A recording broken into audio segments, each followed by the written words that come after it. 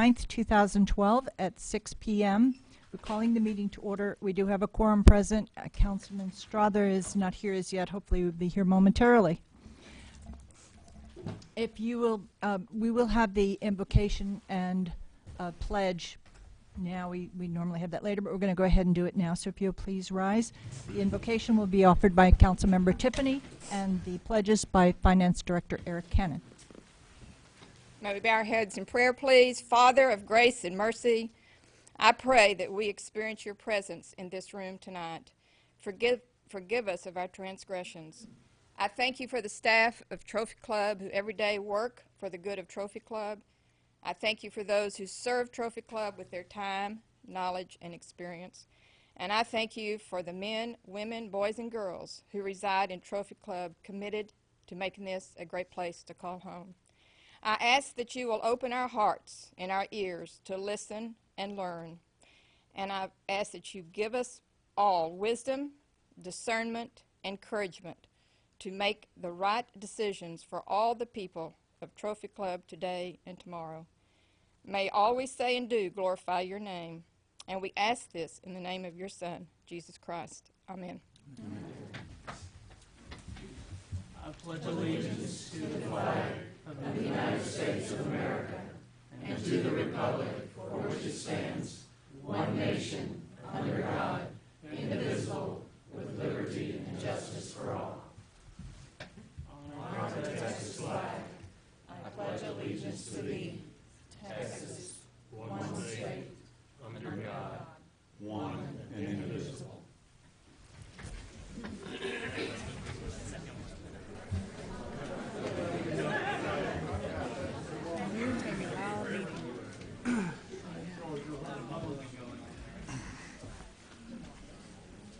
Ladies and gentlemen, thank you for taking the time to come here tonight to gain a better understanding of what is being proposed and what the council is doing to address that proposal. When I first ran for office, I promised a number of things, and they included to work to improve our reputation in economic development and in general, to bring more commercial development to our town, to bring respect and integrity to our dealings with each other and with those outside the community, to develop master plans for commercial development which carefully defined what could be built so developers would know what was acceptable before they decided to do business here. We have done this for residential development, why not commercial? These are promises I intend to keep. I have heard many say, our processes work, why change them? I'm here to tell you that our processes for residential development have worked well. Not so for commercial. We have created an environment and a reputation that drives businesses away. And some of the things we dislike most in our town are a result of the current process. This must change. I have also heard we should stick with the current zoning. That zoning will not bring us the things we need most: restaurants, retail, and most importantly, sales tax. Take a look at the calendar we distributed recently and notice the difference in sales tax between Trophy Club and the surrounding towns. Roanoke, for example, realizes more than 10 times the amount of sales tax the Trophy Club does. And much of that is from our own residents. Why not be able to spend that money in our town? People are in general afraid of change. Rarely does someone want to be first. History has shown us that this resistance can result in being totally passed by. Much has been said about how we will be the center of the Metroplex in the coming years. We can choose to be the hole in that center, allowing development to leapfrog over us, or we can be the gateway to that core. We will not avoid the traffic, the buildings, and all else that development brings, because it will be all around us. We will, however, miss out on being able to benefit from it. I am sad that there are some in town who are choosing to make this an us-them fight, using distortions and exaggerations. For example, after one recent council meeting, some statements were sent out which were at the least greatly exaggerated, perhaps even totally distorted. When I questioned the author, he did not deny that it was untrue, but rather said, sometimes you have to do that to get people fired up. This type of activity is not in the best interest of our town and our residents. It merely serves to continue to promulgate our negative reputation. Both the council and the developer have been painted as the enemy, neither is the case. The council is doing its job based on the prescribed processes we have in place. The developer is a businessman choosing to try and do business in our town. While I do not agree completely with the way this has been handled or with everything on the plan, we do have a proposal in front of us and the opportunity to define a new and brighter future for our town. We will not let those who choose to exert their power to create dissension prevent us from doing our job. One person commented that I was afraid to make the difficult decisions. My position is that he has it backwards. The easiest decision at this point would be just to say no. Well, everybody would be happy. But what good would that do for our town? By far, the more difficult is to continue to work through the process to arrive at an agreement that will ensure the future of our town and enable the developer to be successful. Make no mistake, the developer's success is absolutely necessary for our success. We're not the ones making the investment, nor are we the businesses choosing to come here. And businesses do not choose a location based on the promises of residents to support them. They make those decisions on the traffic patterns, market density, ability to work with the government, and more. Right now, we're not doing well on some of those issues. Highway completion will take traffic right past us unless we give them a good reason to stop here. We don't have a good track record for supporting the businesses we do have in town either. Mr. Beck has brought forward a very unique proposal which would enable the maximum use of our very small piece of commercial property and hopefully entice the right businesses to come. While we are obviously not in complete agreement on all aspects, we owe it to him and to ourselves to continue this negotiation with an open and creative mind. From a process standpoint, we do have a lot to cover tonight, and I assure you that the council wants to hear from you, and we will. This first part of the meeting is a workshop, and I'm going to ask Mr. Beck to provide an overview to get us started.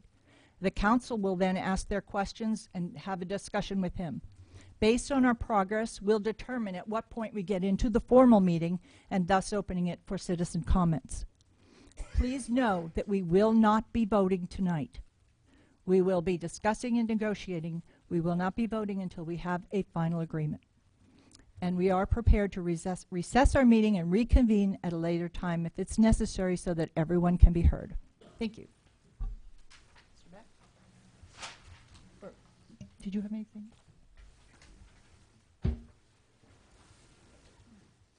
Hello. I guess this works also. It, So, I don't think it's on. not on. On now? Hello? Great. Better. I guess this is, I'm going to keep turning around also, I guess, to address everyone in the back as well. And, you know, is this okay if I stand here for everybody? Yeah, great.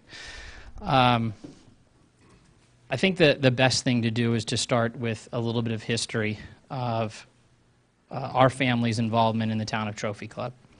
And certainly I'd like to kind of go through some of our history, some of the misconceptions that I think some of the residents in Trophy Club have been talking about what the opportunities are for the commercial development on the front 26 acres. And then also, you know, hopefully to show you some detailed drawings, some comparisons of what's currently in the town and, you know, what we hope to be able to bring to the front 26 acres. So I'm going to kind of go back at the beginning of this conversation and talk about 14 years ago when we got involved in the town of Trophy Club. And it wasn't me. I was just starting college. My father, this was RTC, so Real Estate Trust Corporation, had taken over a lot of the failed banks in the United States in the 80s. And we had the opportunity, or my father had the opportunity, to bid on, you know, a pool of assets which included the town of Trophy Club. And at the time, a little over half of the town was undeveloped, including the golf course, because there was only 18 holes of golf out here at the time. Ben Hogan, 9 holes, and another 9 holes. Really, what had happened at the time when he was able to purchase the property is, you know, for all practical purposes, the town was bankrupt. And so for a period of a couple of years, he was actually paying for the watering of the medians in the town. And a man by the name of John Harbin, who I think some of you may know, who I got the opportunity to meet and really cherish that time with him, came up with a vision for what could be developed in the additional 1,400 acres of Trophy Club. And during this successive 5 or 6 years thereafter, prior to him passing, we started the development. And the idea was to really re-energize what had taken place during RTC and with the failing of the banks and the failing ultimately of the project here in Trophy Club at the time, and to bring in some more upscale developments. And the first on the plan was to develop a new concept in the town of Trophy Club, which would be a gated, guarded community. And that was to great dissension in the town. The town at the time had never even heard of what the concept was of a gated, guarded community. It didn't make any sense to the residents at the time, and certainly no commercial development at that time, 14 years ago. But ultimately, what we were able to design and develop, and I purchased in order to figure out whether you can turn the building 30 degrees, you've lost them. You don't have that opportunity, and they select another thing. In the city of Trophy Club, you have to take every single thing back through a planning and zoning and a city council process. In other cities, that's not the way it works. In other cities, for example, like in Dallas, you make one phone call to that person who's in charge of that district. They just say, that sounds great, we can get it done. It gets done. You're able to cut that deal right then with the person that you're negotiating with and able to get something accomplished. And so what we've attempted to do through this process is create a document that sets up specific guidelines for what's allowed and what's not allowed. And some people, this vocal group inside of Trophy Club would have you think that the types of things that we're trying to do are somehow sinister, or somehow don't have any type of guidelines to them, which couldn't be further from the truth. So when you talk about, for example, hotels, one of the things that obviously is of great concern to most of you, which is certainly of concern to me also, is the fact that we have Value Place here. Somehow there wasn't an appropriate definition of what a hotel is, and so ultimately we ended up with Value Place. Now, obviously we didn't have anything to do with putting that hotel in the town of Trophy Club. We would have never put a hotel like that in the town of Trophy Club. It certainly wouldn't go along with the fact that we've been involved with this town for 14 years. It certainly wouldn't go along with the fact that we want to have a high-density, urban, mixed-use development on the 26 acres. So it was perfectly acceptable to us when you read the existing PD 30 and you see what the definition of a hotel is.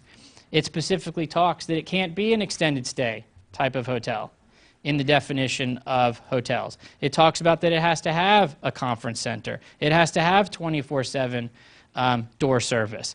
All of the things that are specifically not what Value Place is are specifically included in there. What it does allow for is the ability for us to put it at various places on the 26 acres. Because ultimately, when we're talking to what we hope would be the JW Marriott, a Ritz-Carlton, a Four Seasons, one of the higher-end hotels to put in here, they're not going to exactly want to be in one certain place. They're going to tell us where they want to be, and they're going to tell us what type of situation they want to be in. And what we can't have is a situation where we say, we'll get back to you in 4 to 6 months once we go back through a process. So instead, we figure out through this process how many rooms is allowable. What type of building structures can we have? How far away are the setbacks from existing roads? What's the access to it? Can you have parking that front up to Hogan's Glen? For example, you'll see on here, there can't be any parking on Indian Creek, period. There's no parking allowed in this zoning ordinance on Indian Creek. So it's those types of things that that are the guidelines that you have to live within inside of PD 30 that certainly put a restriction on this. Now I'd like to go over, though, a little bit on apartments. And like I said, there's 5 things that are really important to have inside of a development that kind of take you right down the middle of the fairway. And again, there are emails going around that are saying that what we're looking to do is to build another Quorum Apartments or vineyards. And that, again, couldn't be further from the truth. So I did is kind of, I don't know if you guys can see this or not. We just put a couple of pictures up there to try to give a delineation between, by the way, we did not build the Quorum Apartments or the vineyards. This was something that when I mentioned that we took the project over 14 years ago, this is the half of the community that was already developed. The only things that we've developed in the town of Trophy Club is Hogan's Glen, Eagles Ridge, the Knoll, Highlands, and Michelle Court. Okay? Everything else was already built. So I would think that if you take those pieces that we've developed in here, they're all extremely high-quality developments inside of the town. Certainly there's more of a starter type of things that have now exist inside the Highlands, but that's obviously what the town needed in terms of with the schools and everything else that's in the town now. So this is the Quorum Apartments. In the ordinance, it says we are not allowed to build garden-style apartments, period. It's in PD 30. So anybody that's sending an email around telling you that we're going to build Section 8 housing or get housing and urban development financing to build apartments is lying to you. It's in the zoning ordinance that we are not allowed to build garden-style apartments. This is a garden-style apartment. You will not see anything like this in the type of development that we're doing. In fact, it's forbidden for us to be able to do it. This is the type of interior that's in the Quorum Apartments. This will not look anything whatsoever like this type of thing that we're going to build. The type of thing that we're going to build, which I'm going to show you some pictures in a second, are upscale urban living. They're condo-style apartments. They're the types of apartments that you'd find in Shops at Legacy, or the types of apartments, again, you'd find in urban living and loft apartments in downtown Dallas. These would be the types of apartments that you'd find people that are making between $150,000 and $200,000 a year that are living in them. They're types of apartments that would cost you for a 600 square foot apartment a minimum of $1,200 a month. You're not going to find people that have 2 children living in these apartments. These are people that, quite frankly, these are the same type of people that Three Forks likes to be living on top of their restaurant, because they're the people that are the stewardesses or the pilots that are working at American Airlines, for American Airlines, or they're the same people that are working at Fidelity, right? Where there's 2 people that are living in the same apartment, a husband and a wife, or a boyfriend and a girlfriend, or a single person who's working across the street at Fidelity, or hopefully, if we're lucky enough to get like an Intel to come in here, they'd be like the corporate housing that an Intel would have their people living in while they're here, and ultimately, you're not going to see families living in these type of apartments. I mean, it just doesn't happen. And certainly, from an aesthetic perspective, it's going to be substantially different than that. Again, vineyard apartments, types of interiors that are inside of the vineyard apartments. Garden-style apartments, we're not allowed to build these. This would be considered an urban living or mixed-use development. This is the type of thing that you're talking. Those are all apartment complexes in all 4 cases. In fact, the one in the upper right-hand corner is from Mike Twitchell's development at Shops at Legacy. In fact, I think the one in the upper left-hand corner is Shops at Legacy also. The one in the lower left and the lower right, again, all urban living. I mean, just, that does not look like this. Completely different. Urban living, mixed-use development. Again, more types of styles that you can find in the mixed-use development where you have ground floor retail. You're going to have urban living on top. In addition to the urban living on top, you'll have office components in there also. You might have a community center or some other kind of use for the city. Those types of things, when you go vertical and you have scale like this, there's just a lot of different things you can do. Obviously, creating tremendous tax base that currently we don't have here in the town. I mean, in the Metroplex, Trophy Club, I think it's dead last actually in terms of commercial tax value in this area. So this, for some of the people over the retirement age, that's probably not so important because their tax value has stopped. But for those of you who are below that age and have, a tremendous amount of additional years to have to fund the taxes for the resources that are going on in the town right now. Right now, the town of Trophy Club makes most of their money off of the permitting process for the residential. But what happens when the Highlands is built out? Guess where your taxes are going? Up, and up big, because they're funding a significant amount of what's going on in the town of Trophy Club right now with the permits that are going on in the residential. So, when we can only hope as a town that, and I don't live in the town, but if I did live in the town, I would only hope that the developers in the town would build the tallest possible buildings and have the most amount of commercial as possible. Otherwise, you're not going to have the tax value to ultimately help with all of the services that are going on in the town. Really, when you think about it, this is only 26 acres, right? It's only 26 acres at the front of Trophy Club. And when you fast forward 10 years from now, Circle T Ranch is going to have tall buildings. I mean, they have 40, 50-story buildings right across the street. That's what it's going to look like out here. And effectively, it'll leapfrog, from a tax perspective, everything related to Trophy Club. It'll just jump right over Trophy Club in terms of what there is. But needless to say, the ordinance as it stands right now is limited. So, on some areas we can only go 2 stories. I think the maximum that we can go in this ordinance is 8 stories, and that's kind of centric to the center of the property. And that's what these buildings are right here.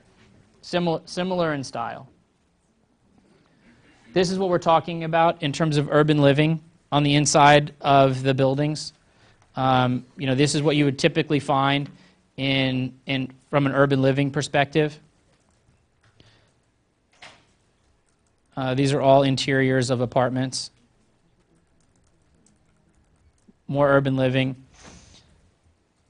And now you've got some samples of like what kitchens would look like inside of these units.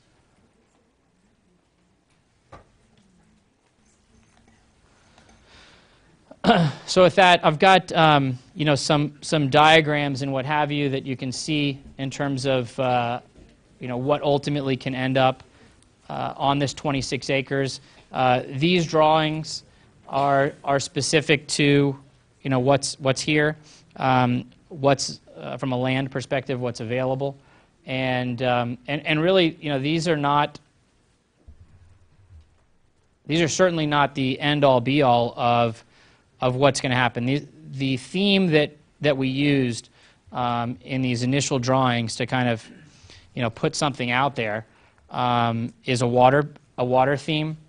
So it's actually got a lagoon on it in the center of the property, which I'm going to show you here in a second. One of the things to recognize is that it's highly unusual in a zoning process to go through the painstaking effort of having to do drawings and do all of these things. Again, in most instances when you're changing zoning on a property, I'll give you kind of a comparative analysis, cost about $10,000 to change zoning on property in when we do it in Dallas. So far, we spent $250,000 in terms of the City of Trophy Club process. So I mean, just kind of, it goes without saying, you know, that's from a process perspective. Why, if we want to have something more, then ultimately a big box retail development on this 26 acres, because ultimately that's kind of directionally where it would be heading, in order to work with a number of different parties, restaurateurs, office tenants, hotel chains, those types of things. You have to be flexible and you have to be dynamic, and you cannot have kind of the existing process that exists currently today. So with that, I'm going to kind of, I guess I'll show you some of these drawings, and Mike, maybe you want to help bring up some of these.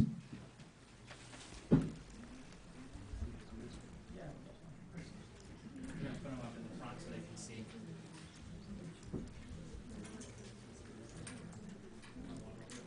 Yeah, just go over the side.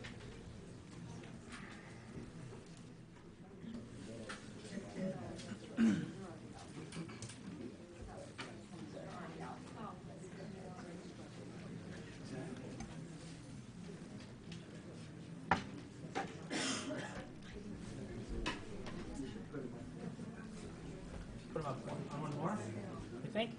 Easier to see? Good. Now we're really block. We have side doors. It'd be better if you're.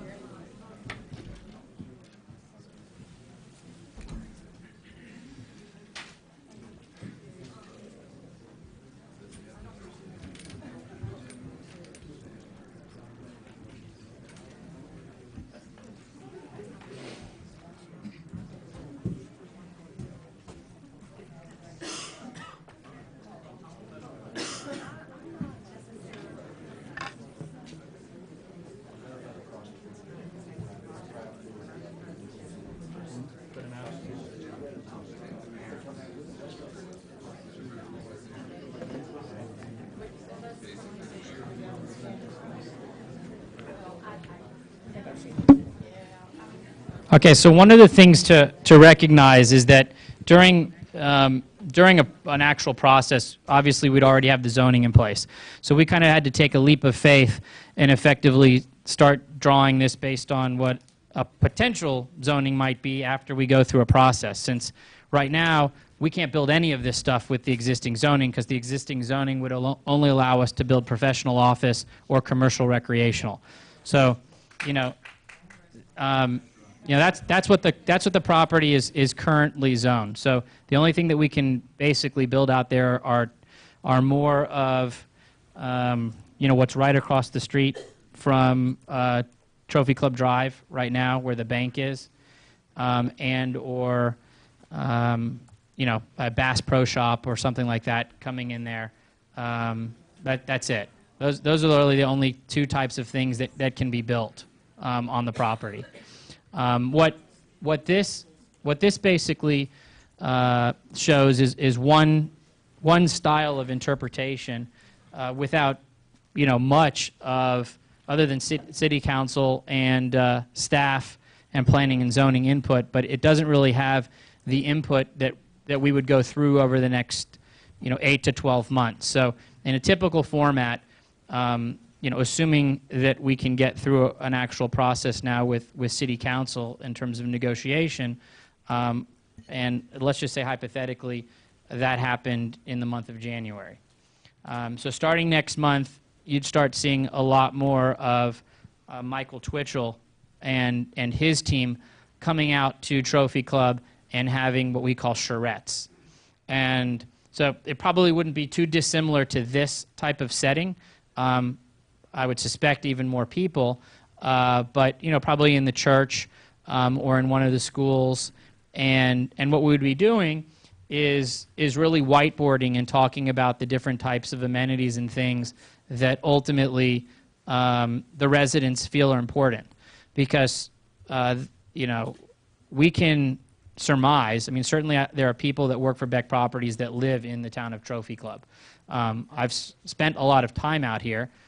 Certainly, at a lot of times, I wish I actually was living out here, because it's a heck of a drive going back and forth between here and Dallas when we finish these meetings and when I'm out here a lot on late nights. But ultimately, what's important with any type of mixed-use development is to have the citizen buy-in as to what is in the mixed-use development, because that's what makes the retailers actually successful, is that, you know, you and your families and your significant others and your friends, you're inviting people to come and spend time within the four corners of this type of development.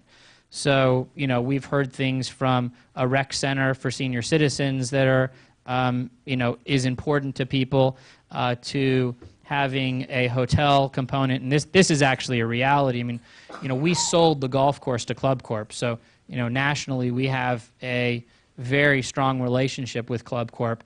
And, you know, one of the things that we see is this is kind of almost a mini type of Gaylord Texan destination.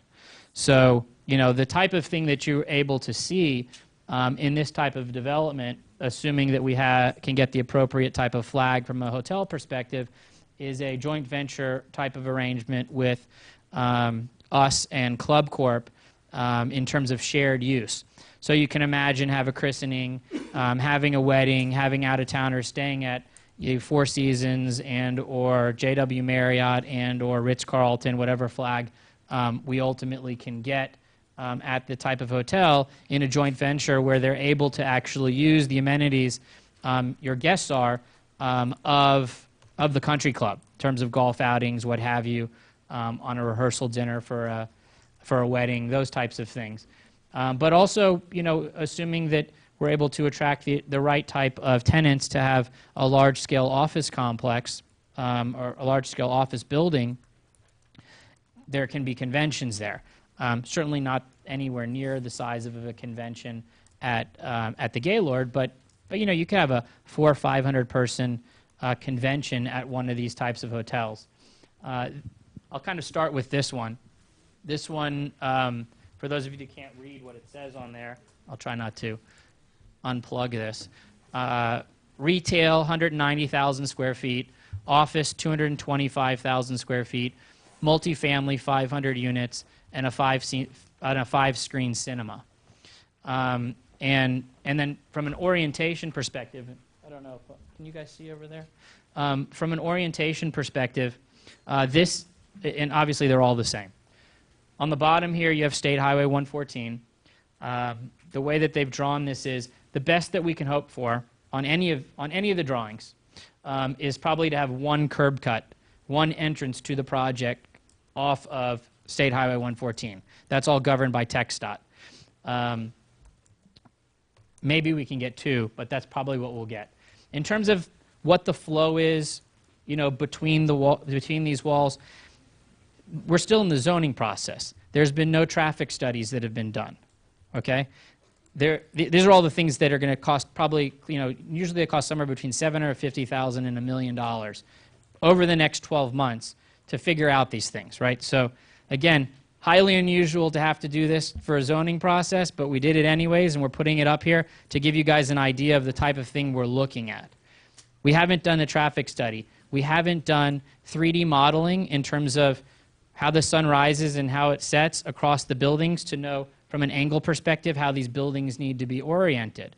There's been no surveys done from an engineering perspective in terms of if we are going to have a lagoon, where's the best place for it in terms of drainage. So there's a whole host of things that need to be done. Some of the things that we definitely know that will stay. The clock tower, no intention of moving it. It's over here. There was even kind of an idea of maybe even tying in a clock or additional chime tower on the other side of the property in this particular drawing. Another thing that'll happen is, from a retailer perspective, they'll demand to have front-end parking. So you're basically, you know, in addition to the setback that's in the zoning ordinance, you're going to have pretty much this type of a setback all around the property. There's a natural setback on this side of the property because you have the creek, then you have an entire beautifully buffered tree area. So purposefully, within the zoning ordinance, we already limited ourselves to having to stay back, I don't know, another 100 or 150 feet from the tree line. So, you know, the trees won't come down because they're not allowed to come down pursuant to the zoning ordinance. And then you've got additional space that we want to keep in there because in all of our concepts, we want to tie in the pedestrian biking type of element that is now, you know, part of what Trophy Club is. So the way we look at this, and, you know, obviously there's discussions inside of Trophy Club, is ultimately, will Trophy Club become a golf cart friendly community or not? You know, those are the types of things that we certainly want to be talking to the residents about during these charrettes to understand them, because, you know, we'll want to have actual areas where golf carts have places where you could plug them in. Golf carts have places where you can park them, if that's something that's going to ultimately happen. In theory, I guess just as an aside, interestingly enough, if we stayed under the existing ordinance and for some reason in the future golf carts became available, we would actually have to go back through a planning and zoning and city council process to change the parking spaces into golf cart friendly spaces. Under the proposed zoning ordinance, however, that could be done through staff approval in terms of as long as we still have the required amount of parking spaces pursuant to the state regulations as they relate to how many spaces you need per residential, per commercial, per retail, those types of things. So basically what you're left with on every single one of these diagrams is kind of a triangle, right? And so if you have all of these buildings and you have basically the parameters of what's inside the zoning ordinance, at the end of the day, after having these 12 months worth of charrettes and going through the traffic studies and going through all the things that we're going to do over the next 12 months, you know, basically take all these buildings, toss them up in the air, and they'll kind of fit on the project in some way, shape, or form. At that point, and only at that point, hopefully we have something that we then can actually take to market, right? So we got to go through $1.5 million worth of discussions with the city, figuring out what residents want, figuring out with engineers and architects what ultimately can go on the project, trying to make our best guess at what ultimately retailers, restaurateurs, office users, hotel users, cinemas, all those different types of people are going to want.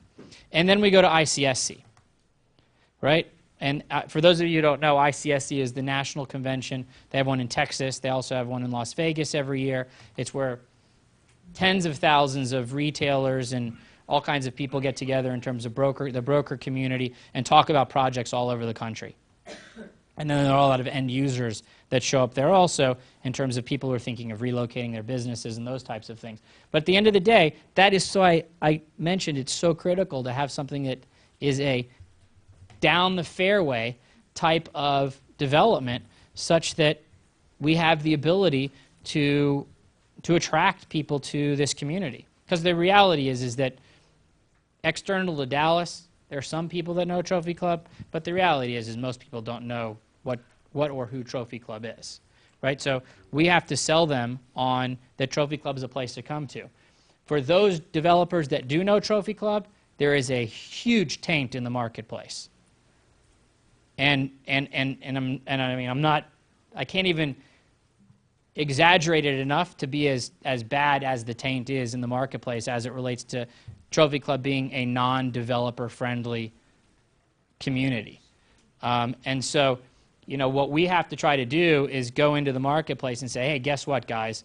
You know, we have a PD 30 that is a rules of engagement document that we can all live by. Yes, you may decide you want to do something else, and we have the ability to go back to, because the staff can't do anything that's not in the document, right?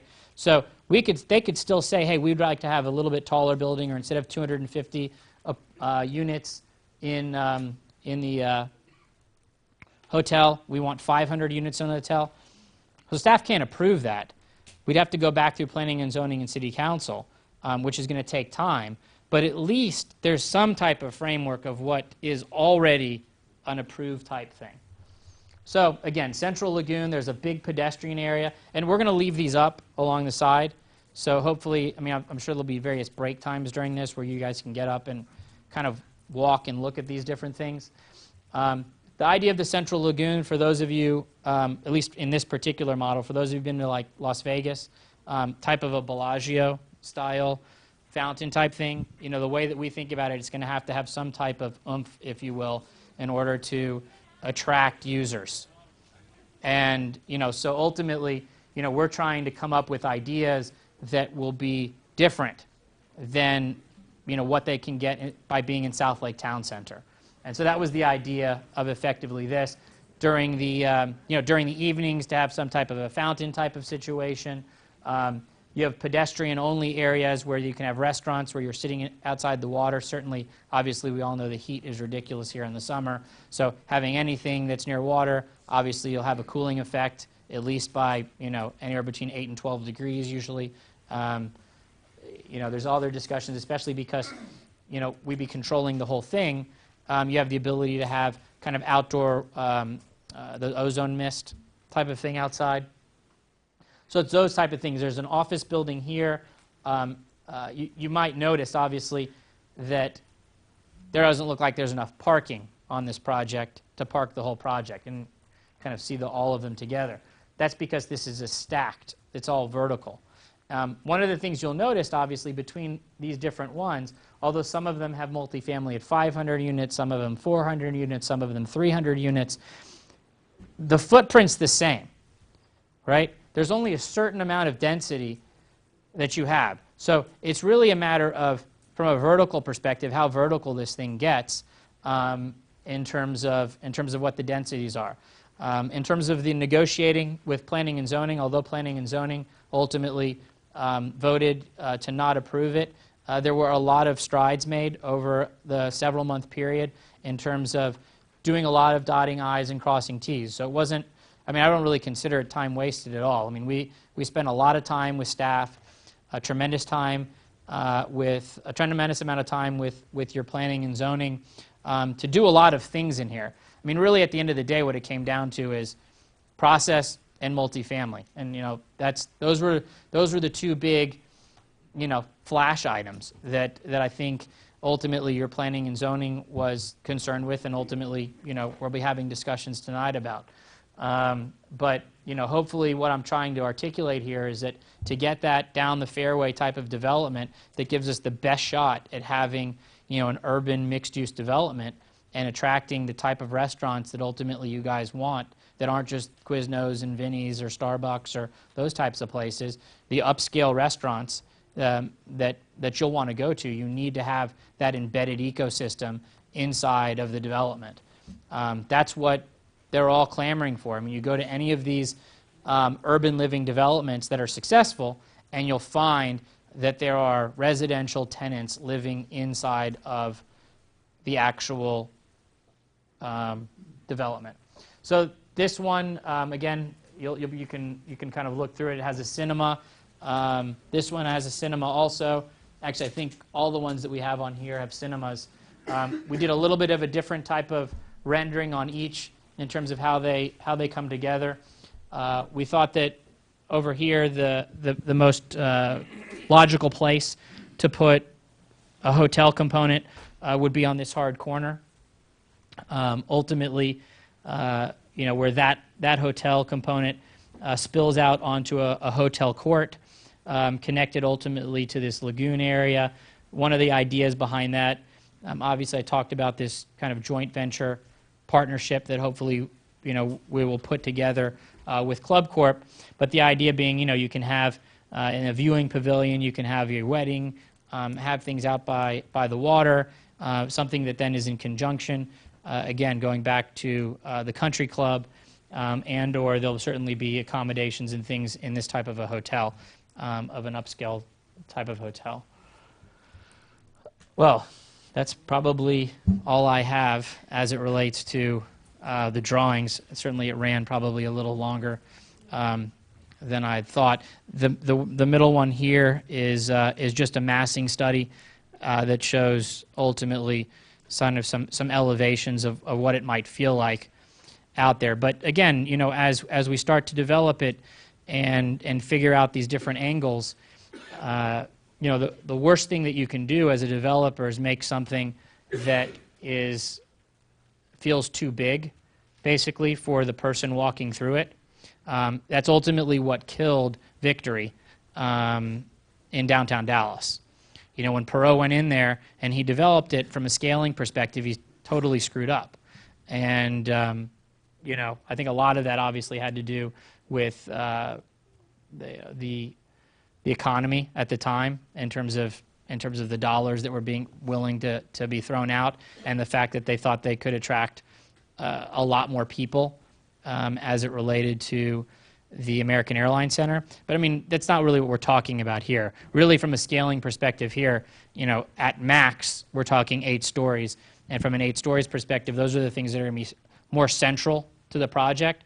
So when you're standing on Trophy Club Drive next to the clock tower, you're not even going to be able to see the things that are 8 stories because you're going to have things that are in front of you that are 2 stories tall. So from a scaling perspective, the important thing, and that's why you do these 3-dimensional renderings, and you actually, you know, you'll see these because, you know, assuming, again, we get this approved, over the next 12 months, we'll be bringing things to show to City Council as we're going through a process, because we'll want to solicit more and more information from them in terms of what they're interested in. But ultimately, those 3D renderings and how the sun sets and what have you start to give you a good feel of scale in terms of how you feel when you're standing on the property. And that's extremely important in terms of making sure that from a community perspective, the 8, 10, 12, ultimately, I think 14,000 residents that'll live in the town of Trophy Club at full build-out, those are the first customers of the project. And then external to Trophy Club is who we're building to after that. With that, I'll kind of, I guess I can't really open it up for any questions, but I'll give it back to the mayor and figure out what she wants me to do next. Okay, the questions at this point, Scott, will be coming from this side, so I'm not sure how we want to handle these drawings. I'm going to put them on the side so they're Okay. not in the way. That's a good idea. Is that okay? Yes, please. Okay. We're still in the workshop. Madam and- Mayor, Yes, sir. if I can interrupt for just a minute, I've asked Mr. Beck and his team to share some of these drawings with the folks that are in the lobby, because I know they can't see them in the lobby for, you know, at least temporarily, and then we can bring them back in, but at least allow them some idea of what it is we've been talking about. Okay. Are we going to? We can continue to move forward. Yeah. But if they're sharing it with the people in the lobby, we Just could gonna be. take them out there. We can start. Okay. They don't, yeah.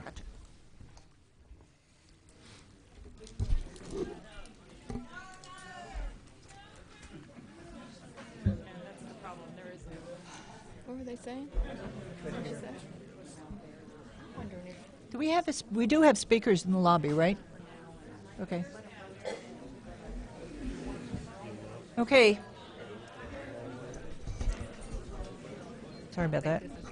I think we ought to take a break and let them look at it and then come back and answer. This is too. I'm afraid there's too much of a crowd to take a break. Taken out there, there's just no room. Could the mayor announce that at a break? We'll have them in here for the people in the lobby to come take. We're trying to figure out how best to let everyone have Okay. an opportunity. Plan B. Okay. We obviously don't have the room to set all of those in there for them. We can move I think we ought to take a break. Okay. What, Just what take- if we take a break and let people and let walk them through? cycle through? That's Yeah. right. That'd be fine. That's right. Okay, would that work? Yeah. We're going to take a we're going to take a break for a few minutes and let the people the other people walk through so that they also can see the documents, and then we'll Yeah. Reconvene. I think that's a good idea. and I imagine you all might not want to give up your seats.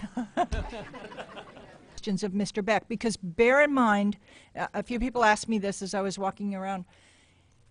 The process is that Mr. Beck has submitted a proposal. The P&Z does their work with that proposal, makes their decision, and sends it to council. Now it's our turn to assess the proposal, to talk with him, to find out if we can make any changes, and to see where we need to go, to make sure that that document represents what we as a community want, and what we as a community want, and Mr. Beck can work with. So that's the process, and that's the stage we're in right now. We have made no decisions. We have not taken any other steps.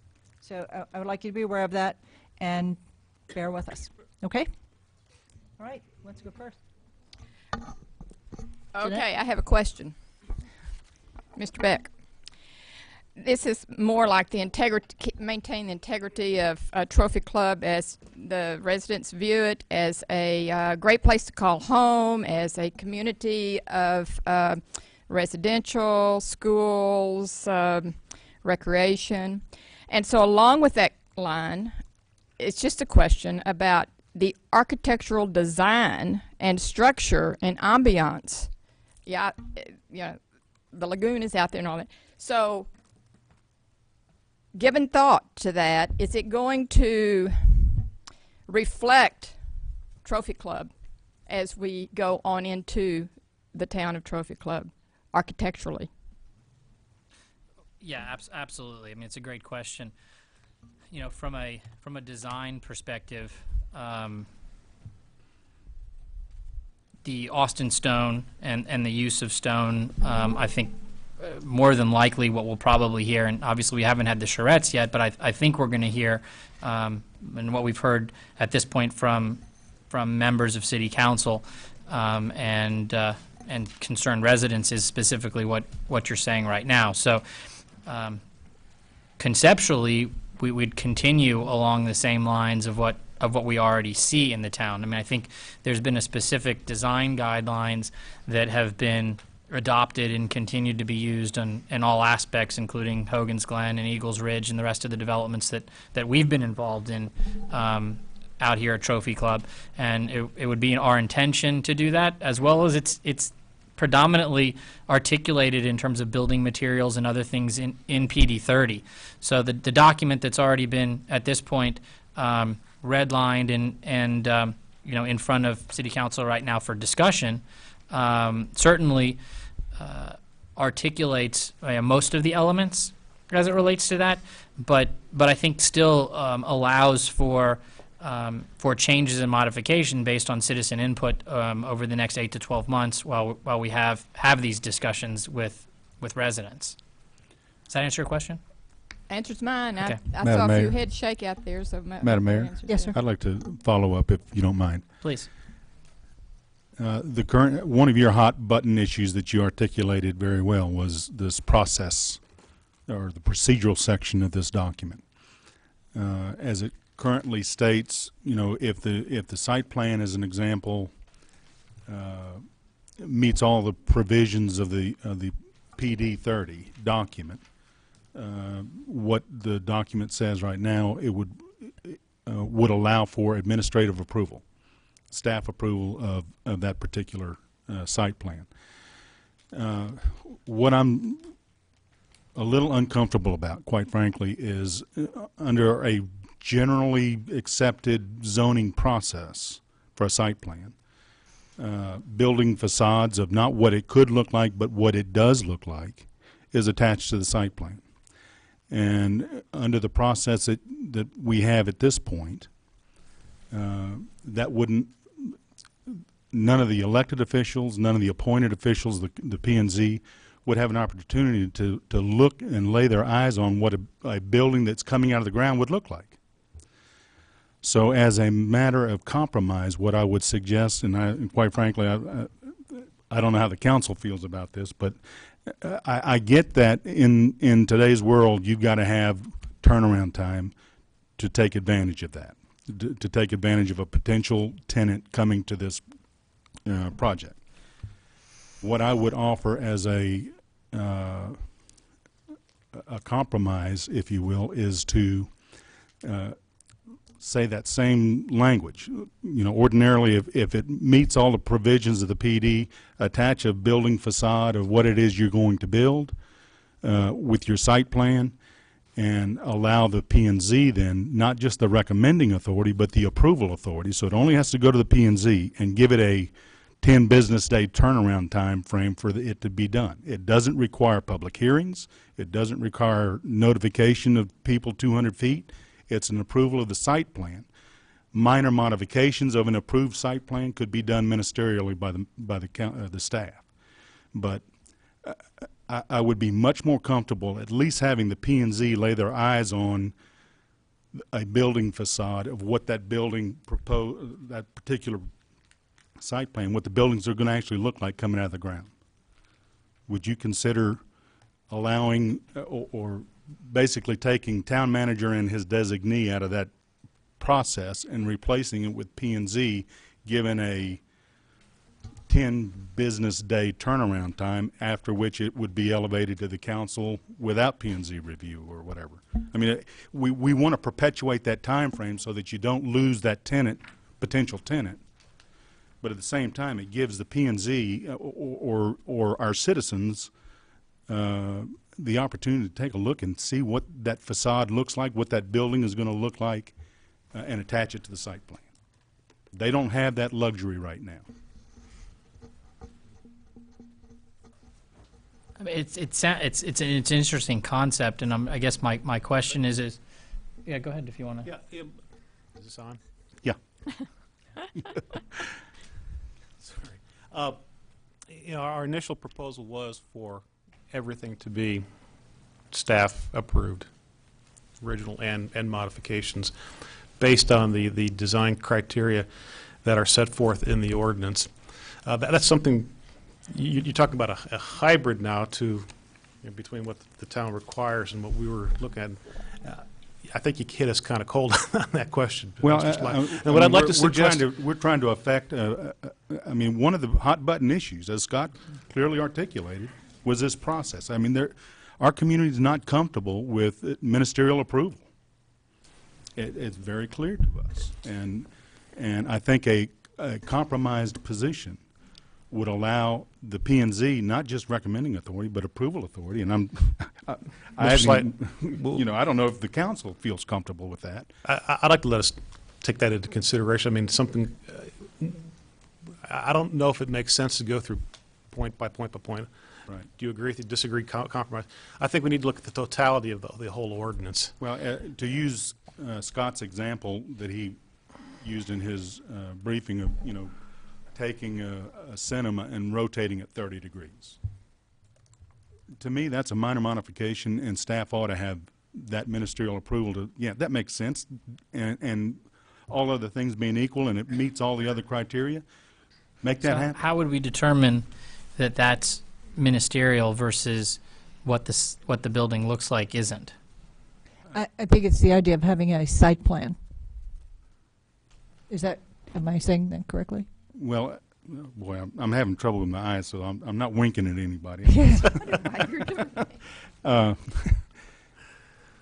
I think the preliminary site plan needs to be approved by and adopted by the P&Z. It still provides that. Why would I guess that's going one step beyond what is even in the existing town again, requirements. One of the reasons I mean, it takes if you were making a recommendation that had to be approved by city council, I think that would be something that's a little different. I mean, planning and zoning is an elected and approved, not elected, an appointed body by the city council, and the city council is put in place by the citizens. So, I mean, if anything made sense, assuming that we were willing to accept that, it would make sense that what you're recommending would be by the city council, not by the planning and zoning commission. Well, the traditional process, we all know, is, you know, a recommendation from the P&Z to the council. And what I'm asking the council to consider as well is pushing that authority down to the P&Z, as opposed to bypassing P&Z and go directly to the council. I think that would be important. You put a time constraint on it so it's not lollygagging, it's not dragging, and at the same time, you know, one of the reasons it takes 4 months to get something done through this community from a rezoning So now, so perspective. you're recommending taking the council out of it and just giving it to the I'm planning and asking the zoning? council if they would be comfortable giving them the authority to approve site plans, period. Site plans. Well, A preliminary site plan or every site plan there is? Assuming this is evolution, it may go on for 4 or 5, 10 years. I think it would be the site plan that you're going to come in with to build Something. the cinema, or whatever the case may be. Somebody's got to take a look at, and quite frankly, I'm not comfortable saying, you know what, that facade looks fine for this town. That's why we have P&Z, and that's why we have elected officials to speak on behalf of the elected of our council. I'm not comfortable administratively approving a facade of something that's going up in on the entry point of our community. And right now, there's not that process. My point is to take a look at that issue right now, this moment. I mean, it begs 20 other questions, 20 other issues, and I don't know if, I don't feel comfortable that we've fleshed that issue out. It's something that I'd like to take into consideration. Well, and quite frankly, I don't know the feeling of the council as it relates to giving that approval authority. I was trying to come up with a compromise to facilitate the urgency that you articulated to get it done and be able to get an answer. But at the same time, if the site plan's already been approved and that building needs to go 30 degrees, you know, we can make that happen with a phone call.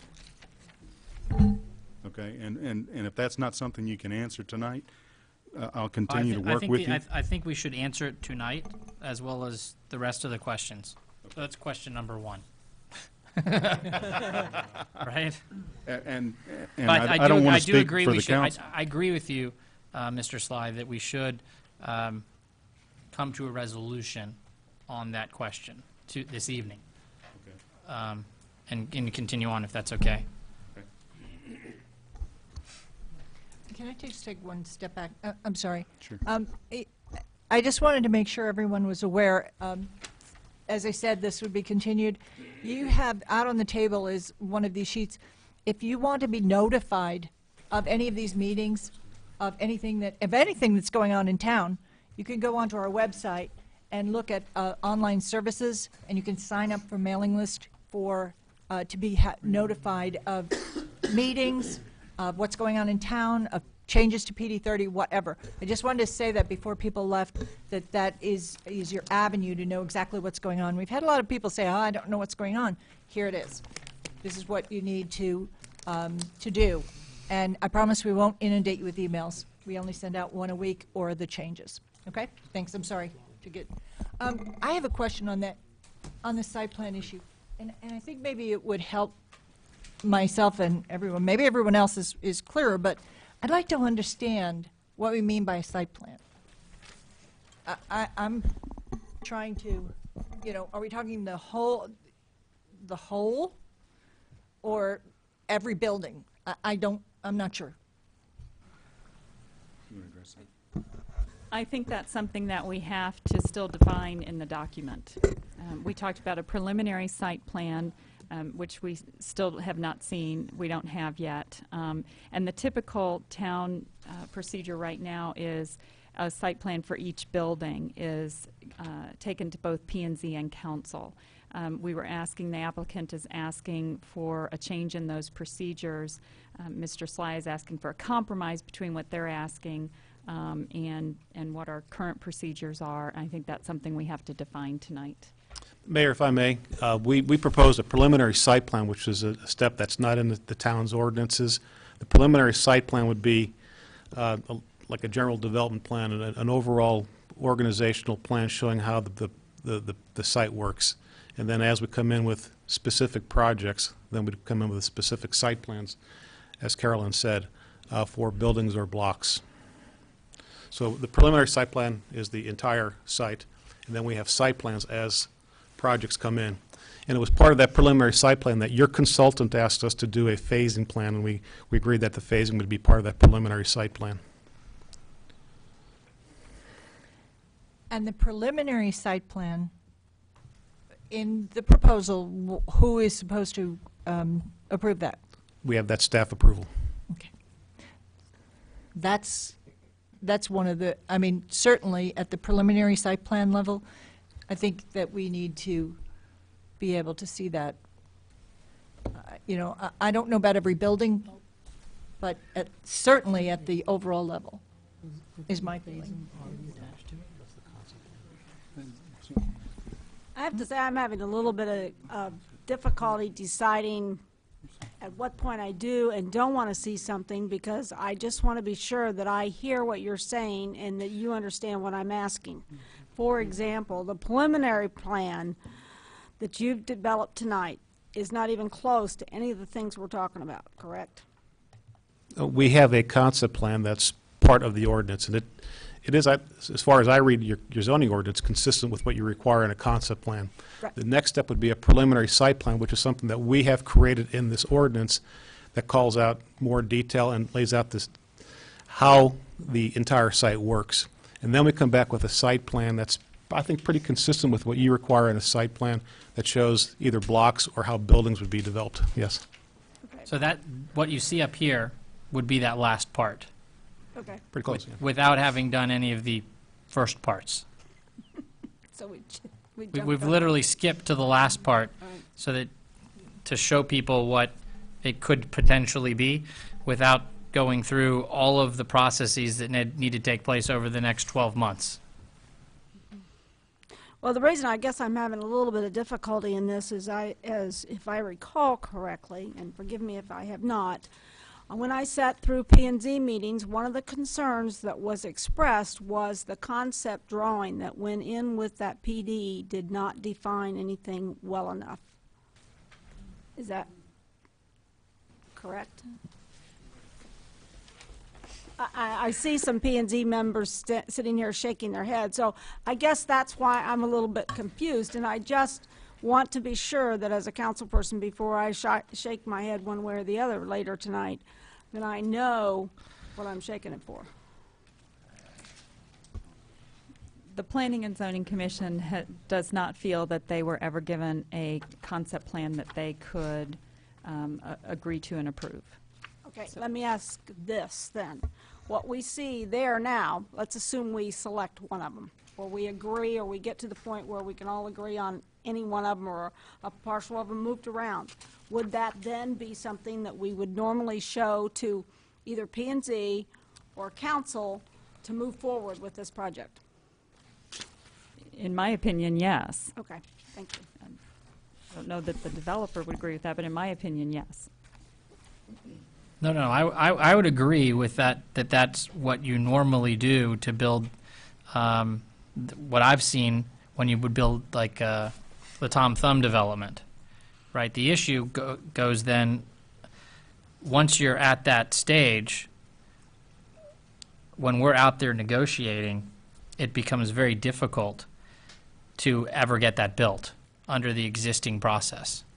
And so what we were attempting to do is take 2 steps back from this, get that approved, thus allowing us the ability to go into the marketplace and be able to design on the fly based on what we know the residents want, right? Underneath a set of rules that are embodied inside of the PD.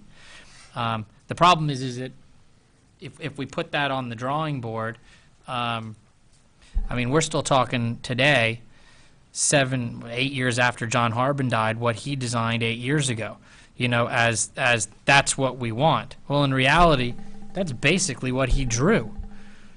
So, you know, there's an interesting memory that exists inside the walls of Trophy Club, and so, you know, I guess there probably isn't much of a problem with having one of these selected as something that's attached as a general framework, but ultimately we'd still need to have the existing kind of concept that exists inside of PD 30 to allow us the ability to move stuff around when we're in the marketplace. I mean, obviously the devil's in the detail, but I mean, that's what we're looking to build, right? So at the end of the day, so, you know, if City Council's more comfortable with us having a more definitive something attached, then ultimately we can attach a more definitive something, but we still have to have the ability to shuffle things around on there when we're in the marketplace. Right, and please don't get me wrong.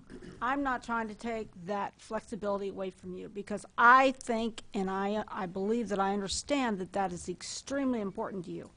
If I want to be one of your tenants and I've got the hotel, but I say I don't want that hotel facing west or whatever way it faces, I believe you, dealing with me, have to have the flexibility to say, well, you know what, we can take that hotel, same basic hotel or a similar hotel that we have drawn and designed in our concept, and say, okay, let's twist it, or let's even move it if we need to a little bit, but it's not off the PD, but it gives you the would that indeed give you the I mean, that's where I want to get with this process. I understand and believe wholeheartedly that what was going on here 20 years ago was a whole lot different than today, in that if a tenant is interested, he's on the internet today, they're looking and they're shopping probably 20 sites at a time right there in front of them, and he's talking to you on the phone. Right. And he's saying, you know what, I don't need this, I'm going down the road. That's what I want to prevent with whatever system we design or incorporate into this, because I think that is extremely important. And I don't think it should take the flexibility from the citizens knowing or anticipating what's coming down the road. I think you've characterized it actually perfectly. And I think that the framework that planning and zoning and my staff kind of set out, for the most degree, allows for that. I think what we're talking about here is, if we're able to have that flexibility that you're talking about, and attach one thing rather than another thing to give people more comfort that that's what it could be, I think that's great. I mean, ultimately, what his designers did was just take the ordinance that it sat there and over the holidays basically took that document and then drew what they saw when they read the document. So I mean, that's what most architects would be able to do, is basically take those documents and max out density underneath what they're what's allowable with the setbacks and the height restrictions and the angles from the street. So yeah, I mean, I don't see why ultimately that wouldn't be a doable thing. If I could. In the discussion, I think one of the items that's of significant concern to the residents as well as myself would be the height of the buildings and the location of those buildings in some particular aspect. As we talk about the facades and the charrettes, looking at South Lake's Section 37 and their design document, and also looking at Keller's Unified Development Code, one of the things they do is they have elevations, and I know you did not get these at your table, but they're available from Keller. They have elevations in their Unified Design document, and basically what they've done is they've said, you come in, we want your building to look like this. Now, personally, I would like to be at that point. I'd like to be able to talk about the heights of the buildings and what they look like, what their architectural style is, and put that in that document. Once it's in that document, personally, I don't care if that store is a shoe store, a flower shop, or a bakery, but I care what it looks like on the outside. And I don't care really whether it's turned 30 degrees. That, as far as I'm concerned, the staff can handle that. I'm interested in what it looks like. As you mentioned earlier, the scale. The scale and the elevations, those are, I think, very important items to the citizens. And exactly what is, we can talk about what is in those components, whether it's retail or commercial or business, and what elevations or what levels they might be within that document, and put that in here in a baseline document, and then turn you loose. But I think the architectural style and the heights and not necessarily the locations internal in the project.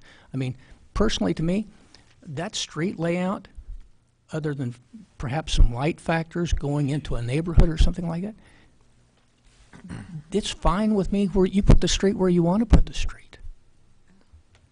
I'm interested in the ambiance and the architectural style and height of the buildings. Let me bring up an example. I hate to bring it back up of Shops of Legacy, but let me bring an example of Shops of Legacy. In the third phase of Shops of Legacy, the south side of Legacy, and I brought this up in several of the meetings, we originally had a bookstore, Borders Bookstore. And we realized that the developer at the time says, the bookstore's not going to cut it. That's when Angelica Theater came along. Well, the Angelica Theater look is quite a bit different look than the rest of it. I think one of the problems we struggle with is that if Angelica Theater wants to come in there and we have to go through the whole struggle of going through the process, that's where we get backed up. I can see where a preliminary site plan, some preliminary exterior elevations, going through planning and zoning, if they adopted it, that's fine. But after that, if the staff approves it, we can go on with Angelica Theater instead of whatever. Exactly. I don't care about the size of the window on the brick and stone building. Right. I mean, really, if it's 4 by 6 and you need to change it by 6 to 6 by 6 or 6, I don't need to get into that. Architectural theme comes about through an evolution also. And whether we do a Italian villa feel out here, which everybody in the world does, or we do a Texas feel, or we do a Shops of Legacy feel, which is nothing like anything else, we need to come about that. The question being is this, that we can show you a preliminary site plan, something adds up like this, and preliminary elevations, and if P&Z would look at that and approve it, and we can go on from there, and staff, and if any changes come about, staff can approve it. That's one thing. So the reality, Bill, also is that, you held up that document, and obviously I'm not familiar with the actual page, but the document that we have in terms of PD 30 does talk about, in language format, elevations and heights and all of those things. So I think, by and large, call it 95% of what we're all talking about here is already in the document. In addition to that, and that's why I turned in the question that I was asking our architect, is I thought that was in there because basically there are, 75 exhibits inside of the document already that are things that are just like that in terms of drawings that are articulating the verbiage, but the actual drawing articulating the verbiage of the height is not in the document. So we certainly can put a drawing in there articulating the height and the elevation that's in the document, if that's something that that's amenable to you. I think that's what you're asking for, right? Well, I'm actually looking for the building facades. An example of building facade. I mean, if you talk about Texas country, if we're going to carry the architecture across from the street into that area, what would a building look like? I'm not saying the window's going to be the same, but what would the basic facade look like for a building that's 2-story, for one that's 3 or 4? What would the facade look like for a hotel if it goes to 6 stories? So I guess my question would be then, and that's fine. So let's assume we go through that process of doing that, right? Okay. And the first thing is obviously we'll have city council input as it relates to that, and we've heard Italian villa, we've heard Mediterranean style. I mean we've heard that kind of thing coming out of the residents. We haven't had the charrettes, so we don't really know exactly what the residents want. But let's just assume we selected one of those, Okay. right? Now let's assume that Angelica Theater comes in, and a lot of what they do as it relates to building those buildings are very modern looking within the development. Okay, so if our theme is Italian villa, right, and Angelica wants to come in, and they're like, we're not building an Italian theme Angelica Theater, it ain't happening, right? What's the process? Can we change that, or do we have to go through a planning and zoning and city council process in order to bring the Angelica Theater in here and change it for their design guidelines? I mean, I'm asking, what happens at that point? My thought on that would be, I don't think that, I would hope that they wouldn't, I understand maybe a brand concept there, but I would hope that when they looked at the community and looked at the neighborhood, they would want to be a part of that development, what the architectural style was, rather than a different style. I would, or something that's very close. If I'm making, if it makes sense. Now, in South Lake, they have in the document they have latitude. They talk about similar as and have that type of thing, but and like I say, they allow latitude in their document, and their building concept is more broad. If you go to Keller Town Center, you have one very straight style, as I've shown in the document here. If you go to South Lake, you have more of a mixed style in colors and the building styles very much the same, but on a we're tenant by using tenant basis, they've augmented. Yes, but you get a different brick or a different stone, or you have a different paint Correct. on it. So, but then going back to the exact question, so let's assume that we have, going to Margie's point, right? We end up with a document that has an attachment to it that's more along the lines of what it is. We keep the concept in the document that is more along the lines of giving that flexibility that you were talking about. But then again, we end up with the situation where Angelica comes in. How does staff then decide what point it is specifically that Angelica hasn't deviated too far from what they're asking as it relates to the drawings that then Mike Twitchell and Angelica submit in terms of staff approving with regard to that, as opposed to saying, hey, this is now crossed that threshold and then needs to go to planning and zoning and or city council? Because it's that threshold. It is specifically that threshold, which is the difference between having Angelica as a tenant and not having them as a tenant. If we have to go back to ask the question, we just lost them, because that question requires a minimum of 3 months. Because with the publishing and everything else, just to get it in front of council, and that's planning and zoning, and that assumes that you got it through on the first shot, right? It's 3 months. It would never fly. We would lose Angelica. Okay, I understand what you're saying. And when I hear that, what I'm hearing is that in order to develop the project, you need total latitude for architectural style within the project. Well, I think there can be a mix. I don't think there has to be complete and total latitude. And I think ultimately that's to some degree what we believe. And certainly staff and us, in terms of working over this multi-month process, is that we've put a lot of those design guidelines in there. For example, don't use EFIS to build. Those types of things in terms of building materials and what have you are in there. If we want to tighten those things down, I think that's fine too. But yes, you're right. There has to be some degree of latitude, and I'm just trying to figure out how you'd like to define where does the latitude end, if you will? Because wherever it ends, you've now set the bar where if Angelica wants to move over that, we don't get Angelica. So you're playing with kind of a sliding scale. It's the same example that I was kind of giving during my monologue as it related to multifamily, right? Is the bar, zero multifamily? Is it, urban dwellings, whatever you want, non-garden style apartments, right? Is it 100? Is it 300? Is it 500? Ultimately, you don't know where that needs to be. But if you're not there, you don't get a second shot at it. At least that's our experience. I understand. In terms of being in the marketplace.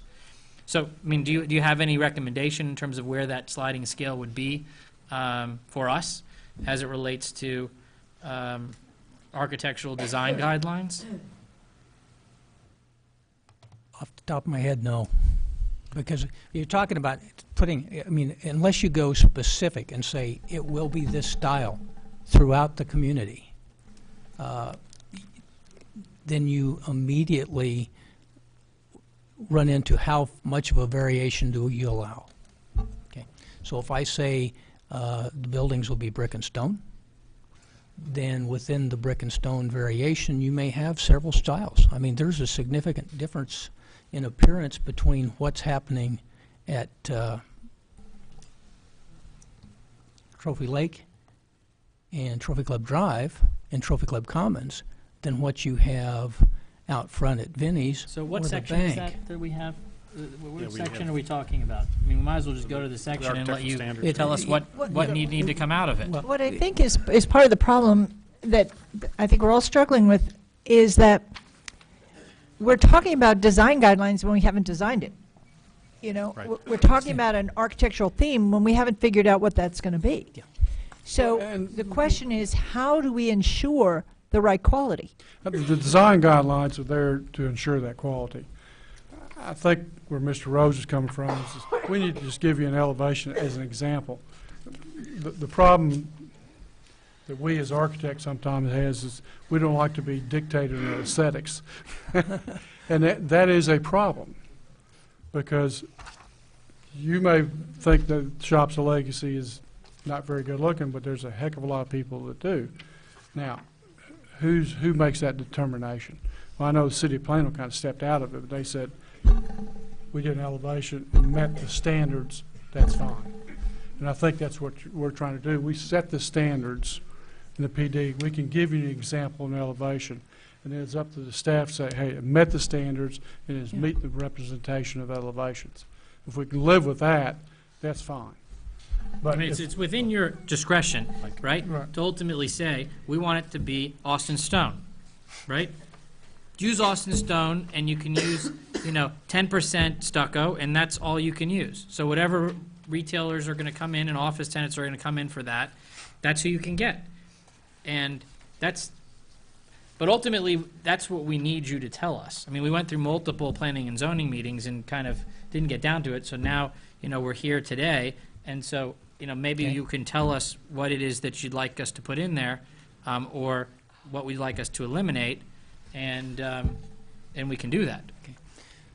there's a tremendous amount of examples of materials and standards So in the what page PD is that 30. on?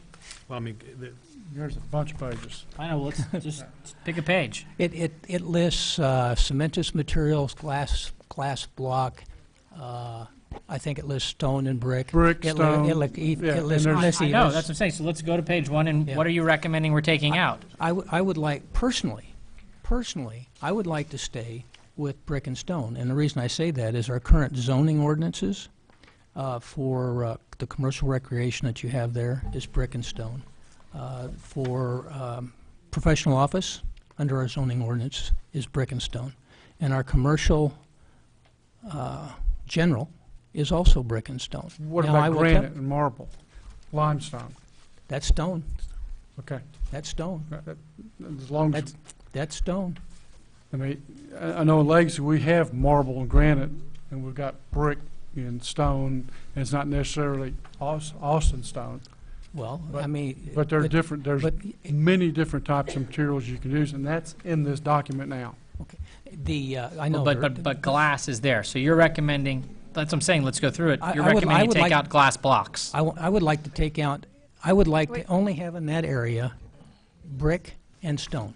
Austin, there are several types of stone.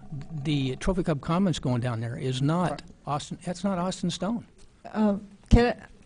I think we could get really into a lot of minutia at this point, and we have to at some point. Yeah. But it might be more useful to deal with the higher level issues first, and see if we can't come to an Okay, agreement. great. And then Okay. work our way along, because I just think that we need to start at the top. So, and we all know what the top is. Okay? Okay. Before you move on there, Madam Mayor, if I could, just for a minute, because I see a puzzled look on Mr. Beck's face, and I certainly can understand that. I have the same puzzlement in my mind right now. I think what I would like to see, if I said, what do I want to see in this whole development, is a planned development that it looks like something. It looks like Legacy Park, it looks like South Lake, it looks like whatever. But at the end, when it's all completed, it's not just patchwork. Well, this 5 years ago, we designed this, and this was really in right now, and then it was 5 years later, and we went to another look. I don't think that's what this would like to end up being. And I guess that's where, if you said to me, what do you want? I would just say, you know, it really is something professionals have to determine. But at the same time, and I think you want the same thing, we want it to look Uniform. uniform. Yeah. We want it to be a destination place that people want to come to. It's interesting that you say that, because that's one thing that's not in the document, right? It doesn't actually say in the document that, you know, if this thing is phased, that ultimately in year 5, when we're building whatever it is that the, you know, the office component of it, right? That office component has to be uniform with the rest of it. So all of a sudden you build a 5-story, very contemporary office building that doesn't look the same as the rest of it. Now, there's a lot of people that think that that's, you know, pretty interesting, I guess, retro, whatever the case may be, right? But ultimately, I think what we'd probably find, if we're doing the charrettes, is that that's not what any of the residents or the majority of the residents would say is something that's of an appetite for them. And ultimately, to your point and to Bill's point, I don't think that related specifically to that's much of a problem when you go out into the marketplace either, right? As long as there's flexibility, uniformity, I think more people think that that's good than bad. So I think that we need to somehow include that type of language of uniformity in the document. And we probably, Margie and Bill, to your point also, I think we probably, I mean, that probably helps a little bit in terms of what you're talking about, right? Yes. Maybe not all the way, but it certainly helps a little bit. Bill, did we not include in that phasing plan that very issue? It's not in there. I know it's not. The phasing plan, Mr. Sly, refers primarily to the infrastructure utilities. Oh, that's right. Yeah. I can say this, the design standards that are in there now lead to what I would think the term you want to use is a homogeneous design. But it doesn't say homogeneous design No. in the document. And we can say homogeneous, but in reality, any great project needs to be a homogeneous, it needs to all work together. I mean, even Shops at Legacy, right, which does have this kind of interesting palette of, you know, what you might call patchwork. It's still uniform in its concept, right? I mean, each one of them, that is specifically how it was designed. It was to look like that. So, Like South Lake, right. correct. And- So, I mean, that is a design. And that's That is a okay, type yeah. of design. And I think that, as you say, a good design is going to work together.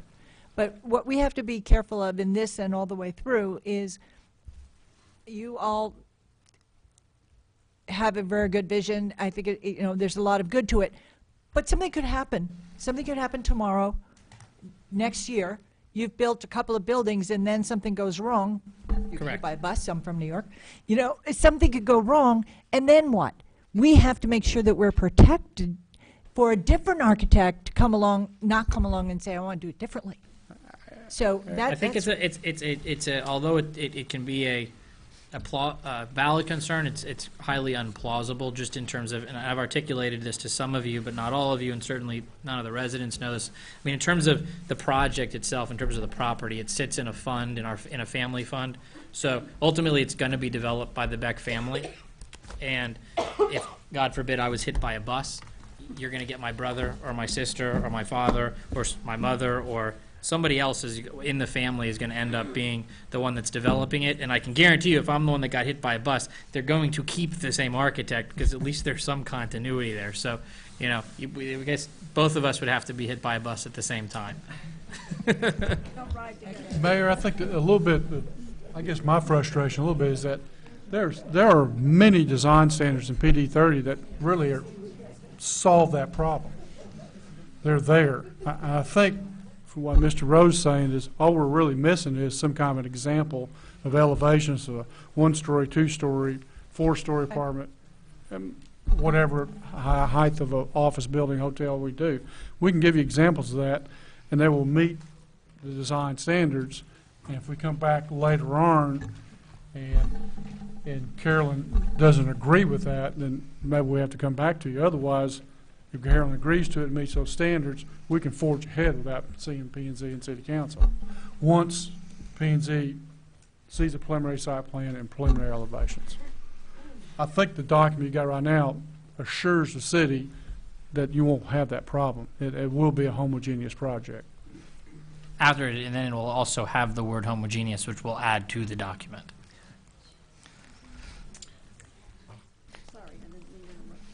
Madam Mayor, before we move on, and I know we got one other big hot button issue, I just want to make sure, I guess we're going to have continued discussion about this compromised process. I think the details need to be fleshed out, but I don't want to get into the minutia on those details. All right. But you basically said we would have a preliminary site plan and elevations that would go to council. Didn't you just say that? We're That's thinking what about it. Yeah. Okay. Okay. That's what I thought I heard. And one thing, just to make very clear, is whatever staff would be approving, they would not have the opportunity to approve anything that does not comply with PD 30, with the diagram, with the specifications. I said somewhere guidelines, with the specifications of PD 30. The staff would only, in whatever piece they're talking about, would only be able to approve something that fits those guidelines, right? Correct. That's So correct. we agreed. And, And that is exactly what's articulated in the current document. right. And that's very similar to somebody building a house that fits. Right. You know, we do a permit. And, That's how it works right now, Right. inside. Yeah. okay. Well, I have a question. This is off another direction. We've all received various different emails over the days, and so I'm going to ask you specifically, Mr. Beck, in your meetings with us, and as many of you know out there, you met with the council on an individual basis last week, correct? Yes. All right, I'm going to ask you specifically, did you offer us any inducements for the support of your project? No. Thank you. Thank you. But and just to kind of re-articulate, when you just asked the question on an individual basis, I actually met with each one of you one-on-one. Correct. None of you were ever together. I actually, prior to that meeting, had never even spoken, except for to the mayor, to any of you. So each one of you, I think, most of you, the first time I'd even ever seen you was at that first meeting at Town Hall in this very building on Thursday and Friday. Except for maybe Margie. I saw her a couple times at the planning and zoning meetings. Okay. Thank you. Thank you. And one of the reasons for doing that, it just made sense for us to be able to gain a greater understanding of what we were looking at and not have to gain all of that understanding when the diagrams roll back to us. So, Yeah, that was, I mean, the real impetus, to your point, Madam Mayor, was the diagrams themselves. So the, just as full disclosure, the content of those meetings was actually pretty much a complete regurgitation of what everybody just heard in the first 45 minutes of the meeting tonight, which is why I think individually each one of you had asked me, if you could only say what you just said now to everybody else, I think a lot of the emails and things that people were sending around, a lot of those questions would be answered. So, it wasn't, the Planning and Zoning Commission had been asking for diagrams, and effectively that's ultimately what ended up happening between the last Planning and Zoning meeting and today, across to to our architect's chagrin, or I guess to the people that work for him, we're working diligently on drawings across Christmas and New Year. So, again, to your point, that's what really those meetings were all about, was showing you those diagrams before tonight, just to try to make tonight as productive as possible. Thank you. I'd like to take this back to the second hot button, and we have it's been stated 71,000 cars that go by 114 every day. We have about 7,000, someplace between 5,000 and 7,000 people that come into Solana every day, which is right across the street from us, and we have 9,000 or so residents right here. Talk to me about the number of units of urban, whatever you want to call them, you really need. Again, a great question, and I think that the answer to the question is we just don't know. I mean, that's the honest answer. You know, so, you know, the plan itself, in terms of the density, the heights, the allowable heights that it appears after going through the planning and zoning process, and then you know, further having discussions with you guys on Thursday and Friday, appears that planning and zoning may have gotten it right as it relates to what they had been hearing from citizen feedback, and then ultimately what I heard from you guys on Thursday and Friday, which is also from what precipitated what these drawings look like. So I think that the maximum amount of units that you can fit on there with the heights of the buildings that are being allowed is basically probably like 750 units. You know, originally we were requesting 1,000 units. That was knocked down by P&Z to 500 units. So half of what we were originally requesting, and obviously, you know, on the table by a lot of citizens, the vocal citizens, is that they didn't want to see any multifamily. I honestly believe, though, that my honest belief is that, you know, it would be a mistake not to allow some form of multifamily inside of this development. And, you know, I tried to articulate it before why I think that's the case. But ultimately, you know, 10,000 residents in the town of Trophy Club is not enough as it relates to having a Three Forks or, you know, those types of places on the 26 acres. You know, the reality is that if those types of places wanted to be out here, there already was a place for them. They could have been up where Chili's went, and the other retail development. You know, that's the first people that they called when they put those developments up there on 377, because those demand the highest rents. But ultimately, there would have been no possible way that they would have ever come out here, because there's not that embedded person living on top of them who goes and is going to sit at their bar twice a week and have their friends meet them at, you know, at that location. I mean, that's why these urban living developments are, if they don't already have some form of living, whether it's urban living, condos, multifamily, whatever the case may be, are putting them in, including, I was having a discussion during the break with someone in the audience about Highland Park Village. I mean, they're even putting it in now, and that's been a development that's been there forever. So, you know, what these retailers think when they think of these type of developments, and they are having to choose, you know, one of 50 new locations in the Metroplex for a Mi Cocina, or, you know, whatever, pick your name restaurant, upscale restaurant. They've got a lot of places that they can choose from, and if you're not kind of hitting on all 5 cylinders, you're off the list. Because there's so many other places that they can choose. I don't know if that answered your question. I apologize. Well, to be honest with you, I have real difficulty with 500, and I'm having difficulty with 300. But I do hear what you're saying from a developer standpoint. I do say that the ambiance at Chili's is totally different than what I hope the ambiance is going to be in the center here. I see this as a destination. I hear you saying that's what you're driving for. So And I do see some very, I mean, all I can do is go by what I've been driven by, been to, visited, or whatever. And I know there are a lot of high-end restaurants, excuse me, that aren't located with any kind of housing above them. So I think, and I guess that's what I'm trying to weigh. But you know what? It really doesn't matter what I think. It's more important to me that I clearly have heard what the residents say, and that's what puts me in a very difficult situation. Because from a developer standpoint, you want as much as you can possibly get. I would if it was my 26 acres. Believe me, I would. And there's not a person in this audience that if it was their 26 acres wouldn't say the same thing if they were true business people.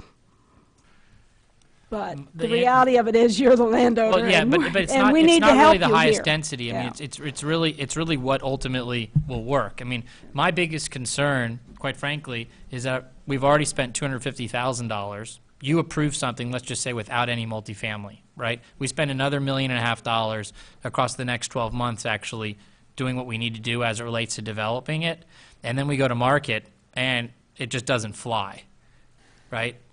Now, okay, great, you know, let's roll the dice and see if we can do it without multifamily. But the reality is that I pretty much know what the answer is, at least right now, today, right? Which is that there's really no reason to go take it to market after we get this approved without any multifamily because nobody's going to move in it. So, you know, we'll wait a couple of years and see if development comes out this way, which, you know, and the rest, our maximum amount of residents are inside of Trophy Club at that point in time, and then maybe there'll be the opportunity to have it happen. But you know, then you're just kind of rolling the dice. It's like Russian roulette with one bullet in the chamber, and you know, maybe you shoot or maybe you don't. But the reality is that what might happen during that time is that we get passed over, and that someone across the street or someone down at 377 or someone between here and Shops at Legacy ends up building a similar type of project to the one that we're proposing, and then Mikosina's only 2 miles away. Mikosina's not going here. You know, no Three Forks, no whatever. That's the gamble that you play with. And when that happens, then what we'd be doing is coming back to you and saying, you know, let's build a strip center, let's do nothing, let's put, you know, a Bass Pro Shop there, let's do whatever ultimately at that point we're left with from a retail development perspective. I'd like to give you 2 examples from Legacy, if you don't mind. And Scott's been talking about retail, but at Legacy, we've got a lot of second-floor office space above the retail. Publicis came in about 3 years ago. Publicis, Yes. a marketing company. Very large one, and they had 5 or 6 sites around Dallas and Fort Worth, and they picked Legacy because there was townhomes, apartments, retail, and office all there, and the apartments were a major concern for them. They picked that space and took 60,000 square feet on our second floor. Then a Canadian oil company just came in. They built a 12-story office building for the same reason. That building's almost finished today. There used to be a hotel concept, and the hotel died because they couldn't get it funded, and the Canadian group came in for the same reason. They're out of Calgary, Canada, that they had apartments, townhomes, and retail. So it's not just retail. It's very much for office. A lot of the office people want their people, they don't want to drive. They want them right there at the site. They can actually walk over into any situation. You could live on that 27 acres without having to ever drive. That's the advantage of having at least the ability to have apartments. And ultimately, that's what the restaurateur's like. I mean, what I keep going back to is, you know, when Mike says you can live on the project, yes, you can live on the project. During the day, you use your corporate credit card to eat in the restaurant. At night, your friends come and you grab a drink before you going to the movie theater that's on the project. So, you know, it's human nature that when you get home from a hard day's at the office or from playing golf or doing whatever it is you're doing, and you can roll off your couch and grab some food in your kitchen. 9 times out of 10, you're going to do that as opposed to getting in your car, even if it's just down the street. You're going to do that as opposed to going to the location that happens to be at the front of 114 and Trophy Club Drive, right? But if you live there and all you got to do is walk down the stairs, it's a whole different ballgame. And that's ultimately what these restaurant chains, these retailers know. I mean, and that's why the successful ones are being built this way now. Madam Mayor, if I could. Scott and Mike and Bill, we have worked together for every bit of the last 10 months on this document. And I've heard your presentation about the need for multifamily or some density to live on top of Three Forks, and because they just won't locate here. And I have spent some quality time in the shops of Legacy, so I understand how that works, and it's a beautiful deal. I think the biggest issue that we have here is the fact that we're not Plano, we're not downtown Dallas. We are. Hold on. Oh, whoa. Time out. And someday we may be. We may be that corridor through there, but today we're not. And unfortunately, what we have to compare to is the South Lake Town Square. And if you go, and I was there Friday after our last meeting, and I drove the entire project again, and there was nothing other than the City Hall. There was nothing higher than 2 stories, with nobody living on top of some very nice restaurants, with the exception of the brownstones that are owner-occupied way on the east end of that project. So, for me and for a lot of our residents, we're looking at, what is obviously very successful, and I get that we're not South Lake and don't want to be South Lake, but it has been a very successful project. And I'm trying to massage in my mind this argument that these nice restaurants won't come without somebody living on top of them, because that's basically what you're telling us. So that's a significant hurdle that.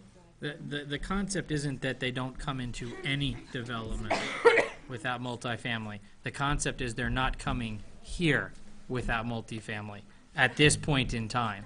There's not enough population density at the corner of 114 and Trophy Club Drive to have a mixed-use urban development. Okay, so my follow-on point to you is this, and you've shared this publicly, so I don't mind saying it publicly as well.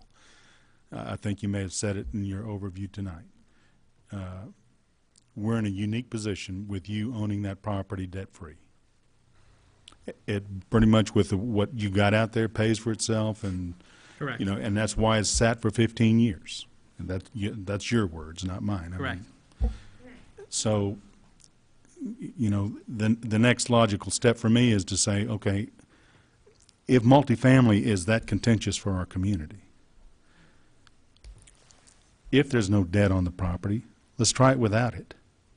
And if, in fact, what you're suggesting is true, and you can demonstrate to us that you don't need, that you've got to have density to attract anybody to this, then come back. Let's talk. Well, I guess that would be great if it wasn't for the fact that everything is so contentious in the town. Right? I mean, that's the reality. So it cost me $250,000 to put new zoning on the project, which should have cost me $10,000, $15,000. And the reality is that I know if this thing gets approved without multifamily, it's already dead in the water. So, okay, I'll just wait effectively. I'll either wait or we'll leave the zoning the way that it is, and if Bass Pro Shop or somebody comes or some office user comes, we'll just develop it that way because it's already zoned that. So, it's kind of, we'll do one or the other. And you're right, we do have the luxury to wait. But there's no reason to go through the process of spending $1.5 million across the next 12 months, knowing that when I get to the end of it, I'm going to go to ICSC and they're going to laugh. Well, let me ask, would a mixed-use development or a PD with mixed-use development without multifamily not be a better zoned property than what you currently have? I think it's the same. I don't think you can build anything on it right now. have a The, question. I think I can answer that. Right Just now, did. well, yeah, but right now, the way it's zoned, professional office, and Carolyn can probably verify this real quickly with the zoning regulation there. There's a significant list of things that can go in. Under professional office, besides all the health things, and I think a restaurant is one of those. And in the commercial recreation arena, if we were to go to commercial general zoning on this property, and I would defer to Carolyn for the complete list, but if we were to go to commercial general on the property, you would retain all of the professional office zoning, and what you would lose out of the commercial recreation zoning would be the ability to put on a private stable and a caretaker's residence. That's what you would lose by going commercial general. But what's the purpose of doing that? It gains you, the purpose of going commercial general is it gains you a wide latitude of commercial shops that you can put on the property, where right now you're limited to those recreation shops, as you mentioned, Cabela's, Bass Pro, Sporting Goods Store, that type thing. Yeah, but it gives him a much broader thing. That's what I'm saying. range, but not the protections that we have in the PD. Yeah, that gets worse for the town. No kidding. I mean, There's if quite you want to enough give of that to me and change it now, then go ahead. At least my 250 got me something. I mean, that's what I'm trying to say is that there's, you know, what is in place right now is worse for the town than what I'm proposing to put in if you approve the PD 30 the way that it is today. I mean, that's the reality, because if I just said, if as a family, we didn't actually believe in what I just said, which is that, you know, this is kind of the crowning thing of us developing something over a 15-year period, right? We could turn around and flip this to somebody, and someone will build a bunch of offices out there, right? Someone will go get a Bass Pro Shop or a Cabela's and just put it in the center of the property with a bunch of parking around it.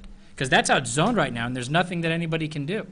Well, may I ask you, do you have people knocking at your door for this property to do that? No, we've had that sign up for 10 years, and we get 0 calls per month. But I'm It's just still- saying that's what it's zoned today. Yes. So at some point, that's what it's that's- currently zoned. and And the zoning that we have, that we're requesting right now, would actually prevent all of the things that I just described from ever happening. And- You couldn't put a Bass Pro Shop there. And what I think that we're also saying is that we have an opportunity to, you haven't been bombarded with people wanting to do something here. So therefore, but what we're proposing, because we only have 26 acres, you know, everybody wants to do South Lake. I have seen what happens when somebody tries to do South Lake on a much smaller piece of property. It doesn't work. It has failed in many cases. You have a critical mass. Besides, most of the stores you might think of there are already in South Lake. The thing is that, and so I think that with the PD we have an opportunity, and we have a window of opportunity. The other thing, I have a question for you. With condos or something like that, you mentioned a phrase earlier, age in place. And I know that in Trophy Club, we have many people who have lived here for many years. I've lived here for 32 years. But many people have lived in multiple homes and are really ready to move into something like an apartment, like something that doesn't require the same amount of effort to maintain and all of the things that people would appreciate as they get older. So my question to you is, would this be possible as an adult independent living? That's what a lot of real estate people are telling me there is a lot of demand for, is adult independent living. Would that work as part of your? I mean, from a building perspective, in terms of these urban living units, I mean, there's really no difference between, you know, an adult living type of unit per se and what we're building. You we're really talking about price point. I mean, these are kind of upscale type of units. Typically, an adult living community is on a very specific budget and might not be able to afford, typically you find them in a 2-bedroom, 2-bath type of situation, right? On this type of project, that could be, as much as $2,500 a month, $2,800 a month for a unit that size, and that's probably outside of the realm of a budget for that type of a person. What if it isn't? Because Well, no, if it isn't, they could be there, right? But Yeah. that would be the type, in terms of a development like this that we're talking about, that would be the type of units. Those are the price points that you'd have to command for the type of development we're talking about here, in terms of to be able to recoup any of the costs that you're sinking into the project. Yes, I think that, through the charrette process, you may find that there is a large percentage of the population that would be very much looking to live in that type of a unit. I've heard, obviously, you were the one person, when Jeanette asked the question, did I meet with other people? And you were the one person that we've met maybe 3 or 4 additional times. So you had mentioned that once before. And I certainly think that's within the realm of plausibility to have something like that. Our family, my father has, he started Capital Senior Living, which is one of the largest, it's a New York Stock Exchange company. It's now one of the largest publicly traded retirement living community centers in the country. And they have apartment and congregate care communities, all the way from skilled nursing to just regular assisted living type of units and living centers all across the country in all 50 states. So, it's certainly something we could do. By no means would it have to be a Capital Senior Living project. In fact, we're not actually, as of 5 years ago, not involved with Capital Senior at all anymore. We sold out 5 years ago. But, there's Sunrise. There's a lot of different groups that do that. I would see it more kind of like, if you did something like that, it would be more of an upscale kind of a Del Webb type of situation than just your kind of traditional assisted living. Right. I don't think you'd really see assisted living. I don't think that this type of a development would lend itself towards actually having people who need the assistance. No, I wasn't talking about assisted living. This would be like an active adult active living. adult independent living. And we do have a lot of people, a number of families or individuals have gone to Watermere. And Watermere is significantly, you're paying $400,000 or more for a unit, plus paying $2,700 a month. One of the things that I think we'll end up finding through this process is that, and I've heard it, a number of times. I think Bill even mentioned it once before. Is some type of a congregating point, a rec center type of thing. For a place you can play cards, a place you can play bingo, a place that people can get together. That's not the country club, right? That maybe it's city sponsored, something like that. If you have something in this type of development that's that type of thing, where you're not necessarily 95 years old going in there. You're probably more between the ages of 60 and 85, right? That would go to this type of thing.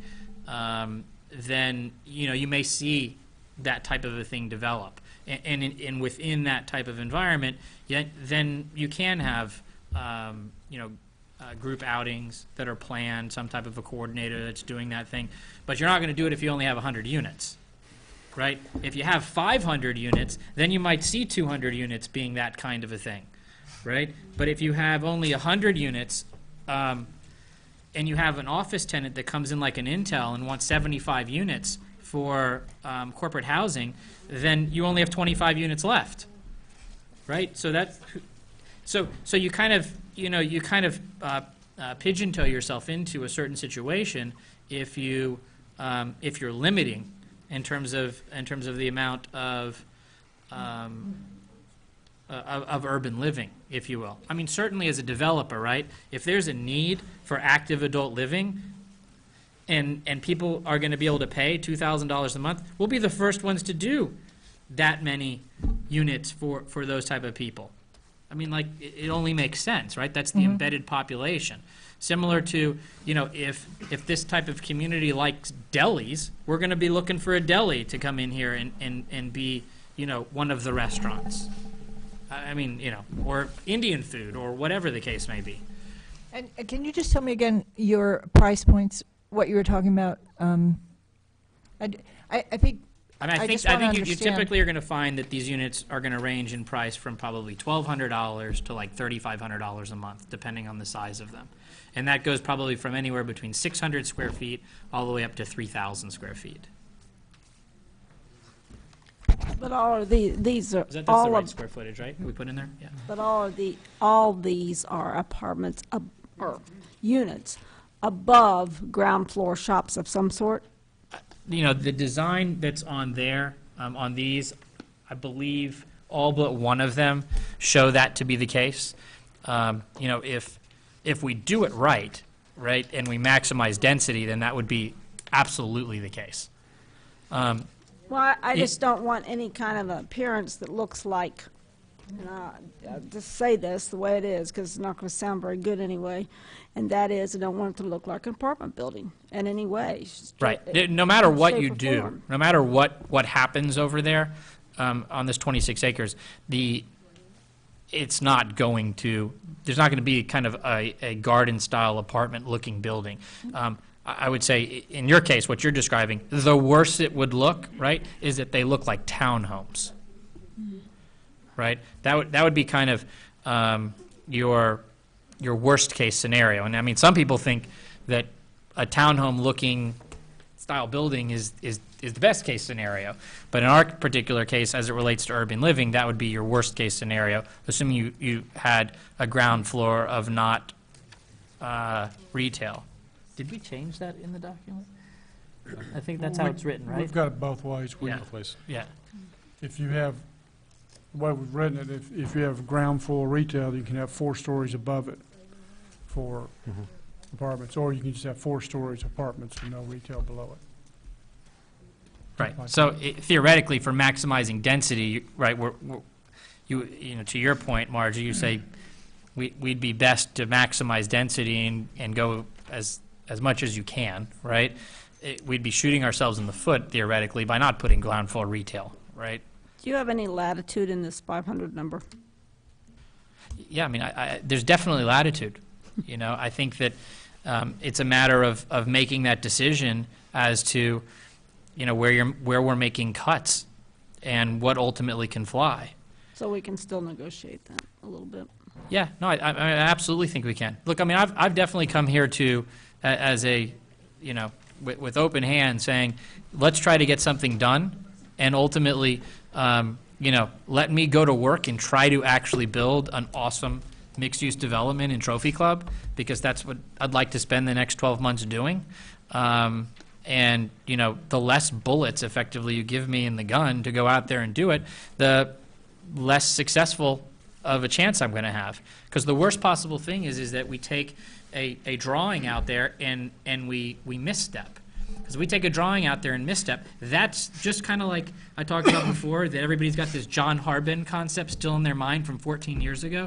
We take a Trophy Club thing to ICSC with a big model, and I give it to, you know, Jones Lang LaSalle for office, and I give it to Retail Connection for retail, and we, you know, and we give it to these different tenant reps, and it's in, you know, it's in 10 booths, and everybody's looking at it.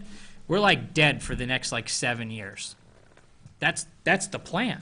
I mean, they're still showing the same plan from 15 years ago for Circle T Ranch, you know, on that mall. That's Circle T Ranch. Around that water, there's supposed to be a mall. I mean, he took that off the drawing boards like 10 years ago.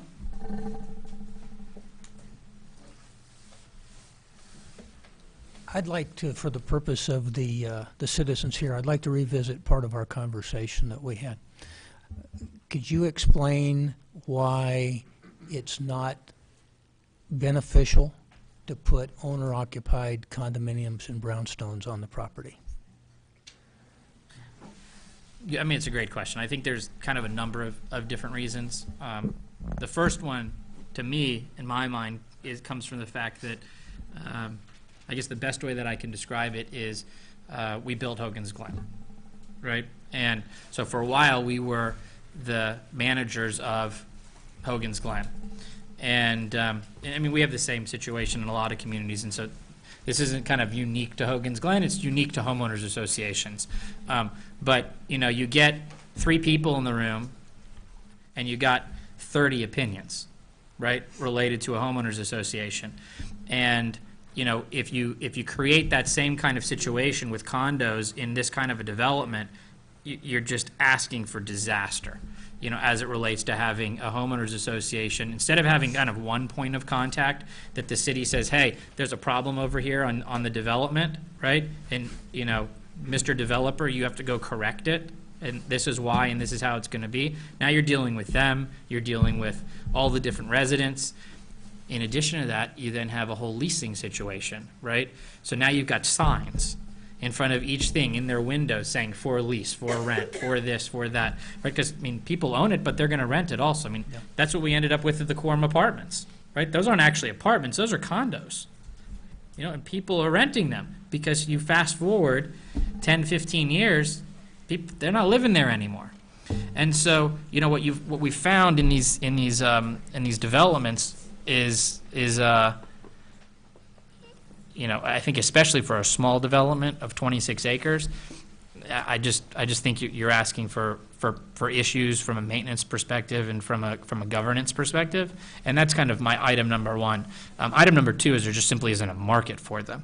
You know, we have a 14-year supply of condos, you know, in the Dallas-Fort Worth Metroplex corridor, which obviously this is part of, in terms of being between Dallas and Fort Worth. So, you know, there just isn't that demand, and I don't anticipate there being that demand for quite some time.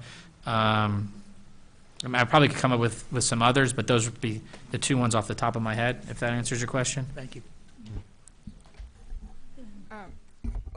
Mr. Scott, one of the questions that many of the citizens have had questions about is, 1, what could be expected from the tax revenues to the town related to the concern the cost of the development will not produce the taxes to offset the cost of the town's resources to service the development, i.e. police, fire, and so forth.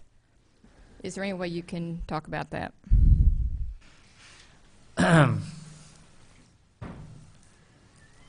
From a taxable revenue perspective, you know, I guess the first thing I'm going to address is the multifamily component.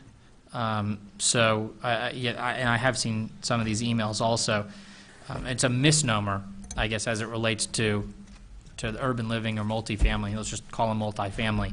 That multifamily doesn't pay taxes because ultimately the landlord's paying the taxes. I mean, you're still paying taxes. It's just that the person living in it's not paying the taxes, but that unit, if you will, is paying.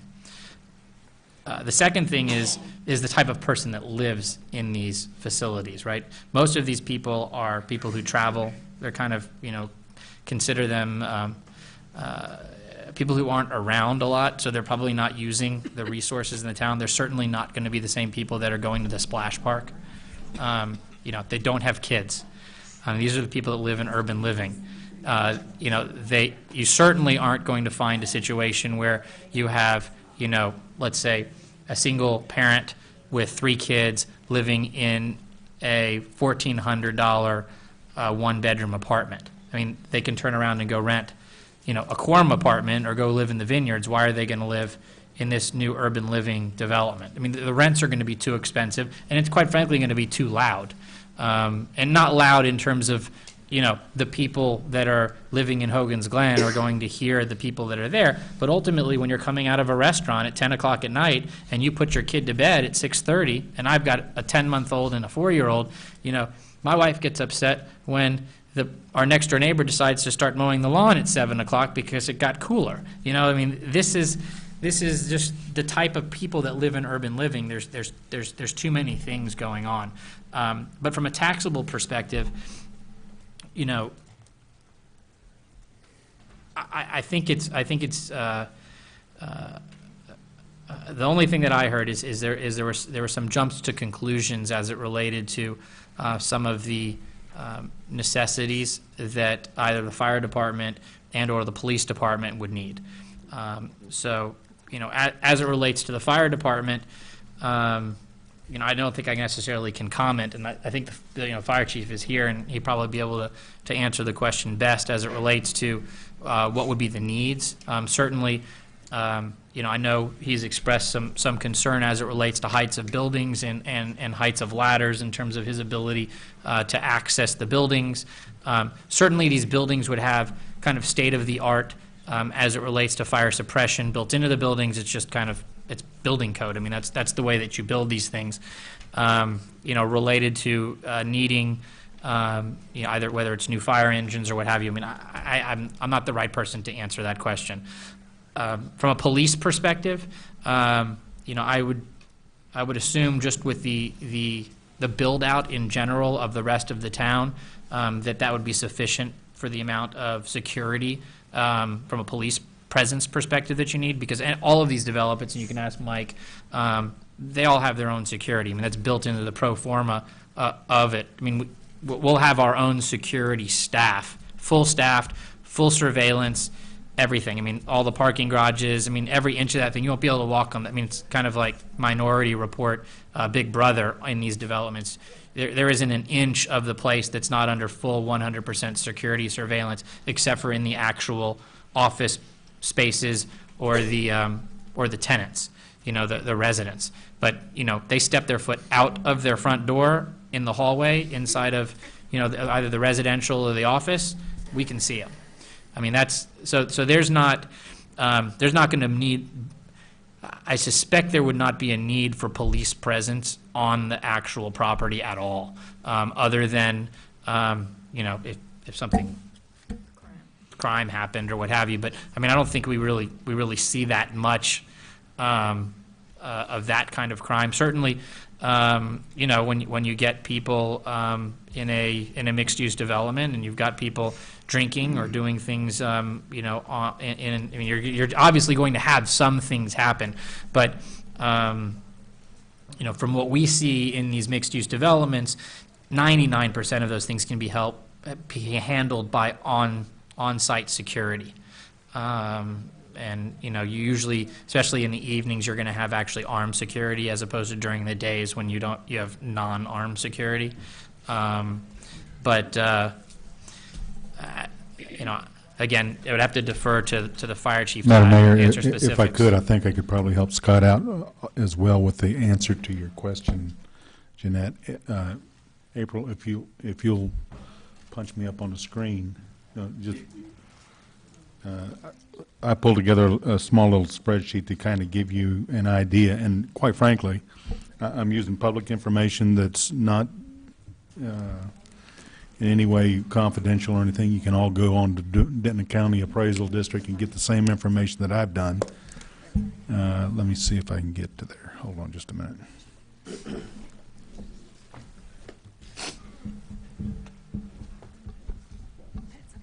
Did I answer your question, though? And quite frankly, I made a really gross assumption that this thing was totally built out and you had $100 million worth of investment to the property. I didn't know. Pick a number and we can make this, you know, work. But if you look at these 4 properties, that comprises the 26 acres that we're talking about, the 26.384 acres. So we were just kind of talking. That's probably slightly less than half the value. It's probably about 250. What's that? Oh, the 100 million? Yeah, the 100 million it'd be about 250 million. But go So ahead. you can do the math when I Right. get to the bottom of it, but you're currently at our 53-cent property tax rate is spending, or it's costing you $13,000 in taxes annually to the town. If you were to invest 100 million, whatever that number is, whether it's 100 or 200 or however much it is, and add it to the existing land value, you've got $102.3 million of value, $542,000 in tax revenue to the town, and if you back out the 13 that you already paid, the net is 520. That's the revenue effect of a $100 million investment. Right, Now, but I don't know what that's going to mean. Well, that's only the revenue related to the land value. That's exactly, What well. what you're missing and from that. improvement, and it has nothing to do with sales tax revenue. Right, you're missing a Yeah. tremendous part you can take that number and potentially quadruple it or quintuple it as it relates to the ancillary revenue coming off of the restaurants and the other things that are going on, within the four corners of the property. She asked about the property values, so I thought I would share that. Right, so I'd say first you'd have to take the 100 million and go to 250, which, is going to give you, $1.3 million, and then you're going to have to add all of the additional things. So not obviously I haven't checked the math or anything like that, but those would be the kind of off the cuff that I would kind of give you as it relates to increase in taxable revenue. I think Margie had some questions. Well, I'd like to shift gears here just for a minute. We've talked a lot. Can I take this down? Yes, thank you. We talked a lot about the urban units. What's Plan B if you can't get them rented at $1,200 a unit or whatever? What then happens generally in areas like this?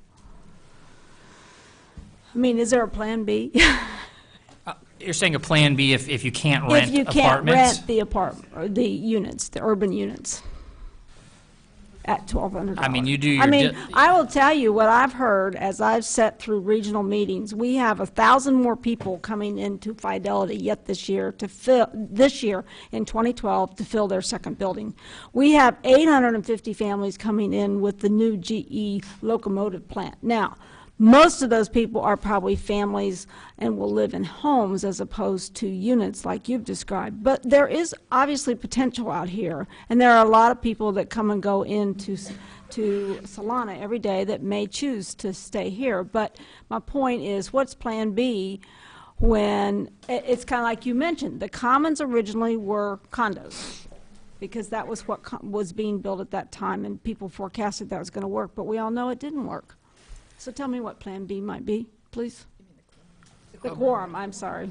So I mean, always say that. I guess my whole thing is that 500 units is a laydown as it relates to having them full. I mean, there doesn't need to be a Plan B. They're going to be full. As it relates to apartments in this area between DFW and Alliance, like there will be full. At that price point? Yeah, they will definitely be full at that price point for Trophy Club in terms of what's going on right now with this type of development. I mean, at the end of the day, they can't really be anything else. They're apartments. So when you talk about a Plan B, number one, you do your appropriate market studies as it relates to that, and I can't imagine that they're not going to be full. In a project like this, what would you think would probably develop first? The hotel, the shops with units above, what would it be? I mean, I really suspect that this project, being it'll be predominantly a single-phase project. I mean, one of the reasons that we want to, first of all, obviously, it would be extremely difficult to build the apartments on top of it after the fact, right? Well, I understand. I'm just From a, but to your specific question, I was kind of being a little ridiculous in my answer, but to your specific question, I think when you think about the retail with office and apartments on top, and then you think about, let's say, an Angelica Theater, right, as a separate piece, the office as a separate piece, and the hotel as a separate piece. I mean, I guess in theory it's possible that you find that, you build the hotel component at the same time as you're building retail and office multifamily, and then a separate standalone office building might come a little later. But I really anticipate, because of the fact that we have the luxury of no debt on the property, we're going to wait until it gets substantially pre-leased before we break ground. And so what we'll do is we'll get a major hotel flag to commit and say, as a Four Seasons, if you do the following things, we'll come in, and as long as you build it in the next 5 years, we'll commit. And then we'll get, and what we'll do is we'll continue to kind of build the pieces together, getting commitments from a number of different users, and then we'll probably break ground. And the last group that'll probably come in is we'll attract some major national relocation that's effectively not going to go over, like a Fidelity kind of thing. I keep using the example, which is not a real example, but I just keep using it anyway, like, an Intel deciding that they're going to manufacture chips and put them together in the Alliance corridor. Someone like that making a decision that they need to move, 400 of their employees out here and saying, wouldn't it be great if Mr. General Manager buys his house in Hogan's Glen or Vicaro or something like that, and the rest of his employees, work right here, right? And so, we're going to need one of these linchpins effectively to commit first, and but I do see. My hope is that we come out of the ground with substantially most of it at the same time. It's good from an economies of scale. I mean, certainly Councilmember Struthers, obviously with his background in construction, can understand those economies of scale. As it relates to trying to have the whole thing come up at the same time. It eliminates congestion. I mean, there's all kinds of benefits from doing it that way. But I don't see us kind of necessarily piecemealing it. Certainly one of the things in the existing ordinance is a concept of, how did we phrase it? The residential has to be part of part a of non-residential project. but we used a word. It was continuous or contemporaneously Yes. basically at the same time. There's language in the PD ordinance that contiguous or concurrent. That is the word. Mayor White, thank you. She must be an English major. Concurrent with the rest of the project. We have to we can't just go and build multifamily. Not only can we not do garden apartments, but we're not allowed to do it unless we're building it at the same time as we're building everything else. That's, and, getting back to the whole concept of staff approval, let's just say hypothetically, we came in, or to your point, I got run over by a bus and my family sells the property, and someone else comes in and says, we're ready to build some multifamily, right? The town manager at the time, whether it's Mike or somebody else, is going to say, guess what? You can't do that. We got to send you back to planning and zoning and city council because staff can't approve that. That's not in the document at the same time. And so those are the kinds of things that are already built into the document, other than the things that I think we will build into the document pursuant to what Councilmember Rose is asking, that would have to get kicked back. Very long answer to an extremely short question. Well, I appreciate your comments. Lastly, I think I need some clarification, and this may go to Carolyn or to Patricia here. Some neighboring towns have SUPs listed on things like farmers market, hospitals, civic, social, and fraternal organizations, funeral homes, and the like. And they also have them on live-work units, residential lofts, etc. What's the value of the SUP for the town? I mean, is this something we need to look at? You can require an SUP for any use in this PD. That's something you can add to the PD, but that does mean that it requires planning and zoning and town council approval. So it's more or less more of a protection policy type thing on some issues, on some areas that we may or may not truly want. If there are certain uses that you're not sure you would want there and you don't want to eliminate them, you want to leave the possibility open. Yes. Yeah, for example, your town manager and Carolyn and the rest of staff, Patricia, had asked and we accepted, and I believe actually this was brought up by maybe Gene Hill or someone in planning and zoning, that an SUP would be required for alcohol beverage. Right. And so, I believe that's actually already in your existing ordinance. It is. And we've carried that through into this ordinance. So, we're not just going to have some kind of, basically, if there's alcoholic beverages being sold here, it's coming back through. And I would expect that, given the work that we did for some other issues this year. But I'm more interested in making sure, I mean, we have hospital in this document, okay, right now. I sure wouldn't want to end up with one big hospital in the middle of it if you were run over by a bus. So I just want to be sure that we're making sure that we've done what we need to do here. And I'm... Does it say hospital, or is it some type of outpatient something or It other? says professional financial institutions, and it says hospital. The for concept example. behind that, I mean, obviously you don't have the benefit of the months of discussions with Right. with staff, but the concept behind that is something that's become very popular, especially for destination style, kind of urban living, mixed-use developments like this. And quite frankly, a lot of it's out in LA, are where people will go in for some type of surgery, an outpatient surgery center, which could be at Trophy Club Medical Facility, or could be in one of the office buildings, whether it's facelift, liposuction, whatever the case may be, and their spouse will come with them, potentially staying, let's say, at the Four Seasons Hotel or Ritz-Carlton or whatever it is at this facility, and then be able to utilize golf course, those types of things. That was what we were discussing as it related to this.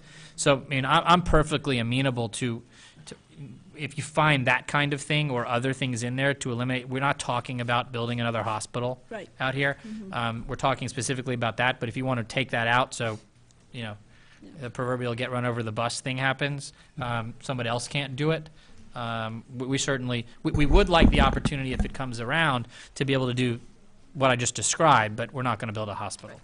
Okay. Well, I just am trying to make sure that I've considered all the where. I think that's most of my questions. Thank you. Glenn, did you have any questions? Well, first I want to thank the numerous residents that have came out this evening and managed to sit through our plus 3 hours already of this generous debate. I mean, it's many of you that I've just seen for the first time here, and I also want to thank Mr. Beck and his team for putting forth the effort and the dollars to kind of get us to this point. There's been a tremendous amount of information out there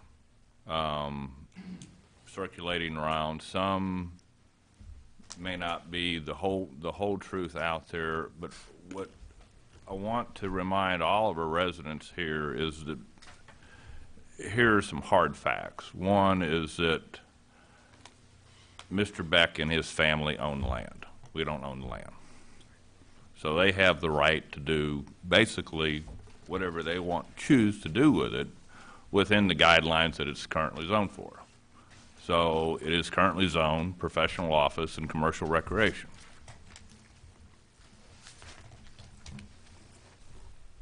Mr. Beck may get frustrated with the process and say, I'm out of here. XYZ developer is going to sell it. I'm done here.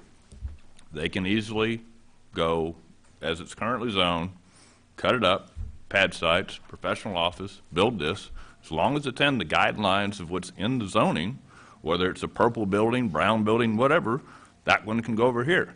And the next pad site can be totally opposite, can be stucco, can be this and that, totally not anywhere close to it because it's a different pad site, it's a different owner now. You can get that piece. And there's nothing that P&Z or the council can really do it as long as it meets the terms of the guidelines. The purpose of the PD is to get a homogeneous development that sets guidelines. This is what it's going to look like conceptually in these pieces. This is what it can do, this is what it can't do, and guess what? It incorporates the whole 26 acres. And this is why then Mr. Beck hires his professionals to design in that process, but it eliminates that piece. Now, the other big fact that I want to make sure everybody understands is that P&Z or council We just can't, well, we don't like the zoning, we're going to change it. We can't change the zoning unless they agree to it. It's a two-way street. So it's a, how do we work together to come up with a end product that is good for the town, supports the needs of our residents, and is also, at the end of the day, something that's viable that Mr. Beck and his team can go sell. And it's that piece. Are we there yet? No. We're a long ways from that. There's been a tremendous amount of time. He's got a limited, you know, he can, as long, you know, and I can't speak for him, but as long as there's a path and a headway and we're heading towards, and he can see the light at the end of the tunnel that we think we can get there, then, again, it's up to his team, but hey, if we're willing to move forward and continue to fine-tune the document so we can get something that has clarity to it that says, yes, no, this is what I can do, this is what I can't do, and it's agreed on, so then when he goes to his places to go market this, he'll have that answer. Yes, I can, no, I can't. And to be in the development business, and I think Mr. Beck referred to the more tools that he can have to his disposal, not that they're just going to build them, but if he has the flexibility to add urban housing, whatever you want to call that word, to that mix, doesn't mean it's going to have to happen, but it means he has the ability to do it. So if the Intel user or whoever comes in and says, hey, we'll come here, but we need X amount of residential units on site, on property for our corporate people. We don't have any? Oh, darn. Across the street's got one. Oh, guess we're going there. Those are the pieces that we've got to work with, and it's a painstakingly slow process to get this, because this is something that this town has never done. It's never done a PD in a mixed-use development, because a mixed-use development, you see 4 or 5 different examples up there. Mr. Twitchell and his team can make his best guess, this is what it's going to look like, but until they start selling pieces and say, this anchor's coming here, this hotel's coming in here, and this is what this hotel looks like, and this is the piece I need, well, that's got, all right, that's one tool. And he's got to start connecting the dots. And it's going to change immensely from whatever Mr. Twitchell comes up with originally to what's the final end. The key, what we want to maintain is this is the design concept, this is the elements we want to design with, and this is kind of what we want it to look like, but it may twist and shape a little bit, and I don't think anybody here is vehemently opposed to that process, but we want to see what we can get. The trouble is all this unknown that's sitting out there. And that's our goal, you know, as a team with staff, is to come up with a document that we eliminate the unknown. We understand here's the yes and here's the no in this process, and we can move forward with it. Because I don't think any of us want the end result. Yes, I've heard, you know, several comments, I just want to have green pasture out there. Well, it's a great thing to go look at, and we're fortunate that Mr. Beck, you know, when their family came in and acquired pieces of Trophy Club and ran, that's sitting debt-free. So he doesn't have, if a developer came in and bought that land for, let's say, $3 million, well, he's on a time window now. He's got to go do something with it. Mr. Beck's in a position he doesn't have to go right now. And he's a smart guy. He's not going to do anything until the timing's right. But if he can get a piece and a tool that's willing to work with, that's good, again, for the town and us, and I think he's demonstrated that piece that he's willing to go do through the design charrettes, through that process, to listen to our residents, this is what we like to see here, and to be able to craft that into this development. Right now, we don't have anything close to that, and that's my fear as a council person and as a citizen here, is that this is what this could turn out to be. And I don't think any of us want that. So how do we work together to create a document that meets his needs, meets our needs, you know, not as a council, but as a town, and it's everything, and it's something that we'll all be proud of at the end result. And all I guess I'm asking is for a little bit of time and some patience to go work through this, to be able to, not, you know, behind doors or something like that, before it's done, here's a document that everybody gets to see, that we can make the, again, a great decision for our town, and get it that 26 acres is the showpiece of Trophy Club. It ties in, it matches, it brings people, it brings revenue, it hits all that different pieces. And I think, again, with Mr. Beck just sitting here right now, he's, you know, willing to go on that process. So again, I want to thank you guys for being here in this process.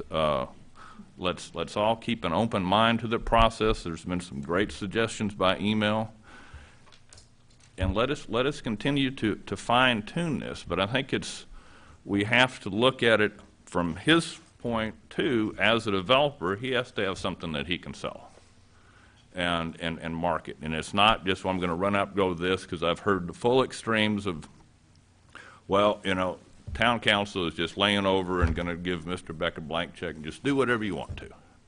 Well, that document, I don't know, already is what, 50 pages? 80. 80 pages. And we're still not done. And it's just is to develop that, to develop clarity, not only for them, but for us. This is what it's going to look like. This is what you can do. This is what you can't. And Mr. Beck and others have said, well, we have this great fear of apartments, this multifamily. Well, it's been said multiple times, anything that resembles anywhere close to what the quorum is or what the vineyards are, it can't happen. That's already black and white in the document.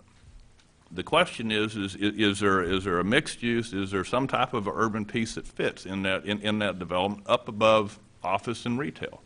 I mean, before the economy changed, that was the number one driving development, was a mixed use development. Retail, office, residential. That's what you saw going up all over the place. And it's that combination of pieces, and like I said, it certainly can have Trophy Club's unique touch to it. And I think we have the land there with the trees to be able to incorporate that. You've seen the lagoon process. It'll have its own unique stamp. And I've had the pleasure to visit with Mr. Beck numerous years ago when I was served on the EDC board, when we started wanting to talk this vision. And it was real clear to me at that time is that, well, there's a lot of past. And the past was, if I bring a drawing like that, I'm going to be held accountable, because if I move this building this way, then wait a second, you move this building, you can't do that. And I says, this is a different thing. The Tom Thumb Regency Center is a very simple development. You get an anchor, Tom Thumb, and then you build a strip center around it. And we could do something like that up there, but again, I don't think that the residents want to do here. It has to make viable sense.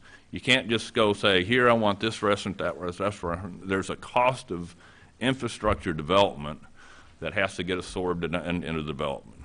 And those dollars, the only ways for Mr. Beck and his team, or whoever the developer is, there has to be enough rental income, lease income, to offset the infrastructure approvers to develop that property. And it's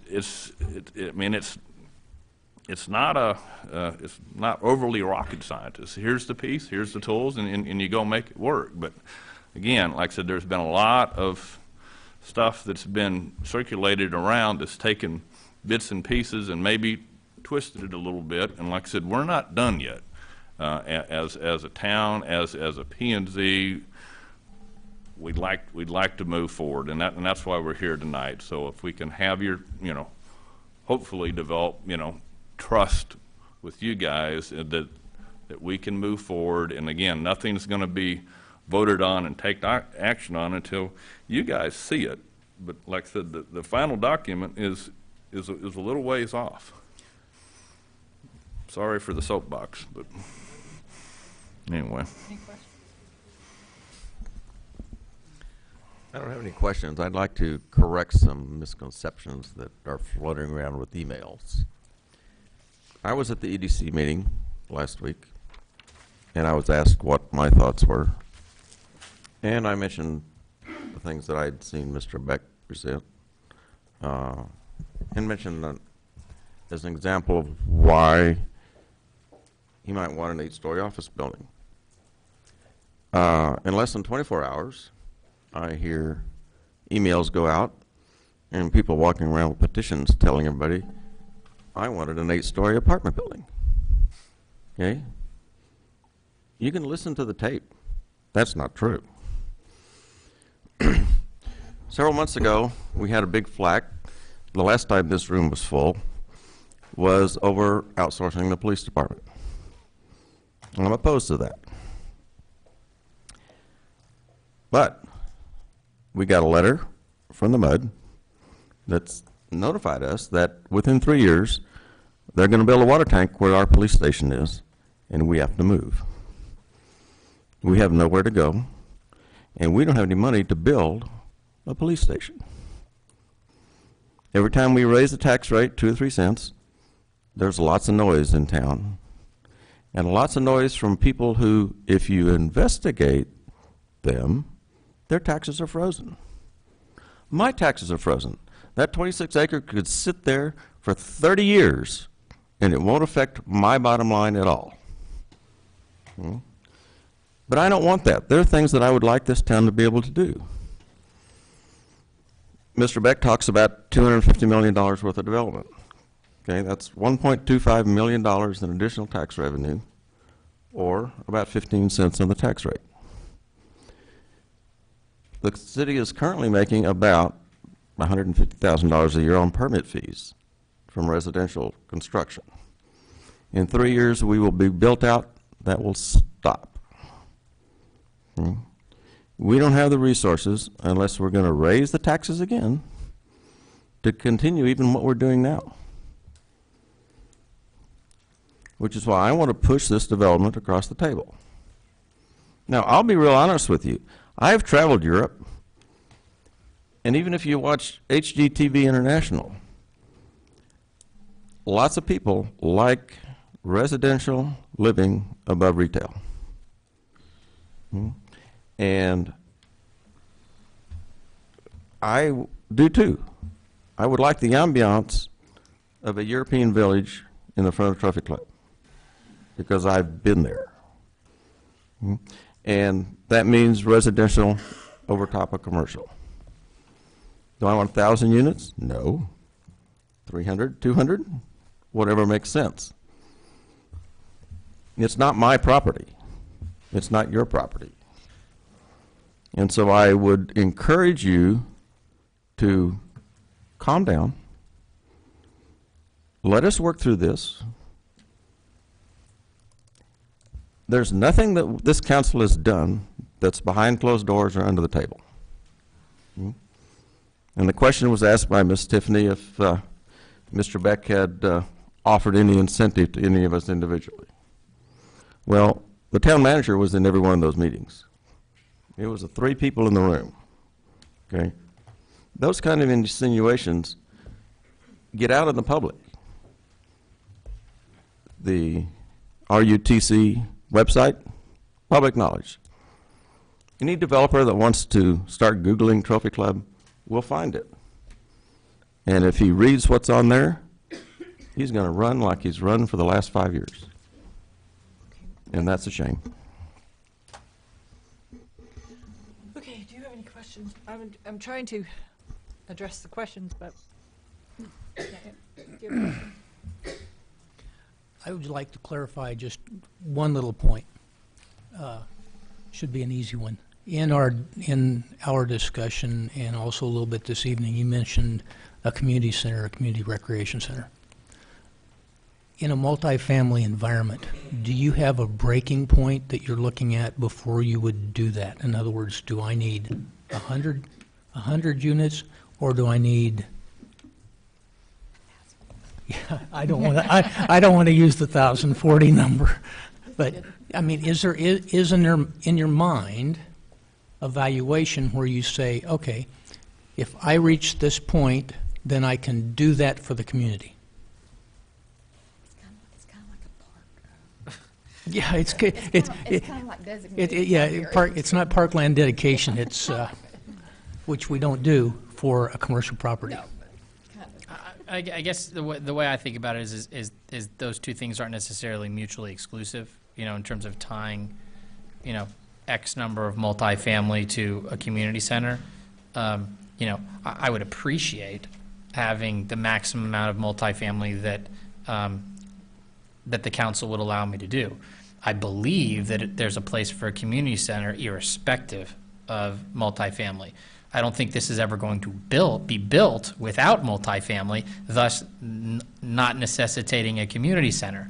But you know, I honestly believe in terms of the population density and the demographics of the residents of Trophy Club that we're going to end up finding a community center inside of this development, because I think that a successful development is one that caters to the embedded population, right? And that's not just the embedded population of the multifamily that we're going to build, that people are going to live there, right? Because the type of people that are going to live there are the ones that are going to be extremely frequenting the restaurants that, as residents, everyone in the town wants to go to. The community center is for the people that are living in the single-family housing that we want to be spending most of their day there when they're not on the golf course. So, you know, like I said, I don't think they're mutually exclusive, so I wouldn't necessarily trade one for the other. I would just encourage the city council to strongly consider allowing the development to have as many multifamily units as they believe is tolerable, if you will, for that. I mean, I don't know if that's the answer you were looking for, but Let me make one very important and clarifying position or statement, and I'm going to ask Patricia to pay very close attention to what I'm saying, because I don't want to say what's wrong. It's very important that through the negotiations of this process, that we're not bartering. In other words, Okay. you give us something and we'll give you your rezoning decision type thing. That's not allowed. Okay? Not only is it not allowed, it's against the state statutes to barter for a rezoning decision. We're not doing that. so I guess I answered the question correctly. I just didn't want it to go any further than where we had, Okay. where we're at. Thank you. Okay.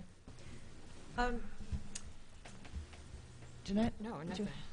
I know that we are not through all the detail. One of the huge difficulties that we have here is we need to be working through this detail. It is very hard to do that with a whole room full of people squirming around, either waiting to talk or just waiting. And I'm not saying that to try to discuss it not with people. That's not the thing at all. It's a matter of patience. And what I think we probably, I would like to do, unless anyone in the council has something else at this point, I would like to give the citizens a chance to have some comments, and I would like to ensure you that we, obviously in an open session, but in a meeting that's designated, and we will put it, that's what we're going to do, is work through the specific details of anything that remains in this document. Does that work for any? Yeah, 5-minute My- break. We need a 5-minute break? Take a 5-minute break. We're going to Okay. have this for 2.5 hours. We're going to take a 5-minute break, and then we will come back, and I'll tell you exactly how we're going to handle that. But I want to give people a chance to talk. We're going to now convene into the regular session, and what I'm going to do is move right into the public hearing portion of our meeting. And this is a public hearing regarding a request for a zoning change for 26.354 acre tract of land located at the northeast corner of State Highway 114 and Trophy Club Drive, from the current zoning of professional office and commercial recreation to a planned development, PD 30, mixed use of multifamily retail, professional, and recreational type uses. The applicant is Jackson Walker LLP on behalf of JSB Properties, Mr. Beck Limited. So, Mike, did you want to have any comment before we call? No, ma'am, but Mr. Gene Hill is here. Yes. Okay. Mr. Hill?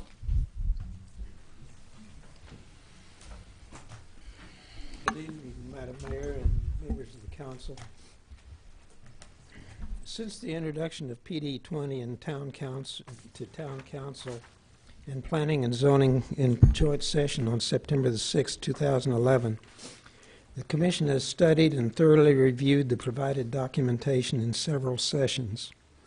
Our meetings included well-attended public hearings when appropriate to PD 30 consideration. The developers' representatives were present on occasions when the proposed PD was discussed by the Commission. Planning and Zoning Commission meetings in October and November examined proposed PD 30 documentation in great detail, recommending to developers' representatives the modifications and changes deemed appropriate to Trophy Club development standards and community desires. These were documented to the developers' representatives following the November meetings. The zoning change request for PD 30 that was resubmitted to the Commission by the developers' representation for consideration at our December 15, 2011 meeting did not include changes requested by commissioners during our October and November meetings. Following its discussion at our December 15th meeting, as documented in your current packet, the Planning and Zoning Commission unanimously recommended denial of PD 30 in its present form. Thank you.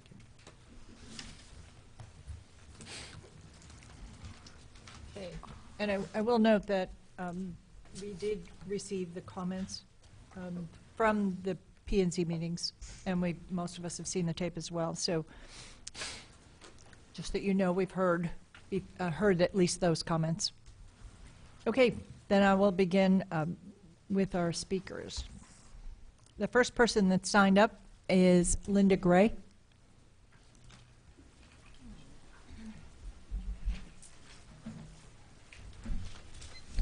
Good evening, I'm Linda Gray. I live at 11 Jennifer Court. Thank you all for having this meeting tonight and making your presentation. Mr. Beck, you have painted a beautiful picture and presented some interesting site plans, but you have left off my street and my house. I live within 200 feet of PD 30. I am for retail commercial development, and I am opposed to any kind of urban residential development and any building 8 stories tall on this property. I'm sorry, what did you just say? I'm opposed to buildings that are 8 stories tall on this property. When Mr. Beck talks about a Ritz or a Four Seasons coming to Trophy Club, on the surface seems an overstatement. Is the representation of the loft units an overstatement as well? This is not an urban city, it is a community. Urban development would bring a high concentration of people to an already congested area, significantly impacting our town. There would be an increase in crime, resulting in less availability of our emergency resources. It would greatly change the demographics of our town's population. Southlake is successful without 500 urban apartments. In regards to the height of the buildings proposed for PD 30, any building 8 stories tall would greatly impact the security and privacy of not only my home, but all those homes within 200 feet and beyond. An 8-story building or 10-story parking garage would allow the people in those buildings to clearly see over the treetops and into my backyard and the surrounding neighborhoods. Heck, they could probably watch all the Saturday morning soccer games at Harmony Park. The heights of these buildings could pose as a direct threat to me, my children, my belongings, and my property value. The light pollution raining down on our homes would be significant. 8, 10, 20, 40-story buildings are fine across the highway, not in my backyard. When I was gathering signatures for the petition against the proposed new urban residential development, I did not find one person in the 180 people I spoke to that was in favor of this type of development. I urge town council to recognize the magnitude of these signatures and what the town and what the people of Trophy Club are saying. Do the right thing. Have a plan that will value the residents. Thank you. Number 2 is Greg Lamont.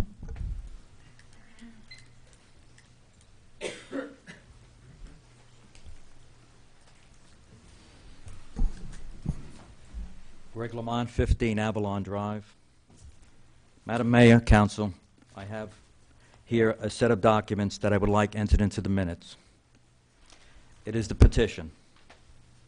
The petition reads, I, the undersigned, as a property owner and registered voter in the town of Trophy Club, support the decision made by the Planning and Zoning Commission on December 15th, 2011, by a 7-0 vote to reject the application for the rezoning of the property referred to as PD 30. I further direct the Council of the Town of Trophy Club to reject the rezoning request in its entirety when they are presented with the proposal. I have in this document, in this folder I should say, 159 pages of signatures that total up to 1,933 signatures. I've received tonight an additional 12 pages with 87 signatures. That comes to a total of 2,000 signatures. At this time, I'd like to present it. Now, we all realize it is non-binding, but I hope you appreciate and respect the residents in this decision.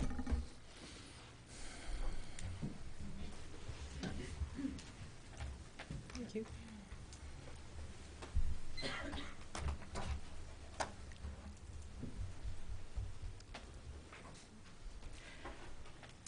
First of all, I want to thank each and every resident that signed the petition, and especially those that took the time to collect the signatures. We had one weekend and 6 midday weeks to accomplish this collection of signatures. If need be, we can get more. From day one of this PD presentation, this council has criticized the residents that opposed it, claiming that we were spreading fear, making threats. We misconstrued the document. And the most outrageous, that you renamed multifamily as if we were not intelligent enough to understand what urban residential meant. Let me address two aspects of that. That we threatened the council. It is the right of any and every citizen in a free and open democratic society to petition its government and go out for a referendum. It is a right, not a threat. To state that we misconstrued the document says that those of us who read the document lack the intelligence to read and understand English, including every member of the P&Z Commission. We do not have to, nor do we want to, rebrand ourselves. We are a bedroom community, for the most part privately owned homes, and our entranceway should reflect that image. Thank you very much. Thank you. Mr. Danny Mayer. Mr. Mayor's going to give me his time, so when my time comes up, I'll take his minutes. Okay. Jeff Janik. Is he here? Okay. Peggy Sweeney.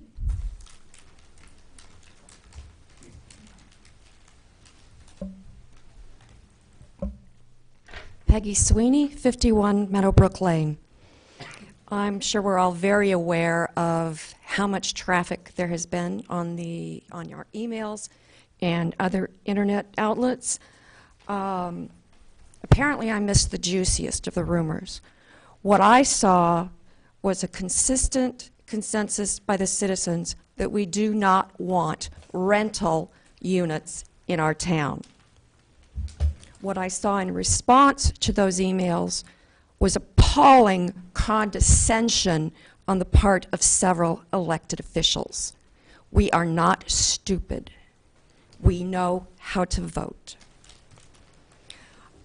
On another point, I would like to remind the council and the citizens of Trophy Club and those who weren't here in the last couple of years of several of the interactions that the city has had with Beck Properties within the last 5 years. There were two instances. One, if you know where the property is directly east of Tom Thumb, we used to have ball fields there. Beck Properties decided that unless we allowed them to put up multiple billboards along 114 access that we would no longer be able to use that property. The property is in a floodplain. It cannot be developed. It was nothing but spite on the behalf of Beck trying to blackmail us into allowing those billboards, which the city vehemently opposed. The other property at issue is the property at the southeast corner of Harmony Park, which used to be a parking lot for the use of those citizens using Harmony Park. It is owned by Beck Properties. Several years ago, they decided that they were not going to allow us to use that property anymore. They put up steel posts and double steel cables to make sure that even pedestrian traffic could not enter the park from that access point. I personally am disabled, and it puts a large burden on me physically. I'm not capable of walking to the north end of Harmony Park to gain entrance. It severely limits my use of the park, and I suspect the use of other citizens. Thank you. Thank you.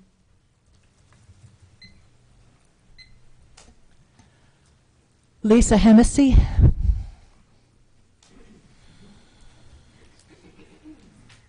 Hello, I'm Lisa Hennessy. I'm at 45 Panorama Circle.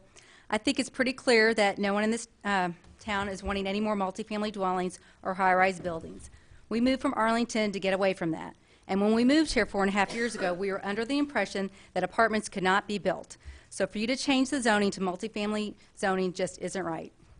While all the photos Mr. Beck and his team showed us are very nice, none of those developments they showed us are at the front entrance of a golf course community, nor do they back up to neighborhoods.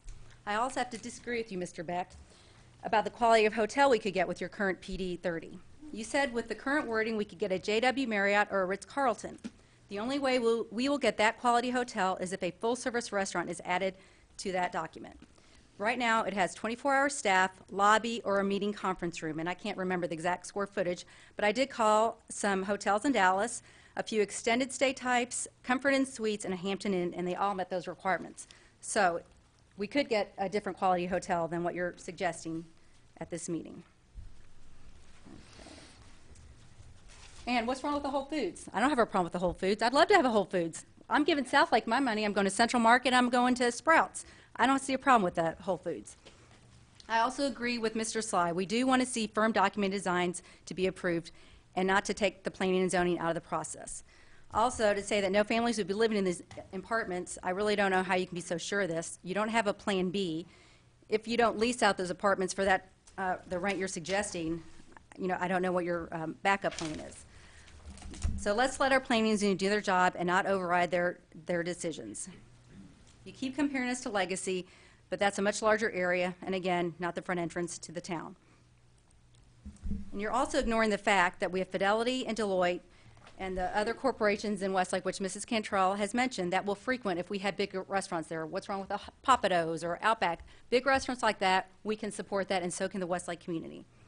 I just encourage the town council to uphold the planning and zoning's ruling of unanimously rejecting the current PD as it stands. Thank you. Thank you. Susan Edstrom.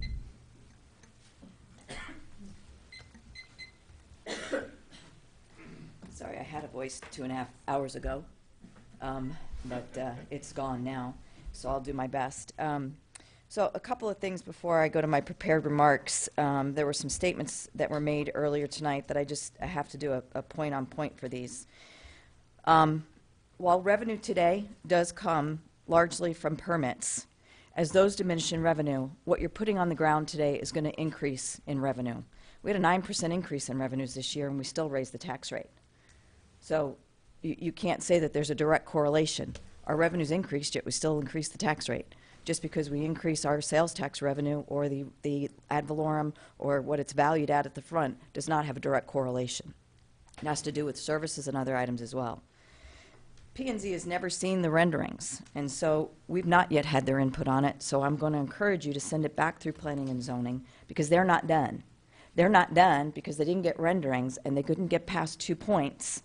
Dennis Sheridan has a deck about that thick of points, and they weren't necessarily big issues, but there were areas in the document where things conflicted with one another. P&Z attempted for 30 minutes to get the developers' representatives to that point where they could bring those things up. They never got there, so it needs to go back to them. Across the street, and I know this because I've taken the tours, they built Fidelity and Deloitte successfully within the topography and specifically so that those buildings would be limited and not viewed from 114. Yet we are talking about the entrance of our community allowing up to 10-story buildings. Now, I know we saw 7 on those today, but in the document as it exists today, it still says 10 with garages 2 stories higher than that. Maybe where some of the confusion comes in is that we are referred to consistently in every presentation by the landowner or his representatives as a city or trophy club. We're not a city. City and town bring 2 different connotations. We are the town of Trophy Club, have always been the town of Trophy Club. We are not a city. We're not the city of Dallas. We're not the city of Southlake. We're not the city of Grapevine. We are the town of Trophy Club. And that connotation should provide you with what you need and what we want up front. Lastly, life doesn't provide guarantees, and no one's got a crystal ball. No one can guarantee that this would remain in a family trust should anything happen to anybody in the family. So you are right in your points that more protections are required in this document for the residents of the town of Trophy Club. My hope is that we come out of this in a better place. That's typically what happens in the process.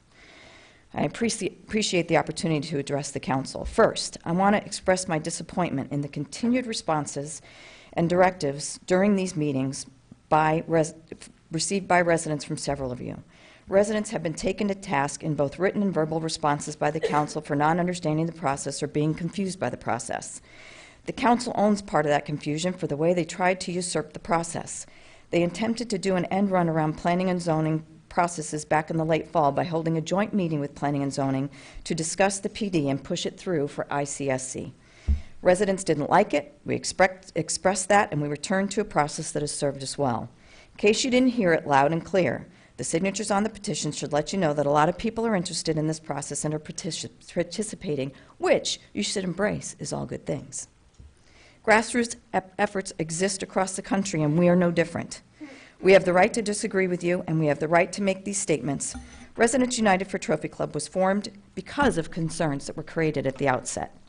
Second, we've been taken to task for only telling you what we don't want. I hope that by now, with all of the emails and letters you've received, you have a clear understanding of what we, your residents, whom you serve, would want. We would like to see high-quality retail development that would include restaurants, convenience services, and retail shops, and the ability for walking throughout. It would be silly to try to tell you what restaurants or stores, as we all know, it's not a good use of our time or yours. Restaurants and retail shops who find our demographics meet their criteria will come to Trophy Club. Those that don't simply won't. 2 items are non-negotiable for the majority of us. We have stated clearly we do not want apartments, multifamily, or urban residential units to be a part of the development. We do not want approval given to allow changes to be made following the approval of PD 30, approved by staff only. Changes should follow the standard processes and be specific.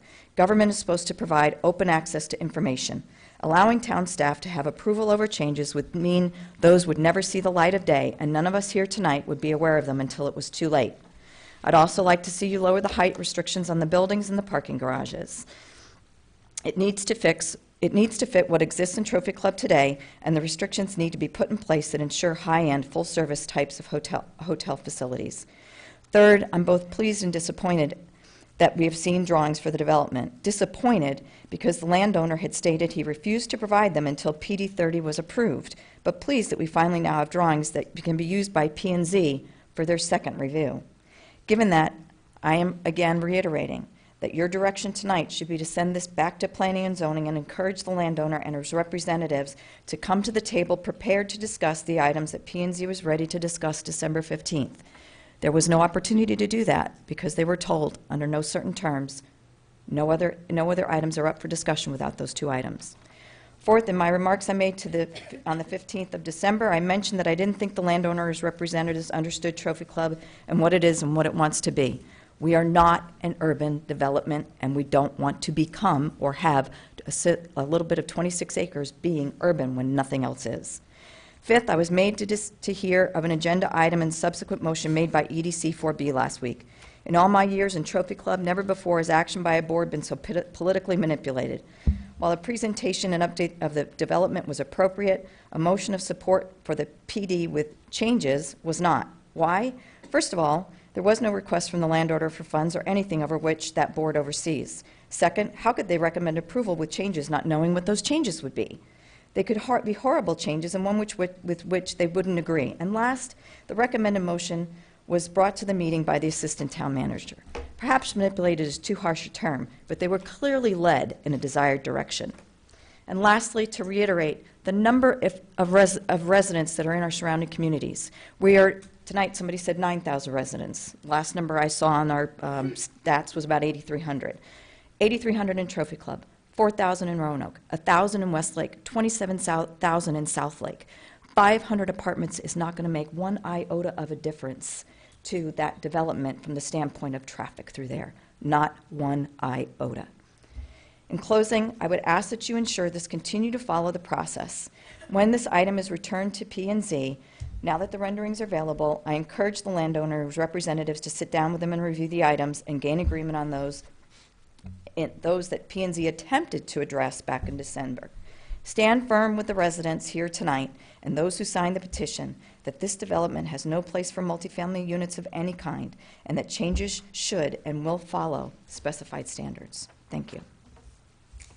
Thank you. Carol Fullerton? She was giving her time to you, so that's... She was, and the Okay. workshop took so long, she left. Okay. Louis Goldstein? Louis Goldstein, 68 Cyrus Court. First, a quick question just to make sure I understand. P&Z has voted, right? This is not going back to P&Z, That's correct? right. That ship has sailed. That's correct. Their opinion is irrelevant now. It's So not irrelevant, It's not part of but the process. we are not permitted to send it back to P&Z at this point. Okay, I just want to make sure everybody understands. First, thank you to the town council. I appreciate the town council deferring the vote. Clearly, the document isn't ready and we're not there yet, and I think definitely more time is needed, and I do appreciate everybody understanding that. I also want to thank P&Z. I attended a lot of the meetings and saw a lot of the effort they went through, trying time after time to get a site plan that they felt was adequate, and one showed up as soon after they voted, but not when they had the chance to see. Curious about the timing. I'm not suggesting anything other than that. Is very curious how that worked out. Also, the site plans are very pretty. I mean, I've seen lots of other illustrations. Saw Legacy up on the screen a couple of meetings ago. Really nice, but my concern is that it doesn't really fit with our community. And the buildings are too tall. The speaker before me said that. They're clearly too tall. And the whole thing just may be way too much traffic and way not the look and what we want for a Trophy Club or Hogan's Glen. Yes, I agree that more tax revenue is a good thing. But council members, tax revenue is a good thing, but are we willing to pay any price to get it? Let's try to balance what makes good sense for the community, what the community is willing to dig into their pockets and pay for. The community, most of the people who live here knew that they were living in a residential community with very little commercial. They knew that they'd have to pay the tax revenue to live here. Maybe it's the price we're going to have to pay to live in this neighborhood, and maybe we're not going to be able to do all the things we want to do, but maybe that 26 acres is better off with another grocery store in front of it than that high-density thing, whatever it is. So one last comment, and that is when this discussion started, the mayor said, the developer's success is our success. And I may have paraphrased that. I may not have gotten that quite right, but that was the gist of what you said. And I want to be clear. Madam Mayor, the developer's success is the developer's success. That is for sure.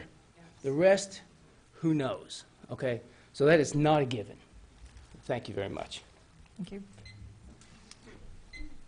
Paula Johnson.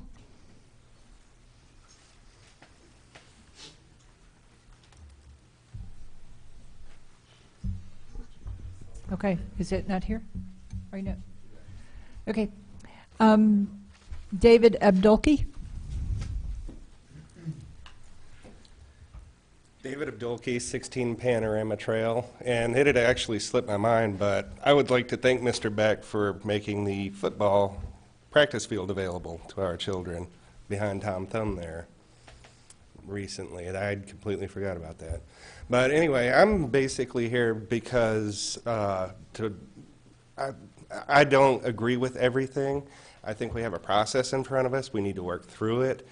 I've seen a lot of vicious, hateful, just completely false, most of the time, emails going around.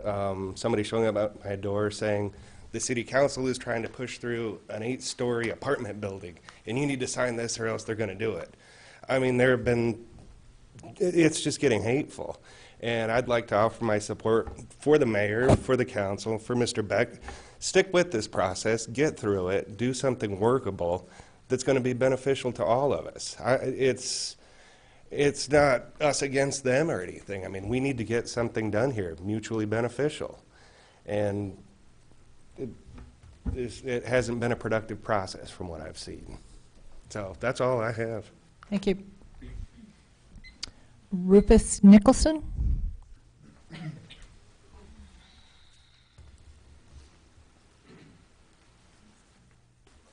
Rufus Nicholson, 235 Oak Hill Drive. I didn't really have some prepared comments to make tonight, but I just heard something amazing from our mayor. And it really sounds, it could lead to some exciting consequences. She said that a single service business in South Lake by itself is not doing well. It is not a good, in fact, it's failing. Did you say something like that?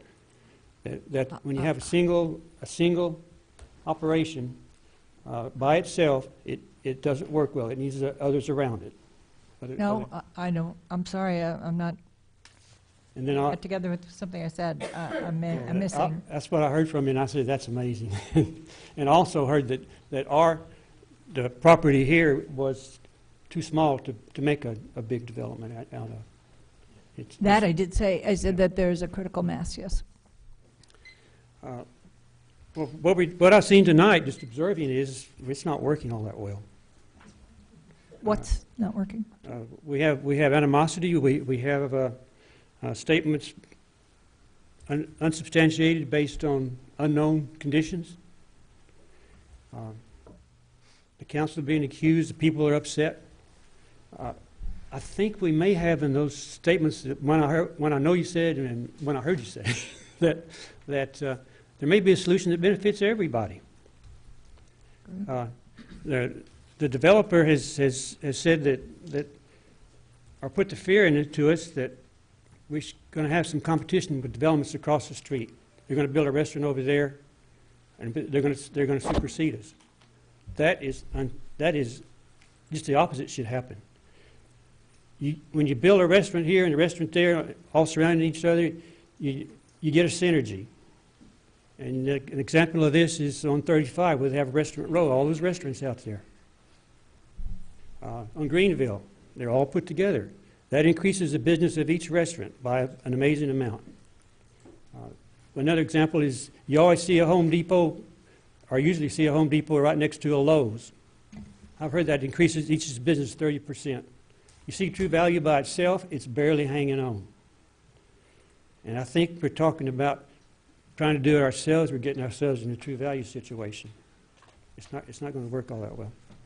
So I guess what I'm proposing is an ideal opportunity here for the council, if they want to make a development, to get together with the people across the street and work out a joint situation where you can they put up something, you put up something compatible with it, and get the mass in a whatever business they decide to do, restaurant or whatever, usually a restaurant, I guess that's basically what we're talking about. We can get enough of a collection of restaurants to make the business attractive to somebody that might be interested in putting something up here. Thank you. Okay. Larry Lenzner. Larry Lenzner, 303 Ridgeview Lane. I think what I wanted to address tonight, and I was really excited to be here tonight. First of all, I mean, it's a pleasure to be here and see democracy in action and the citizens in action, because what we get out of Washington, D.C.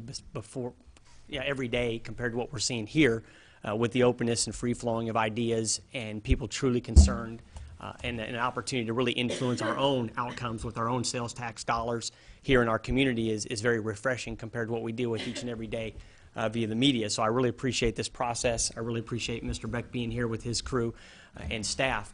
What I'd like to offer is a few comments, is a little bit different perspective, and it was alluded to a little bit from Councilmember Hoover and I believe possibly Mayor White, and I think Mr. Beck even alluded to this, and Mrs. Edstrom, former Councilmember Edstrom, related to revenue, permits, et cetera. What concerns me moving forward is that when you look at a roughly, and I'm going to paraphrase, and this town staff will know better than this, a $5 million flooding problem that we have in this community. Need for a new police station because we're going to lose that to a water tank to meet the needs of our community. I've been involved in the town, as you all know, on the Parks Board and on the EDC 4A for several years. I happen to be very aware of things that are going to come to fruition very soon that are needed in this town that are cost millions of dollars to meet the needs of the citizens. We also have the wish list, and it was brought up here again today, around a community center. I've heard that loud and clear, and as has the Parks Board, about the need for some type of senior community center, gathering place, meeting place for people. When I look at where these dollars would come from, plus the new infrastructure, the homes, the police, the fire, et cetera, to service those new citizens, I don't see where it's coming from. I mean, there is no other opportunity in the town of Trophy Club to generate significant sales tax revenue than that 26 acres.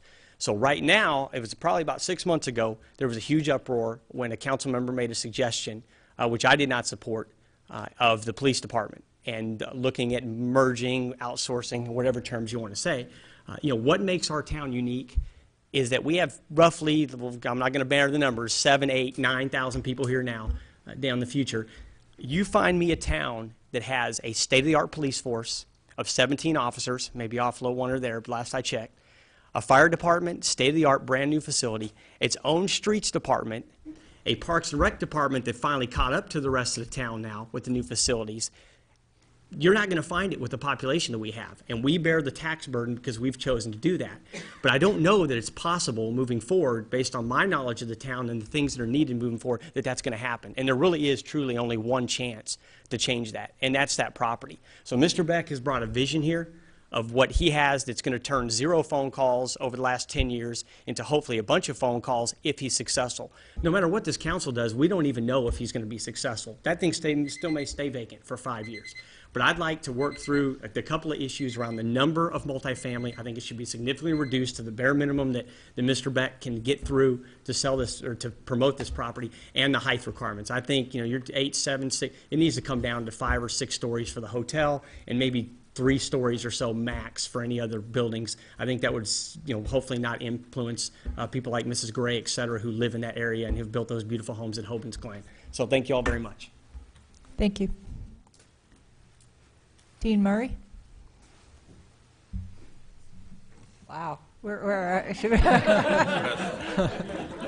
I'm sorry they didn't dress appropriately. I was at a awards banquet, but I left it to come here because I felt this was super important.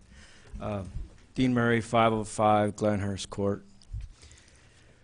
I'm also on the ECDB board, and one thing that I've done while I was on the board is I actually went out and was able to visit with nearly every business owner in Trophy Club. And overwhelmingly, most of the businesses are not doing as well as they should be doing or could be doing. In fact, some are going out of business, and they all needed more support, more customers. And the Regency Center, there's been several of those units sat empty for 5 years that I've lived here. We cannot get people to go into those units, and that Regency Center is a good-looking center. And the reason they won't move in is pure and simple. It's population density. It's the amount of customers that they know that they can draw into that business. And when they look at it, and they look at how many homes we have here and all the people, and they do the math, they say, you know, I can't make this work. The rent's not so bad. It's not that. It's just the amount of volume they're going to do. So they tell us pass, and they go on. And it happens over and over and over again, and Mr. Beck knows that. That's why he can't build another Regency Center on his property, because he'll have the same problem that Regency has. He won't be able to rent those units. If we had a crystal ball, I met somebody that worked at the airport, and when DFW was built, it was a big joke. Why would they build it so far out in the middle of nowhere from Dallas, and they can't believe that they would ever approve that. Well, you can look at it now. Well, we're looking at Trophy Club as it sits now on 114. But when they finish that highway, their only reason to come to Trophy Club now is if you live here, and if you're going to come golf.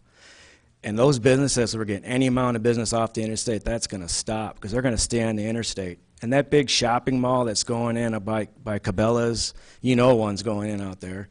Perot's going to develop all of that. It's going to be commercial from South Lake all the way to North Lake, all the way out to the Alliance. And you're not going to know where South Lake starts or ends and North Lake begins, because it's all going to fill in. And we're going to get leapfrogged. It's going to go right over Trophy Club and go out that way. I think even Mr. Beck would love to develop that without housing if he could pull it off. If he could build a 5-story office commercial building, he would do it. But he knows he can't, because they won't come unless it's what comes first, the chicken or the egg. We have to have the density to get the kind of businesses to come in there. Papados doesn't want to come to Trophy Club. That's why they're not in our mall right now. Even Fuzzies in Roanoke passed on ours. They looked at ours first, and they went to Roanoke because of it's the demographics. And on 26 acres, the only thing you can do is build up. You only have one choice, and that's to build up. You have to put at least 4 stories, maybe even 5 stories at a minimum to get any kind of density there. So whatever we agree and whatever we do, I think that it would be a huge mistake to do nothing. If you can develop the PD 30 to match, to get to your needs, I think that's important. But if we sit back and do nothing, we can mark this date on the calendar, January 23rd. I think that's today, is that correct? Next board meeting? We'll be able to mark that on the calendar, 2012, and the day we did nothing, and the town and business passed us by. Thank you. Matt Fenton? Isn't the next meeting January 23rd? The vote is the 23rd, right? Well, that's the next meeting, yeah. Matt Fenton, 15 Jamie Court.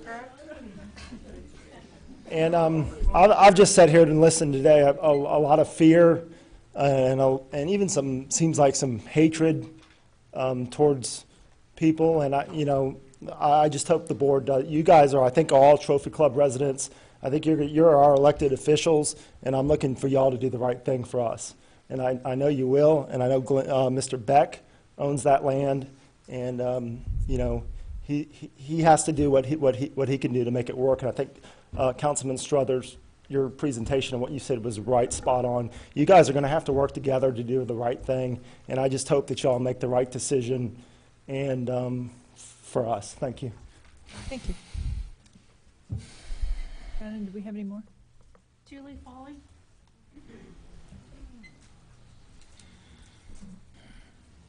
My notes. My name is Julie Foley. I live at 2407 Lilyfield Drive. Give me 1 minute. Okay. All my notes are on here, so let me just.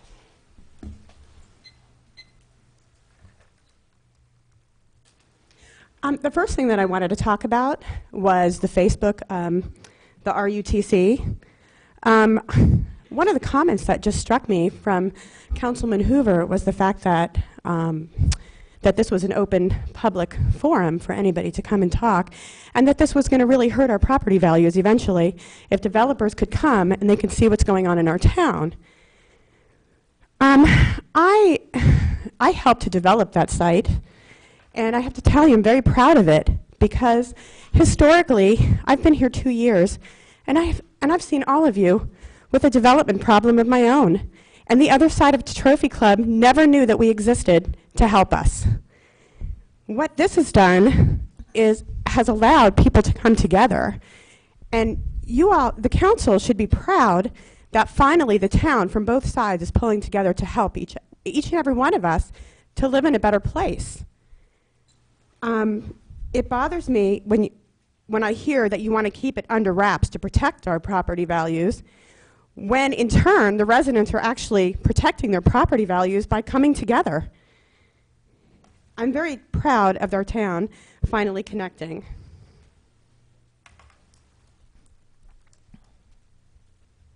One of the problems that I'm also seeing is when we discuss Regency. I moved here 2 years ago and I had a business in Tennessee. I had 400 active Taekwondo students. I was ready to open up a Taekwondo academy here, and I approached Regency. And I wanted to rent the end unit from opposite from Starbucks. I was totally ready.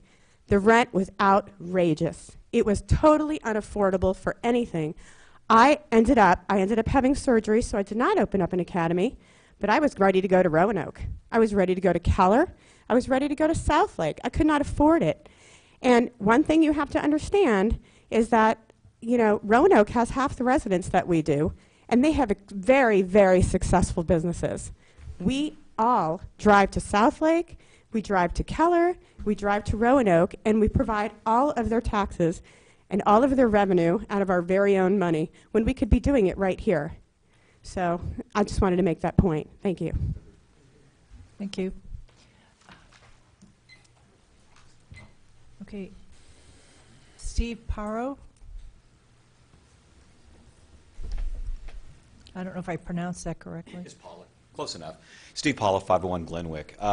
You know, I came here from an email that I received, and it started off with they're going to build a 10-story apartment building in my backyard. So, you know, I think what's really great about this meeting is here's what it is and here's what it isn't. And if we could get that message out about here's what it is and here's what it isn't, to put aside some of the rhetoric that's going around would be very, very helpful. You know, when I moved here 12-some years ago, I'm in my second house here. You know, I liked the community. I hated the fact that I had to drive at that point beyond Grapevine really to go anywhere. You know, my wife has said to me many times, you know, I can't wait for the day I don't have to go past Southlake. Quite frankly, I can't wait for the day when I don't have to drive out of Trophy Club. I would like to spend my dollars here. I would like for that not to all be just at Tom Thumb or the, you know, up-and-coming liquor stores. I really would like to have businesses that are viable in this town that I could frequent and that I could bring people into my community. Because when I have guests that come over and when I have people that come to visit me, they love our home, they love the community, but then when it comes time to take them out to eat, because I'm a horrible cook now, you know, we drive to Roanoke, we go to Babes, we go to Bricks, we go to Cowboy Chow, we go to places outside of the community and end up showing the virtues of all the other communities around us. Now, you know, he showed the slide with $100 million. At some point, the town's money is going to dry up. We are going to run out of revenue. The sales tax revenue from Tom Thumb and the sales tax revenue from 7-Eleven is not going to make it long term. We have to get there. I can do the math. I understand that. I think this needs to be built right. But I want to, you know, show of hands with what we had there, $250 million worth of development on 26 acres. That's $10 million of improvements per acre. How many people here are willing to put on their quarter acre $5 million or $2.5 million to match it to get the tax base up? You're not going to see that. There's not enough land. Short of bulldozing the Trophy Club Country Club and starting to put housing there or starting to build on that, this really is the last Bible. We have someone here who is willing to roll the dice and spend $250 million. That's a gamble I wouldn't make. But somebody's willing to do it, and I think overall it will benefit the community. Granted, I don't live with my house backing up to it. I don't want to see a 10-story, you know, office building out back of mine. But I think something reasonable can be done. I don't think this is a yes or a no. Oh, if there's going to be apartments, it's not going to happen. I've spent time in the Frisco area. I just spent the weekend in Fort Worth where the 7th Street, the cultural district is opened up, and I've seen the viability of that. I've seen the activity that goes on there. I get it. I understand what they're trying to accomplish here. I kind of enjoy the vision. I hope it works. I know where we are in the corridor. It may take time for that to fill up. I don't want to see another Regency. We can't fill up that, so what, we're going to go split the business they're doing, put in another donut store, put in another dry cleaner, put another nail salon so their business can dry up and go in half? I don't want to see that. I think you've got to build something of scale to bring business in, and I think everyone's going to benefit from it. But that's what I have to say. I came in here with a very, very negative attitude toward this, but after seeing the presentation and getting kind of a better sense of what they're trying to accomplish, I'd say that overall I think the city's going to have to make a decision that's going to be in the interest, and this can be a viable project. Thank you. Thank you. Okay. Were there any other speakers? Okay. Then I will. Madam Mayor, don't close the public Okay, hearing. that's what I was just going to ask you. Okay, we are not going to close the public hearing. That will allow us to, at our next meeting, continue the public hearing. So that, because we do want to have the opportunity, or have people have the opportunity to speak once we actually have a document or a final document that we've worked out. We'll probably be working some here and some between then, in always open session, that to be able to work through the details. I don't know how long people want to sit, you all want to sit here tonight, but we have a lot of details to work through, and we won't be voting on it until we actually have a final document. And that document will be available to everyone, and then we will have, we will continue the public hearing so that people can make comments on that final document. Yes, sir. Mayor, is it possible to have a town hall meeting between now and the next council meeting? I actually think that's a really good idea. We were discussing it earlier, and we were, no, not in here. I was discussing it with Mr. Beck earlier, because even, only 95 people got to see directly his presentation, and so we're gonna work on that and see if we can't get a larger venue and a place for others so that people can see what we're talking about. Could I just ask for a clarification for the group that's here tonight from possibly Patricia regarding how this needs to flow at this point due to the action that P&Z has already taken? Would you please explain that and make sure that we all understand it for the group, please? You're referring to Not, suggesting that it go back to the well, process go back we've to- received several suggestions to that, but my understanding is that can't really happen by the state law. So would you please explain that? State law sets out the process. It's in the local government code, and essentially P&Z is a recommending body. And the process is that the application is submitted by the applicant. It is processed through P&Z. They make their recommendation. It is then forwarded on to council for final determination. So we are not, neither ordinance or state law anticipates once a recommendation by P&Z has been made that an application is going to be sent back to P&Z. Again, that's not in state law or in our ordinance process. So we have been through P&Z with the application. Unless it's a new application that gets submitted, then we are at this point moving forward through P&Z, or through council approval, excuse me. Thank you. Thank you very much. If you'll come to the microphone, sir.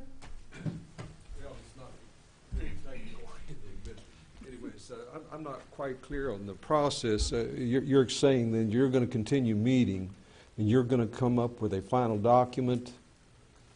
Correct. Tonight? No. Okay. No, Well, that's I'm why sorry. I'm not clear Okay. on. Okay, so. We would like to. Well, I but- was just saying, I mean, No, I but the- appreciate your patience, but. Our plan is, there are a lot of details still to be worked out. Yes. And we will meet as long as we can tonight, and if Sure. we still have additional details that we want to work out, we will schedule another meeting. And that's one of the things I mentioned to you earlier, to be sure to sign up on our website Yes. for notification, so everyone is advised of those meetings. But if we will, perhaps what we need to do is have a workshop. You know, what is very, very difficult for me is, and understand we have open meetings. There's a lot of laws around open meetings, Sure. and we do things, and nobody's trying to hide anything, but it's very hard to work through the details of something sitting on a dais in front of a room full of people. And, and people get frustrated because it's going through a lot of nitty-gritty and a lot of things, and, it's just difficult to do. Sure. So what we hope to do is to schedule a workshop. It will always be open, but perhaps in a little easier environment to work together. And then once we get that completed, whether it be the end of tonight or whether we require another meeting, once we get that completed and we have a final document that we agree on, that we being the council or not that we agree on, but that we've worked through that far, then we will bring it, we'll publish it, and we will bring it forth for another session, and we will vote on it at that point, after people have had the opportunity to comment.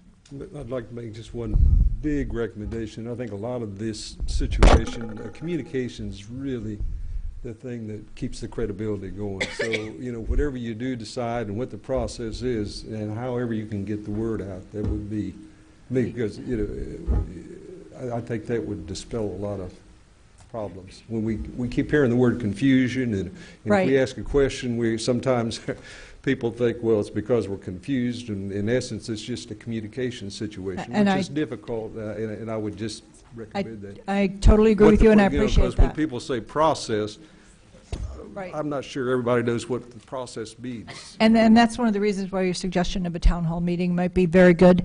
And also, I implore you, please, to sign up for notifications online, because we really do try to communicate.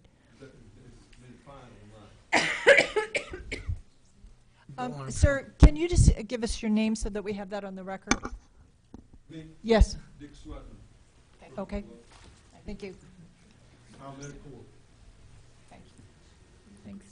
I'm Bill Armstrong, live at 18 Avenue 20, lived here for quite a while.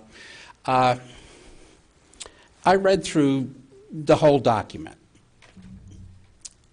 It was very long, very difficult to understand. I can certainly understand why planning and zoning wouldn't approve it.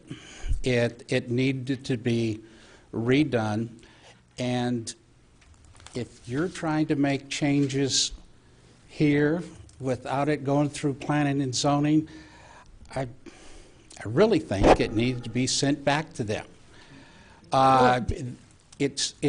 To read the document, and I read it with an open mind, it seemed like the purpose of the document was to get rid of the P&Z from any influence, and be able to do pretty much anything they wanted to with the property over there.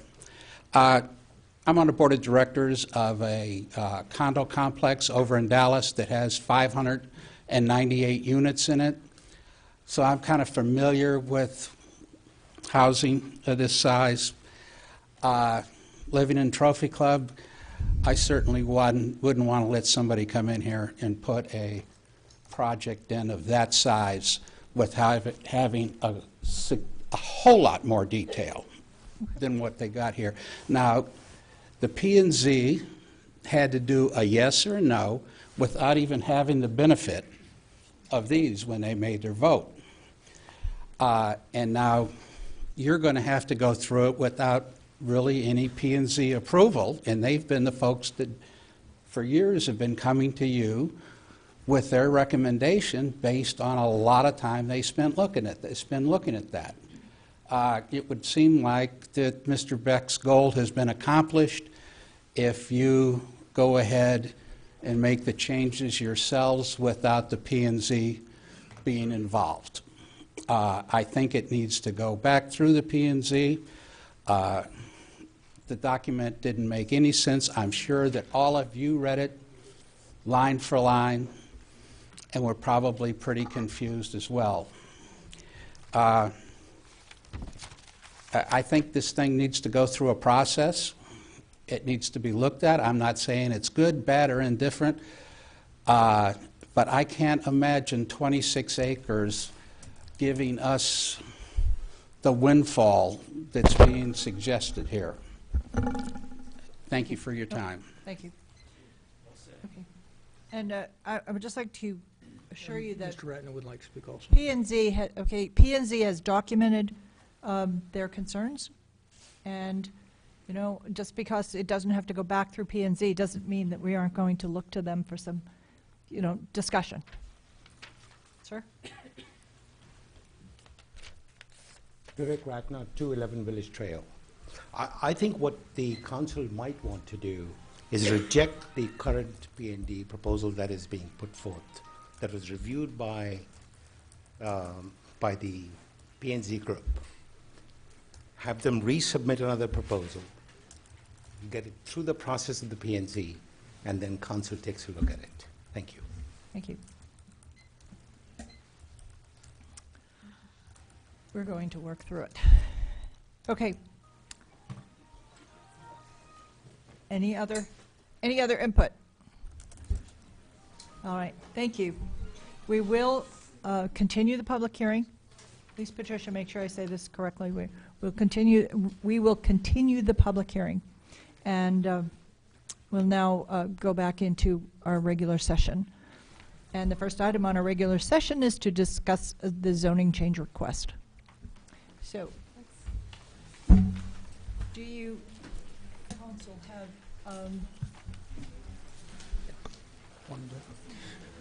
Mayor, if I could speak to the current process. It's 10:30. My day started at 6 o'clock this morning. I know Councilman Struther over the past 2 years that we've been on council together, 9 o'clock after his long day, he's pretty tired. My prior flying experience told me after 14 hours on duty I had a performance level of someone who had a .08 alcohol level and was legally intoxicated.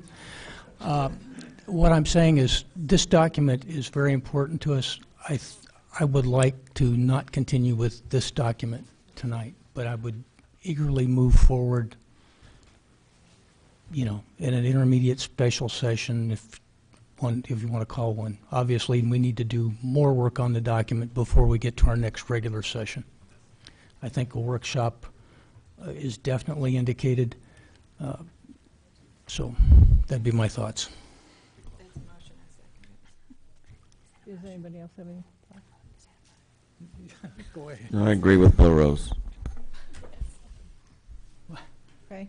I didn't understand. Is this possible? Will we be able to schedule, and how much time do we have to have before we can schedule, or can we just continue this till like tomorrow if we wanted to? We could, the Open Meetings Act allows the council to recess and commence again the following business day without reposting. That's the longest period of time that we could recess. So if we didn't do it tomorrow, then when could we do it? 72 hours notice. 3 days. Okay, 3 days.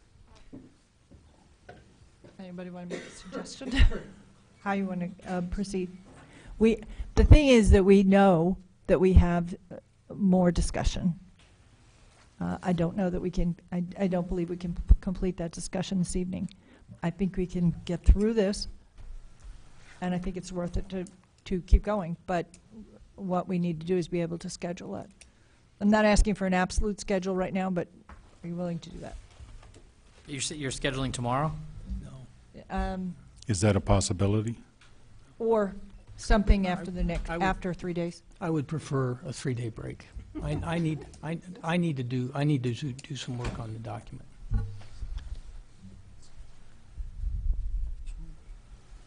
That would make it,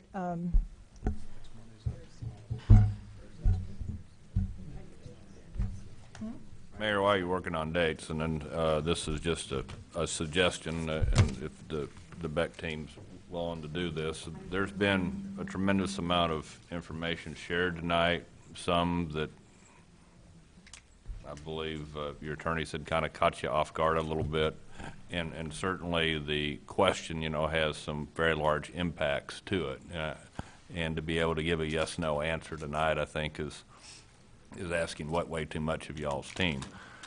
I would like to suggest that staff get, you know, back with Mr. Beck's team kind of go over some pieces, digest what was discussed tonight, and kind of create an action plan of what is our next step and what is this move. It's on the people and the input here, where do we get to this common ground, if we can get to this common ground. And so we can explore the options, because I don't know if the council chooses not to proceed forward with this, and then what is the, can you reapplication? I think there's a delay that you can do this, and we can't just totally restart the process. State law doesn't allow that, and I think there's and correct me if I'm wrong, Patricia, but I believe there's a delay before you can apply again. And you've expressed, I'm either going to carry this ball forward and get moving, or we're going to put it on a shelf. So,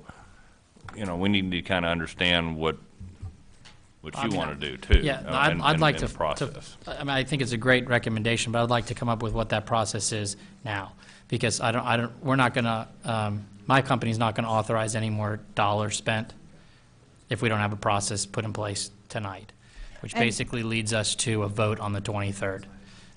So, I want to have an expedited process where, we're not waiting 3 days, 5 days to redo looking at the document. Quite frankly, Mr. Rose, you've expressed that you have reviewed the document extensively. You have 150 comments to the document. If you have the 150 comments to the document, give them to me tonight, and we'll start trying to look through them and put them into the document. We've spent $250,000 and 10 months on this process, and if we don't come to an opportunity for a vote on the 23rd, we will respectfully withdraw our application, and probably won't see us for a while. So we need to come up with what the council wants to do in terms of being able to get to whether you can or cannot make a decision by the 23rd. If I could respond just a moment in a productive manner. My understanding is that those comments that I had were given to your staff. No, the 150, my comments were originally to go to P&Z. My understanding was that they were giving, so those comments never went to the team? No, sir. No. Great. Great. My other comment would be that I believe from the records that we received from the last P&Z meeting that there's a comment that Mr. Hill stated that he had forwarded the changes, the recommended or suggested changes from P&Z to your team. Is that correct? There was, from the two meetings, the first two meetings? We have all of those comments, and we have discussed them with the Beck team, and we have not given them that specific list at all of those pages, but we have discussed it with them. Well, one of the things that I heard the P&Z say loud and clear is that they were concerned that the things that they went through and documented were not changed, and some of them were not something that I would perceive to be an issue. It might have been a clarification, or just making it clearer or more consistent. So how do we make this happen? I mean, because that's a frustration, and I know that we've talked about us taking on the document, but we have to agree on the changes before we start changing. We have to see the changes. I mean, that's what, we've been going through 10 months of basically this exact same process. What just, we have some esoteric discussions for a couple hours, then we have 2 hours of people saying the same thing that they say every meeting, and then it's time to adjourn. So we're just not doing it anymore. I mean, either we come up with a process and we sit and talk the entire time about line by line item of what is negotiated in the document, and we vote on it on the 23rd. Well, we're not doing this. I want to go back. When we originally started this process back in July, actually, we did start with a joint meeting, P&Z and council, and we did then get comments from the council. And I was told, and why your 152 comments were not passed on literally, all of them, to the Beck team, is that we were told very clearly, I as staff was told that we needed to go through the regular process, and that was not start with council, but start with P&Z. And so we did go to the Planning and Zoning Commission and started with their comments. After each meeting with the Planning and Zoning Commission, we then met with Mr. Beck and his team, and we did not go line by line all of those comments that the Planning and Zoning Commission had. We didn't go through those piece by piece. We tried to concentrate on the big issues, and we tried to group everything together, because we always thought that if we could get through the large items, we could then come back and make all of the minor changes, the typographical errors, the numbering, the exhibits, the cross-references. We could then go back, but we never got through the large issues to get those straight with P&Z to be able to get to the smaller issues. Madam Mayor, we have that document. Mr. Dahlstrom has provided that document. What I would recommend is it will take us probably the next few days this week to take care of all the minutia, all the typos and all the things that we know that's out there. What we're going to need from council and from the development team is, for those big issues, what is it you want? And we'll have that document in front of you, post haste. I mean, that's at the end of the day what we need. I mean, you go, around and around for. Go ahead. Keep going, Scott. We go around and around for a number of different times, and we just need to know what ultimately we never heard exactly from Planning and Zoning exactly what they wanted. Obviously tonight's your first bite at being able to tell us exactly what you want, but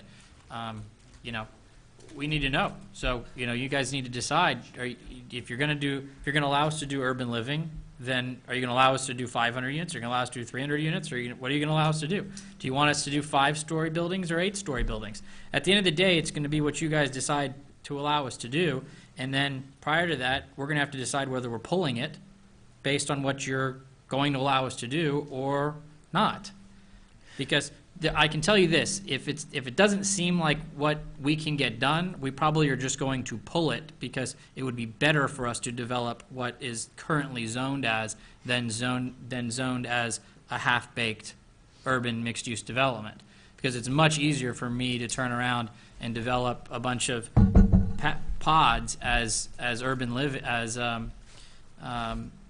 office, an office park, because I can sell off pad sites as an office park, or develop it as something else. And I'm not saying that we would do that now. I mean, we could hold it for another 10 years, and maybe at that point developments come this way and we've done it. But, I'm certainly not going to change the zoning on it, because there isn't another developer in the country that would deal with this situation. So, there's no reason for me to change the zoning, because it would just have to be changed back.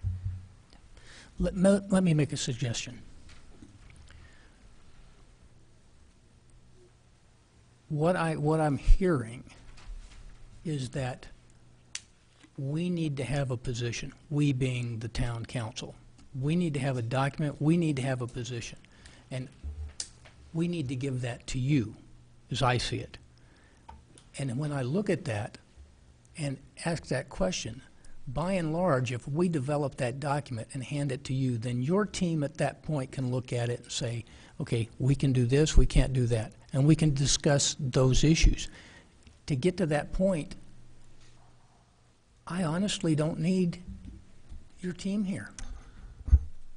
I mean, we can build a document and give it back to you, and you can look at that document and say, look, and start off with the base that we've got. And you can look at that document and say, okay, no, I can't do this. I can't agree to that. And so we're looking at finer points within the document rather than burning your time, your manpower, your hours, while we labor and discuss whether it's going to be pink or yellow. I think the really big issue, I think Mr. Beck makes a good point, although I will say that we have had this discussion, and it tends to come back differently, but we have to come to a thing on the big issues. I mean, we're wasting our time talking about what color something's going to be or what material if we don't come to an agreement on what it is we're going to do. You know, whether we're going to have any multifamily, how many, if that's the case. If we don't get the big issue resolved, then we're wasting everyone's time. I'm here. I mean, I'll stay here till tomorrow morning. I mean, decide what you guys want to do and tell me, and then I'll decide tomorrow whether or not we're coming back to any more meetings. How many? What do you want? You're all here. I mean, what do you want? Okay. You know, how many multifamily? If you're going to allow us to do it, how high are the buildings, and what uses are you going to allow us to do? And then tomorrow morning, I'll call you back and tell you whether we're withdrawing the application or we'll move forward. I'd like a confirmation from our attorney about the process here. It's my understanding that it's your document. You request the zoning change. We don't give you the document. That's not how the process works. Wait, no. You're correct, Larry. It is our document, and we created the document, right? What we're talking about here is that there's a series of red lines that have been going back and forth with planning and zoning for a period of 10 months, and the question is each time the red lines have been made, they've been made by our side, as opposed to allowing city staff to make red lines. That's all we're talking about, is who gets to make the next set of red lines. Is it legal for us to make the red lines? Yes. There's not a problem with that. I mean, I think we've been trying to have a negotiated process so that one of us didn't just come in and redline and hand it back to the other, and then we mark it up and hand it back. So the purpose of tonight was to come to some agreements on major points so that somebody, us or them, could draft whatever those changes are going to be. So, and I think that's what they're asking for, is give us the input on what you think the major points should be: height of buildings, multifamily, no multifamily, et cetera, and then we can put that in a document and submit it back to them, redline. We're in work session and we can't vote on things. No, we're not in. We can't vote. But we're in a discussion only.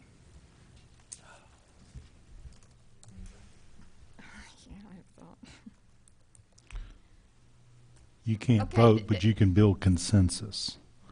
Okay. Wait a minute, half the residents left because you said you were continuing this. Now you're going to. We have discussion.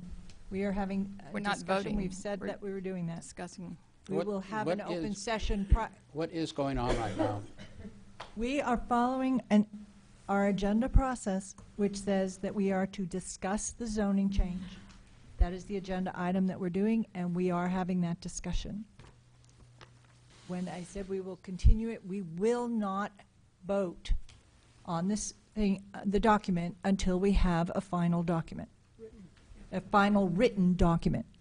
We are attempting to come to an agreement on some items so that we can move forward to working on more detailed items.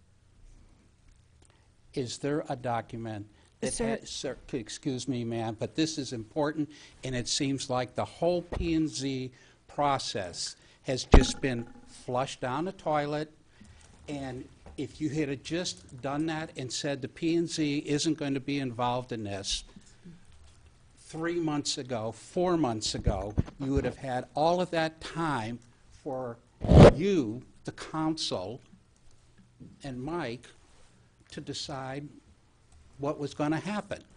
But you acted as if the P&Z was actually involved in the process. P&Z was involved, sir. There was someone else P&Z that was had waiting to speak. recommendations. I was at the meeting. They had a lot of recommendations, and she just said none of them have been brought forward. Oh, no, sorry, I No, didn't no, say none. that's not what you said. I said not all of the line-by-line items was brought to their attention. We did meet with the Beck team after each meeting, and we did go over the major items. We never came to a consensus on the major items, which, as we've mentioned tonight, that continues to be the problem that Sticking point. kind of is stopping us from moving forward.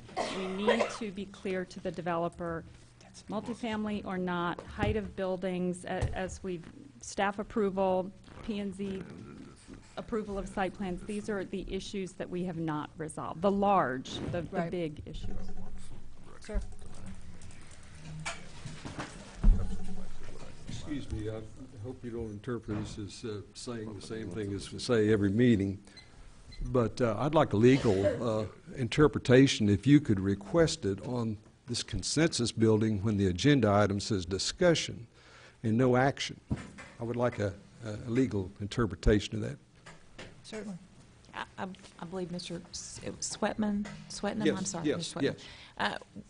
What we typically do in this process is staff tries to get some input, and I think that's what we're trying to see. What is the input from the city council so that we can do a The word draft? consensus was used, Its input is really what we're looking for. but I'm concerned about consensus. It's input that we're looking for. Because essentially, in my opinion, and I've had, a long time ago, I've had some experience in this particular area where you couldn't even go to the restroom with, a quorum and discuss these things, and then we're talking about an item that's not listed as an action item, and then talking about a consensus, and the council being held hostage by, lack of, anything else that, they've heard the same story. And to me, my understanding of the item, as I read on the agenda, was you were going to decide and have input in a hearing from the public, and there was not going to be any voting.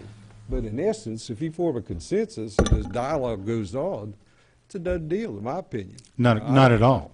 Not at all. I'm just saying, What in my we're talking opinion, I'd about. like to have a legal interpretation of that. And the word consensus is not accurate. What we're looking for is input. In order for us to, Was consensus it used? was, yes, sir, it Okay, was, but is that it's not accurate. It's okay? not accurate. We're Okay. not looking And for. is that a legal thing to do, to develop a consensus? We're not looking for consensus Can I tonight. make a point of order? Well- I thought that we were in workshop right now, not in public here. No, we're in- So we're in discussion. Does that have citizen input? You're not in workshop, you're in regular session. We're in regular session. The rules of procedure provide that citizens, we need to get back to using the speaker card so we at least have good records. Citizens are allowed to speak 3 minutes before and 3 minutes after a council motion, I believe. I have to look up the Well, exact and word. again, I don't want to But- prolong it, but I'm telling you, I hate to see a council held hostage on a time limit on something this important. So I prefer, when we start talking about consensuses, when people have left, I'm sure there would be no intention here to try to, formulate, so No, I'd like to know when the term okay. consensus is used, Okay, how and- you would interpret that. And I'm not going to talk about consensus because that's not really what we're doing Or are tonight. you going to tell We- me our we did- consensus is legal? We're not forming a consensus tonight. We're basically trying to get input so that we can move forward on a negotiation. We had a posted public hearing, if I can finish. We had a posted public hearing, and that public hearing has been continued. We're now at the discussion point. If these negotiations are going to move forward, it's going to be with staff working with the development team based upon the direction of the town council. So we've got to get some input. The folks at the dais have got to tell staff whether or not they'll agree to certain things.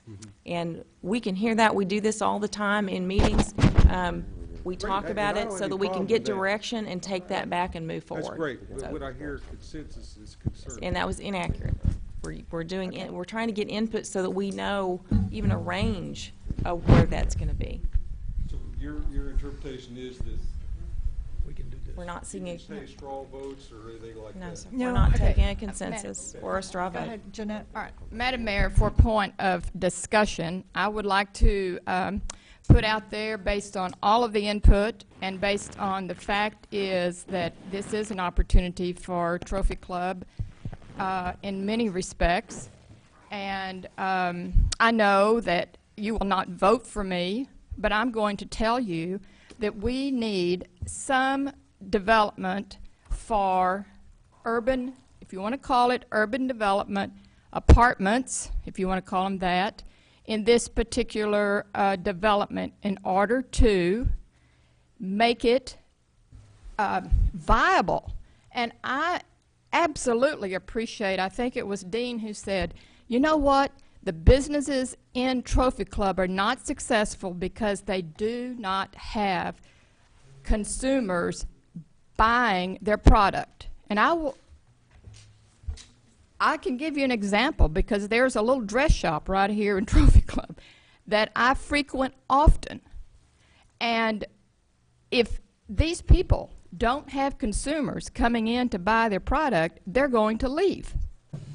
And there is no way that Mr. Beck should invest millions of dollars in a project where people will not be there to buy. And again, somebody mentioned it, and it is a fact.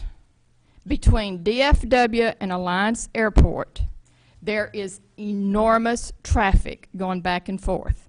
And come October 2012, those cars are going to speed by Trophy Club.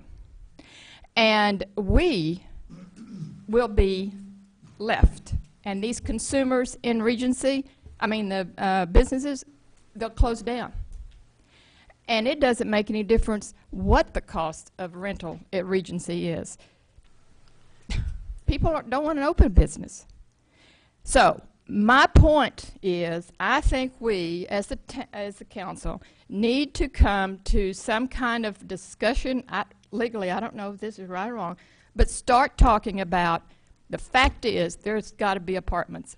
If they're not, I also hear Mr. Beck basically saying, this is not a deal for me. I can't make it work, nor do I want to invest the money it requires to do it. So you can go ahead and in 2 years not vote for me. But I'm telling you right now, this is for the future of Trophy Club and the opportunity to manage the change and not let the change manage us. Because soon you're going to look across 114 and you're going to see vertical buildings up and down. If you don't believe me, go out to Frisco. Go out to even Duncanville down in South Dallas. It's doing this, up and down.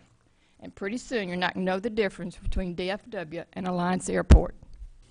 And Trophy Club in our little community will be back here looking for money to support the police and all of the stuff that this town requires and wants. That's my message, and we need to talk about it now because this is a deal breaker. Period.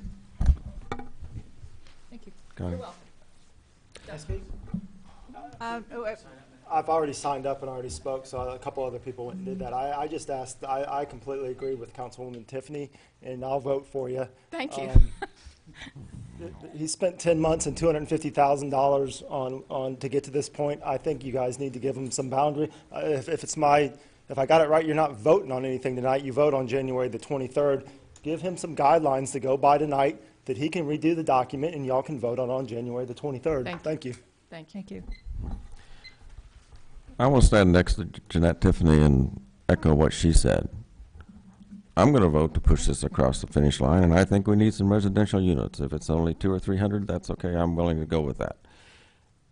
And you can throw me out of office, but if this goes across and you throw me out of office, I still win.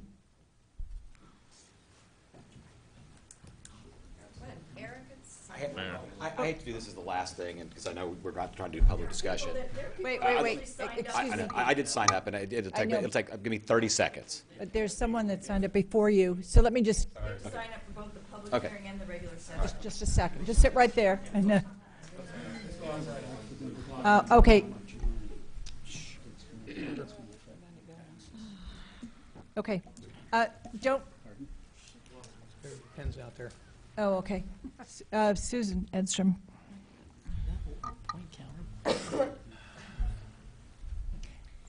So just a point I've got to make. Your numbers don't jive. You're saying that residents are required for successful retail. We have twice the number of residents as Roanoke. So what you're absolutely saying the opposite of what the numbers show. Roanoke has 4,000 buyers. They have very little commercial that's open. We've got 9,000 buyers. We have commercial that's been open. The difference between Regency and Roanoke, and Bill, you are the researcher, is the square foot per cost. If I'm going to open up a business and I can do it at half the cost, a mile and a half down the road, I'm going to do it at half of the cost, a mile and a half down the road. Now, EDC4B, council, Beck, myself, none of us can change what Regency is charging for their center.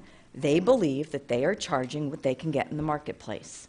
So yes, businesses are going to come and look at Regency, they're going to look in Roanoke, and they may go somewhere else. But if you are saying that this is driven by the sheer number of buyers, we already have double what Roanoke has. 500 apartments are not going to make or break that development. It is not going to be the make or break. When we did Vision 2008, they said, when you are, and I was on the team that called all of those retail establishments, they said, when you're at about 10,000 residents, call us back. We're 1,000 away from that. 500 apartments are not going to make one iota of a difference to anybody but the man sitting at this seat, not us. In addition, everybody keeps talking about this process going on for 10 months. I would like you to make a clear delineation. This has been discussed at the planning and zoning level within staff for 10 months. From the public purview, this has not been going on for 10 months. And to be held hostage tonight, and to find out, I'm sorry, but I am irate, that our Planning and Zoning Commission went through a line-by-line, 2 meetings of about 3 hours each, and the developer never received that line-by-line information. Don't put that on the residents, and don't put that on the developer.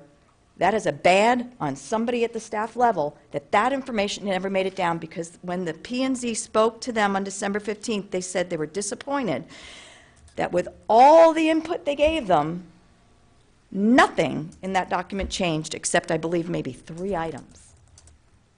Well, is that because they never got it or because they ignored it? This process can't go just to the 23rd, Scott, because in my mind, you've not gotten all the information up to this point, neither of the residents, and neither of you. How can you say now you're going to hold us hostage to, you give me, not consensus, but your input tonight, and you vote on the 23rd, by God? Okay? Developers incur costs. That's a part of the process. Mr. Harrison?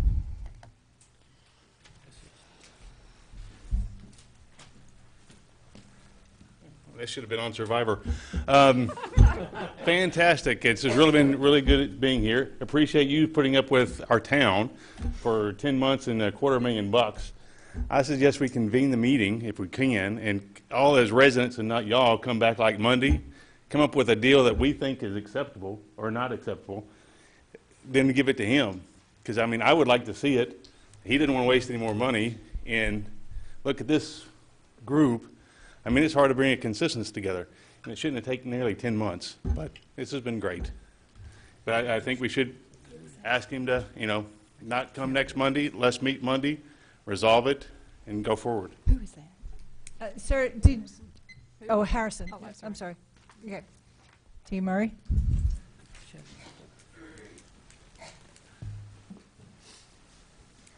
Dean Murray, 505 Glenhurst Court.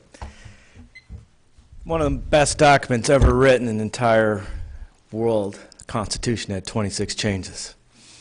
So we're never going to get to the perfect PD 30 that everybody's going to agree is the perfect one. But Scott, I think we can leave away tonight knowing that this is worth moving forward on to develop the document. They don't have to have consensus. I could see it in their eyes. The town needs this. We need to move forward with something. We just need to spend a little time working on that document, and I think it's worth coming back to do this, Scott. Mayor, I have one comment that I'd like to make right now.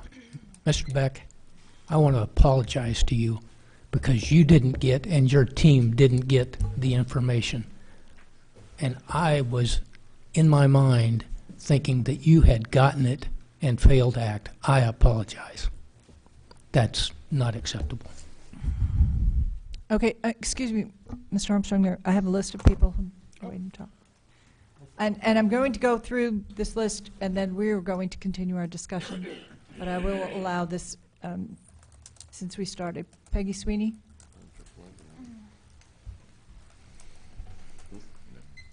What I have heard here tonight from the developer is an ultimatum.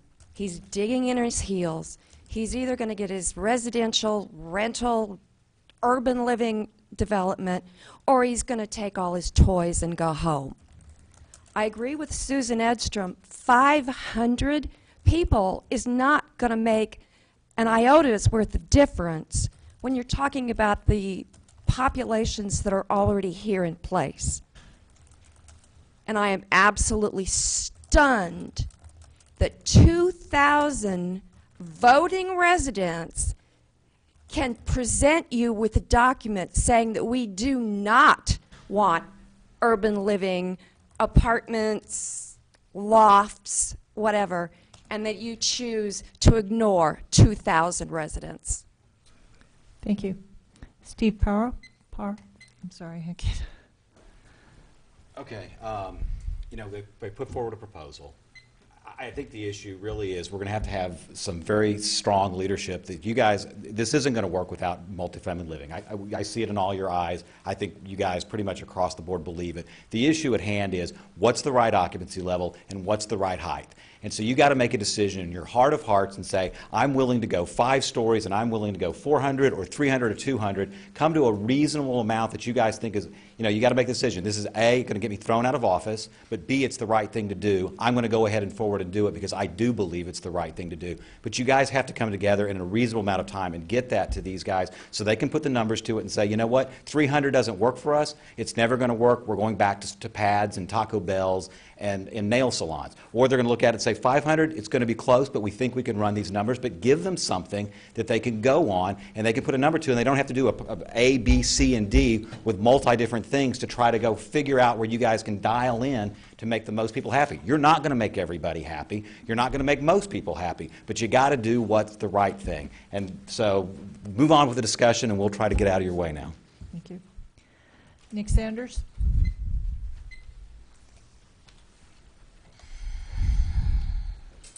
Just to correct some things that have been said tonight, Roanoke's population, based on the last census, is above 7,900. So if you're going to state 4,000, that's not true. Roanoke attracts business for several reasons. One is it's that aspect that density of businesses cause people to come by.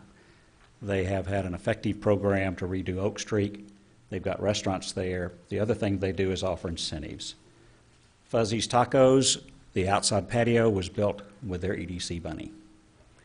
You've got to look at how you get businesses here, and that's important, along with the right business. And we've done a lot of research, both EDC, Stephen Seidel, with our consultants.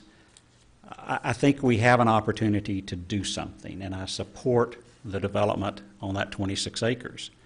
I think the gentleman made the suggestion, but he left. No, there he is back there. Just state, you're not drawing consensus, I support 400 multifamily units, and I support 6 stories. And go around and just state it. You'll have it on the record.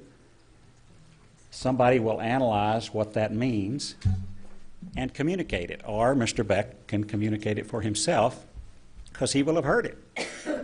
And it's easy. And then you move forward. Thank you. Thank you. Larry Linsner? I think all the comments that I had have pretty much been addressed. I would just, addressing Roanoke, I've been a former resident and member of the P&Z in Roanoke myself for a brief period of time.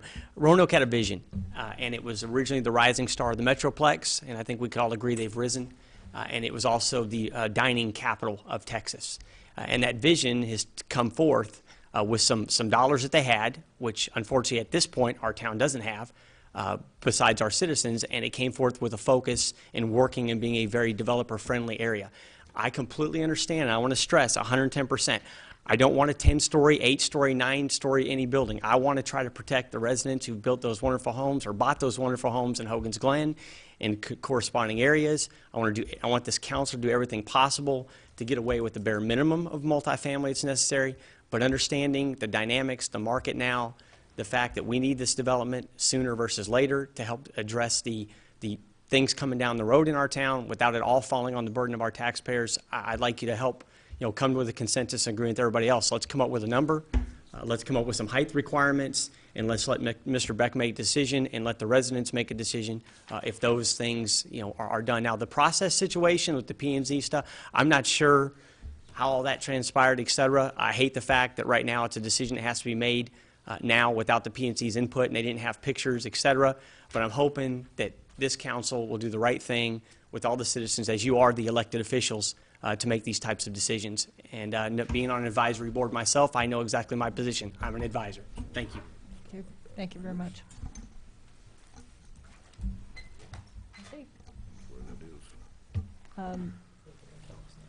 I'd just like to say, some of you may or may not know, but my husband and I live in Hogan's Glen. As a matter of fact, we live in a place right at most of you know where it is, and we live right at the gate entrance above the waterfalls. So when you start talking about an 8-story building and our traffic or whatever, you know what? I'm going to be looking. When I walk out on our patio right now, I see beautiful trees and nothing except the water. Should this development come forth, I will be looking at what you're talking about.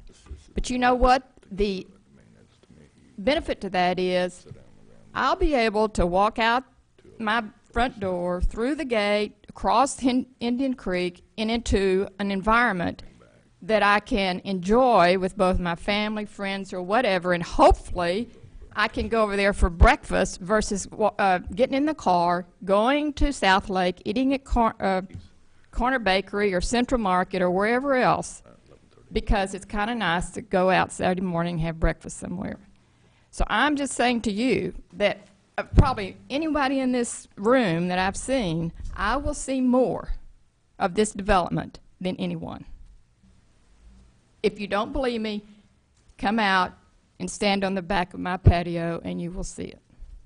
So, again, I think we need to continue to talk about what it means and what Mr. Beck will accept from what our discussion is, because as Mr. Sanders said, you know what? There's got to be some support of apartments there to support the project.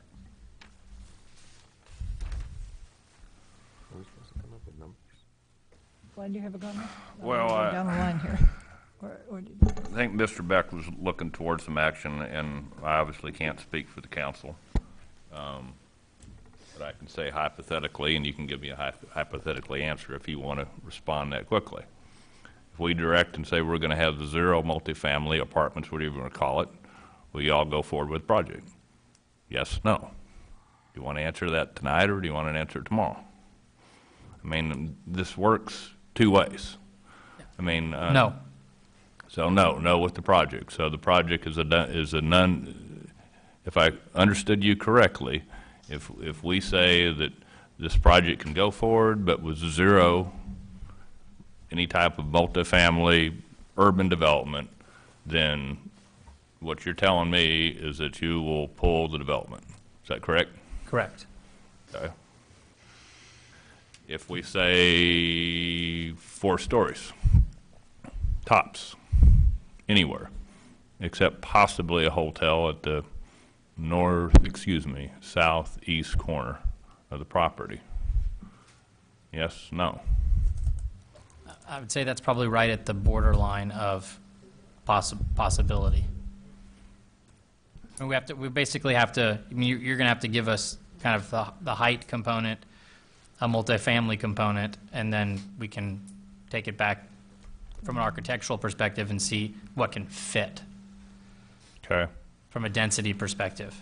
Well, where I'm seeing if I can get here, Mr. Beck, and in this process, I'm tired. I've been up close to 20 hours, and it's to go get a document hammered out tonight, I think is unreasonable.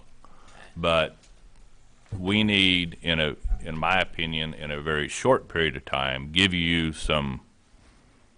Here's some pieces, or here's our offer, if that's what you want to call it. And whether it's 0, whether it's 100, whether it's whatever that number is in multifamily, here is a concept on height and pieces of that and give it to you.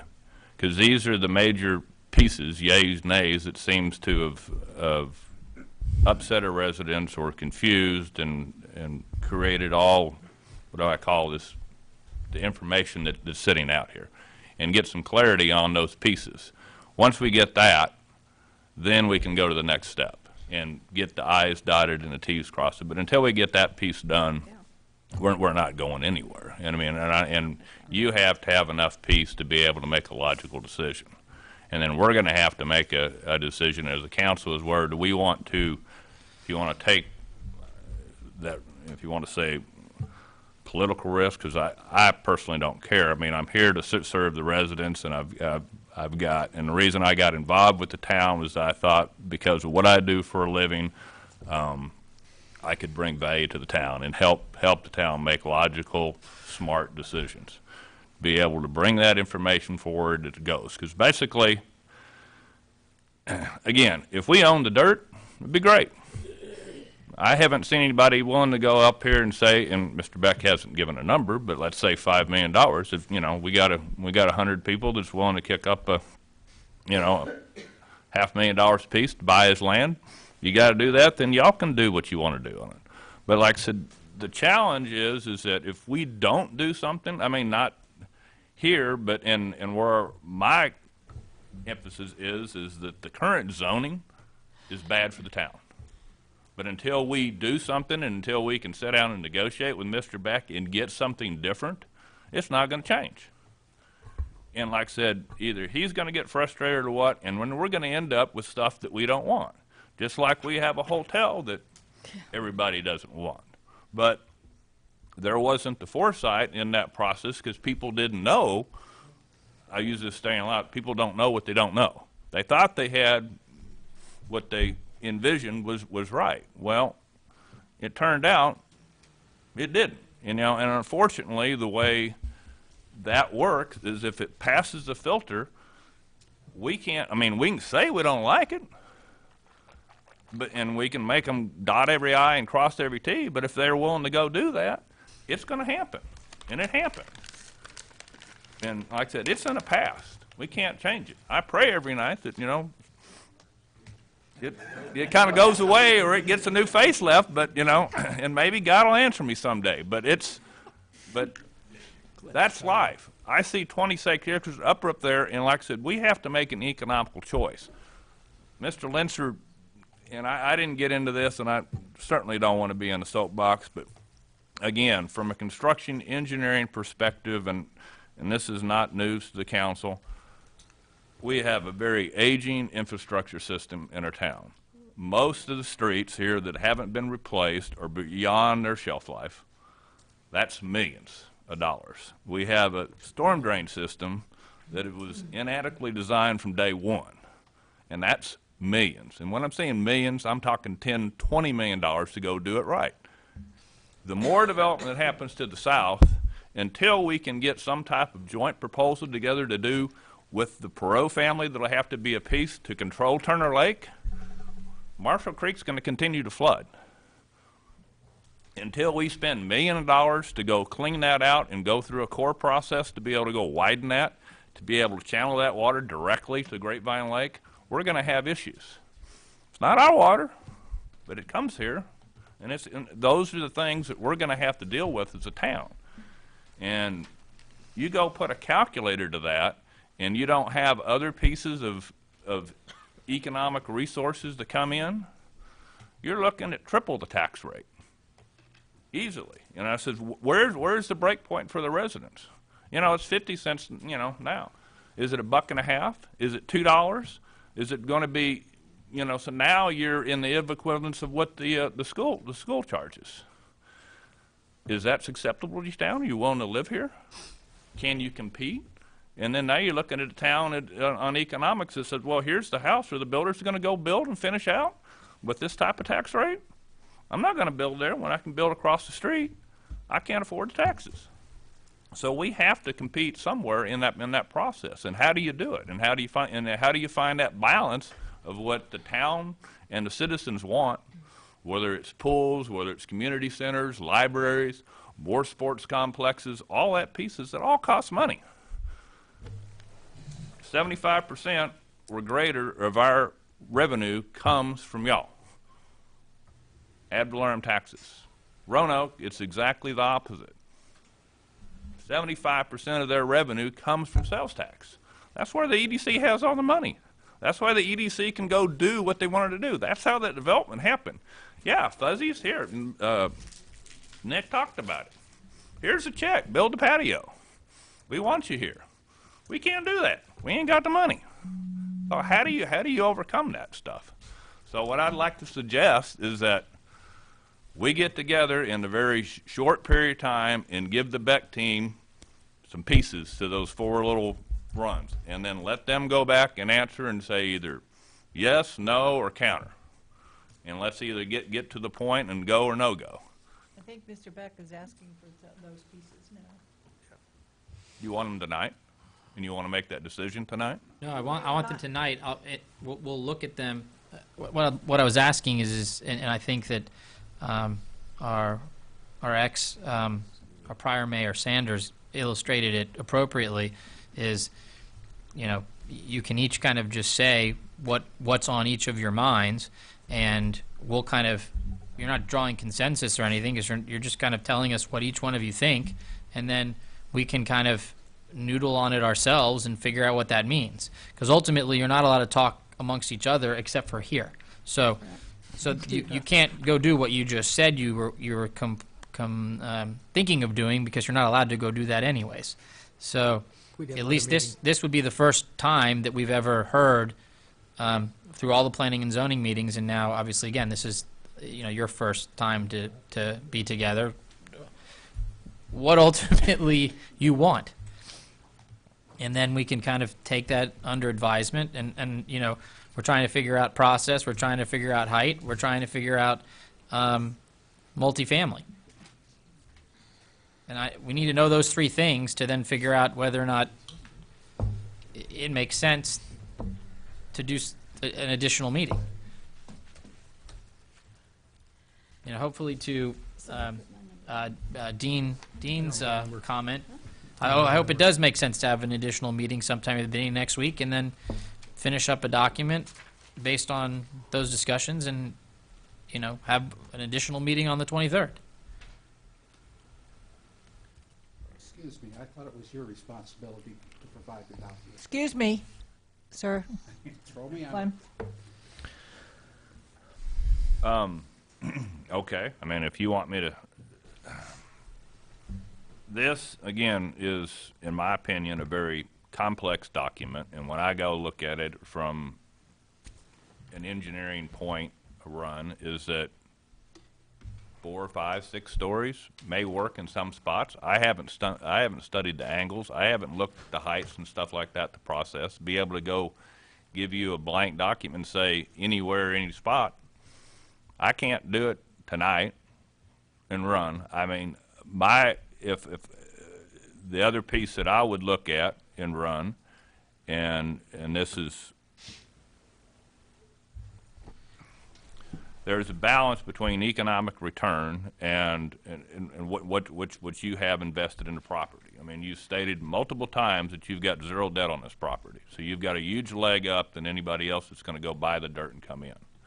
So I need to really understand why we can't build low density 2 to 3 story stuff, whether it has mixed use in it or not, because you're coming in with 0 dirt cost. You got your development cost, but like I said, you're not buying that dirt and having to run back through there. And you can do it, and you can do it in phases. I don't see a need that has to be up 10, 15 stories to go get total return on that project. I mean, it's just, you gotta give me some numbers to look at and why this won't work, I guess. If I say 3 stories, 4 stories, I mean, whether you use not South Lake, but something in that run in this area, and where, because there's obviously infrastructure costs that you got to divine and develop, and like I said, you've got to get enough rental income, lease income to offset that cost. But like I said, the big piece that you've got to your advantage is you've got You've got time because, again, you don't have an interest meter sitting on $5 million worth of dirt. So we can be flexible. I understand you want to get moving on here. So if you ask me tonight, you know,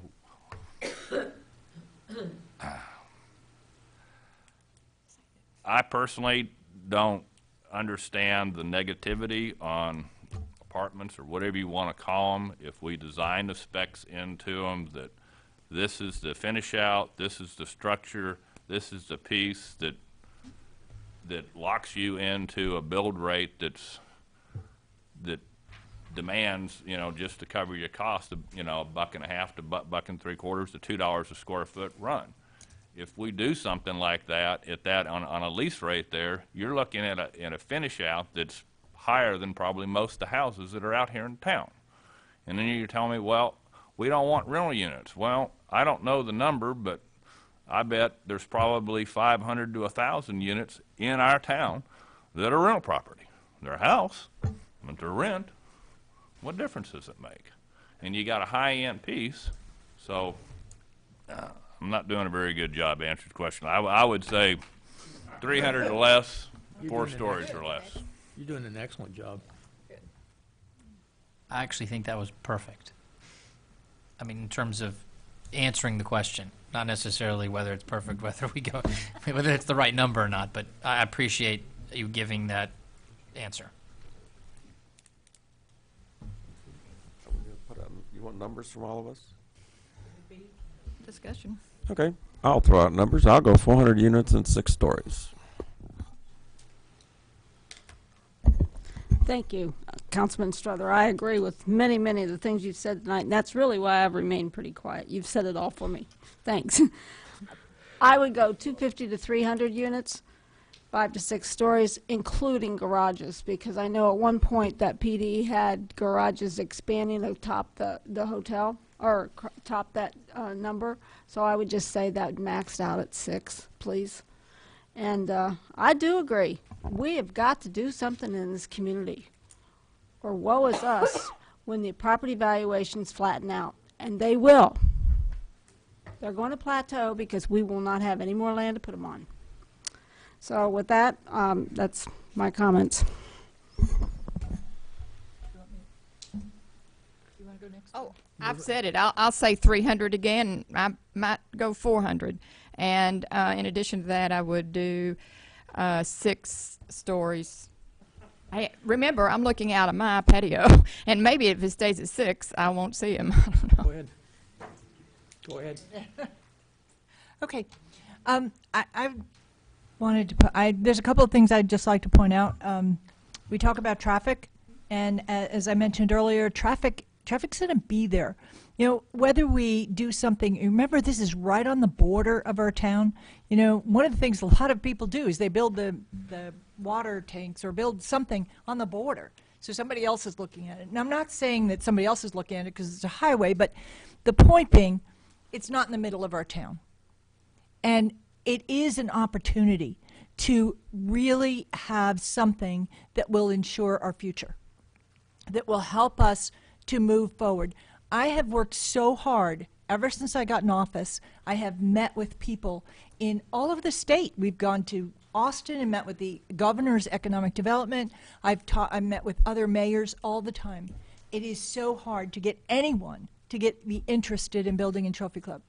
And I think the fact that Mr. Beck has put this much effort and time into and willing to do this, and it's a creative idea, it's a different idea. And just like Dean said earlier with the airport, lots of people were against it. Lots of people were against a lot of things. Lots of people were against some of the things we've done here before, and myself included. But we've seen that those things, that somebody actually had the foresight to be strong and to move forward and to do what makes sense for the future of our town. And one point about the residency, I think we can't relate residents living within a development and residents outside. It's not the same number. So when you say, you know, whatever number of apartments isn't that large a number compared to the number of residents, it's totally different. I think Mr. Beck explained that earlier about the fact of once you got in your car, you're going to go to a lot of places. You're not necessarily going to go to the local place, where when you can go downstairs and go to it, it just makes a huge difference.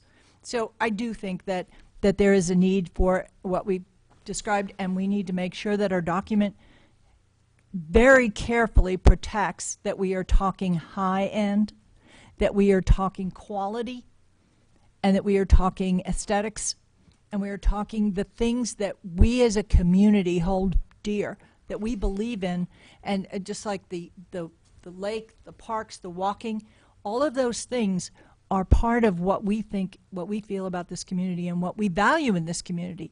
And we need to protect those things. Excuse me.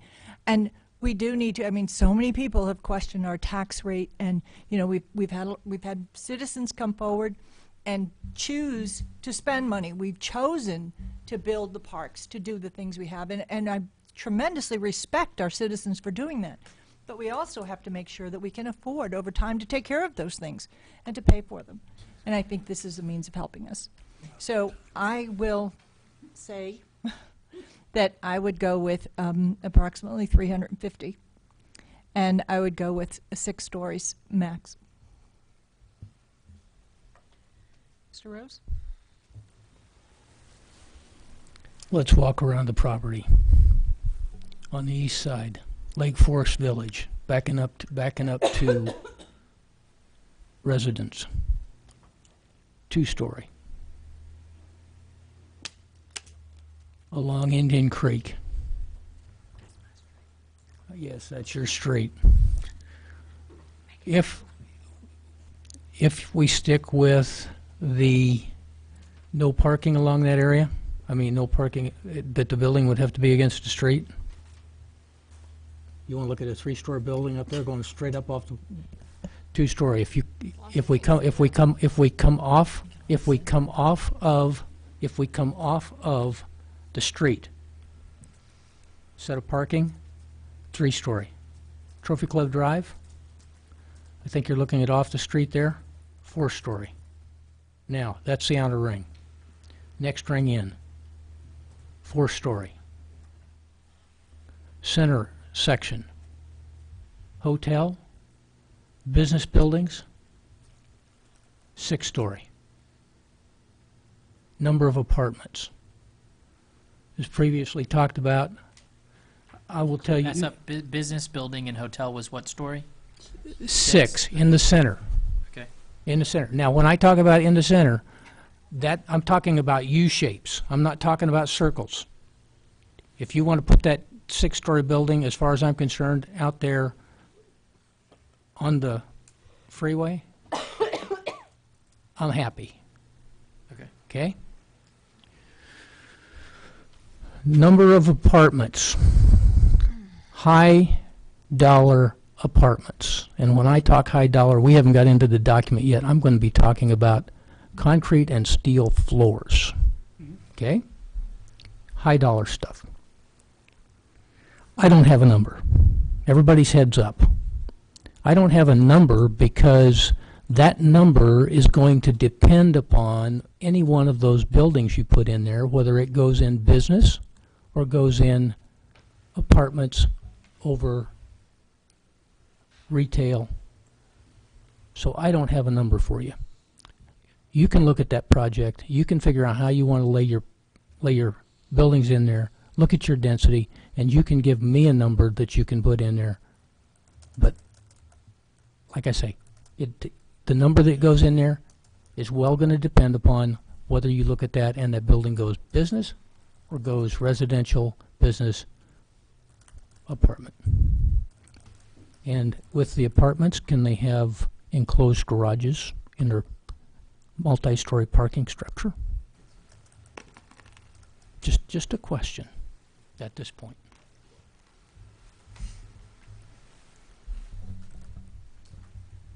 Does that give you something to work with? Excuse me? Does that give you something to work with? Yes. I'll give you something. We haven't gotten that far into the document. I think all off-street parking in this project should be multi-story. I think any multi-story parking project, parking garage that abuts a street, on that street. You said all parking should be multi-story? All off-street parking. Off, like, so off Indian Creek or Trophy Club Drive, you're saying? In your project, interior in your project, Right, if right. it's, okay, thanks for the clarification, you're Yeah, right. No, I understand what you're saying. Okay. Should be multi-story. I don't want to waste space for a Walmart parking lot. Square footage is too valuable. But that there can be limited, like parallel parking or Oh, just sure. a single row parking. Certainly, on the But not streets. massive marks. Yeah. You don't want, mixed Okay. use, you don't want them Okay. massive Now, field. I want to talk about parking structures. In the document right now, it says concrete parking structures. Now, you've heard them talk about the research I do. I've been out looking around at parking garages. I want my parking garage, if it's on a street, one, it will have commercial or retail on the first floor. You can have parking behind it, you can have parking above it. I want the parking garage to have the facade that goes along with the facade in that street. Or it can be hidden by the retail office building. It can be surrounded. Right. Okay? I think that's how it's designed in the ordinance already, That's what the right? ordinance says. Well, Yeah. yeah, but the way I read the ordinance, it said concrete. Well, that's what it's intended to, so we certainly should make the changes to effectuate that if Okay. it's not like that right now. And That and could be if one I- of your 150 It is. non-transcribed Not that you didn't changes get. that we will be putting into the You document. You didn't get, exactly. So, big items. Once again, I apologize for the fact that you did not get all the information. Is it okay if I talk now? Please do. Okay. So, first of all, I thank you for your candor, Councilman Rose. I appreciate, and I do look forward to looking at your comments. I suspect we'll have them by tomorrow. It certainly gives us and the team a good indication of what your thoughts are, and I do appreciate that. You know, I would say by and large, based on the numerics, you know, it's certainly something that encourages me to want to continue this discussion. So I appreciate you guys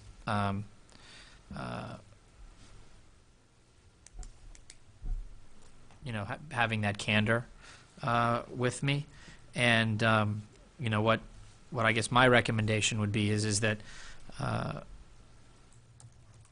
you know, we kind of can have an internal discussion tomorrow. Let our architect actually effectively just at this point just take an average of these numbers and work a plan based on what we just heard here over the past 10 or 15 minutes, and kind of see, I guess on average, does a 5-6 story-ish thing work with some of the numerics that you're doing. I would say that again, back to Councilman Rose, some of these setbacks that you're talking about, I think what we'll find is that a lot of them are which is I think where you were getting those numbers from. A lot of them are to some degree delineated in the document, maybe not as clear as we might be able to make them, but it's certainly our intention to tier it up. And in our private meeting that we had with Mike Sly, you had talked about angle, and maybe a 40-degree might be too steep, and you weren't at that meeting, but it's something that I think Councilman Rose actually went through a process of working some numbers mathematically, and then spent some time on the property, and was concerned about the 40-degree angle. So I would, if we can look at that, I think that was something that was important to you from an angle off the street. So I think you were thinking more in the low 30s or high 20s. Well, was more of where your head was right at the time. 30 degree, but and here again, and when I talk about that, I kind of did the same thing with the ring, as I Right. talked about the U-shaped rings, the So, concentric and rings, we so- also heard some comments tonight, just in terms of Michelle Court and Jennifer Court, which happened to be my sister's name is Michelle, and Jennifer was my father's partner's daughter. how those two names got named. So, we heard some people talk about those. I mean, obviously, Councilwoman Tiffany is in Hogan's Glen. She has a fairly clear perspective of what could be seen from that area, which is certainly relevant. And obviously, the woman who is still here, who lives in that area, I think, we need to be very cognizant of what's on that corner, because those are the two areas. I think we've really dealt with the issue related to how the homes that back up to the creek, because we have that entire buffer plus the trees plus an additional setback, and then it's tiered. So, hopefully that becomes something that's workable. But again, I appreciate the candor. Mayor White, what would be the recommended, next step? A workshop? Were you saying on Monday? A week from, what is today? Monday? 3 days. Almost Tuesday. Today. A week from Today is close to Tuesday. Next Monday. Does that work for? It's a week away.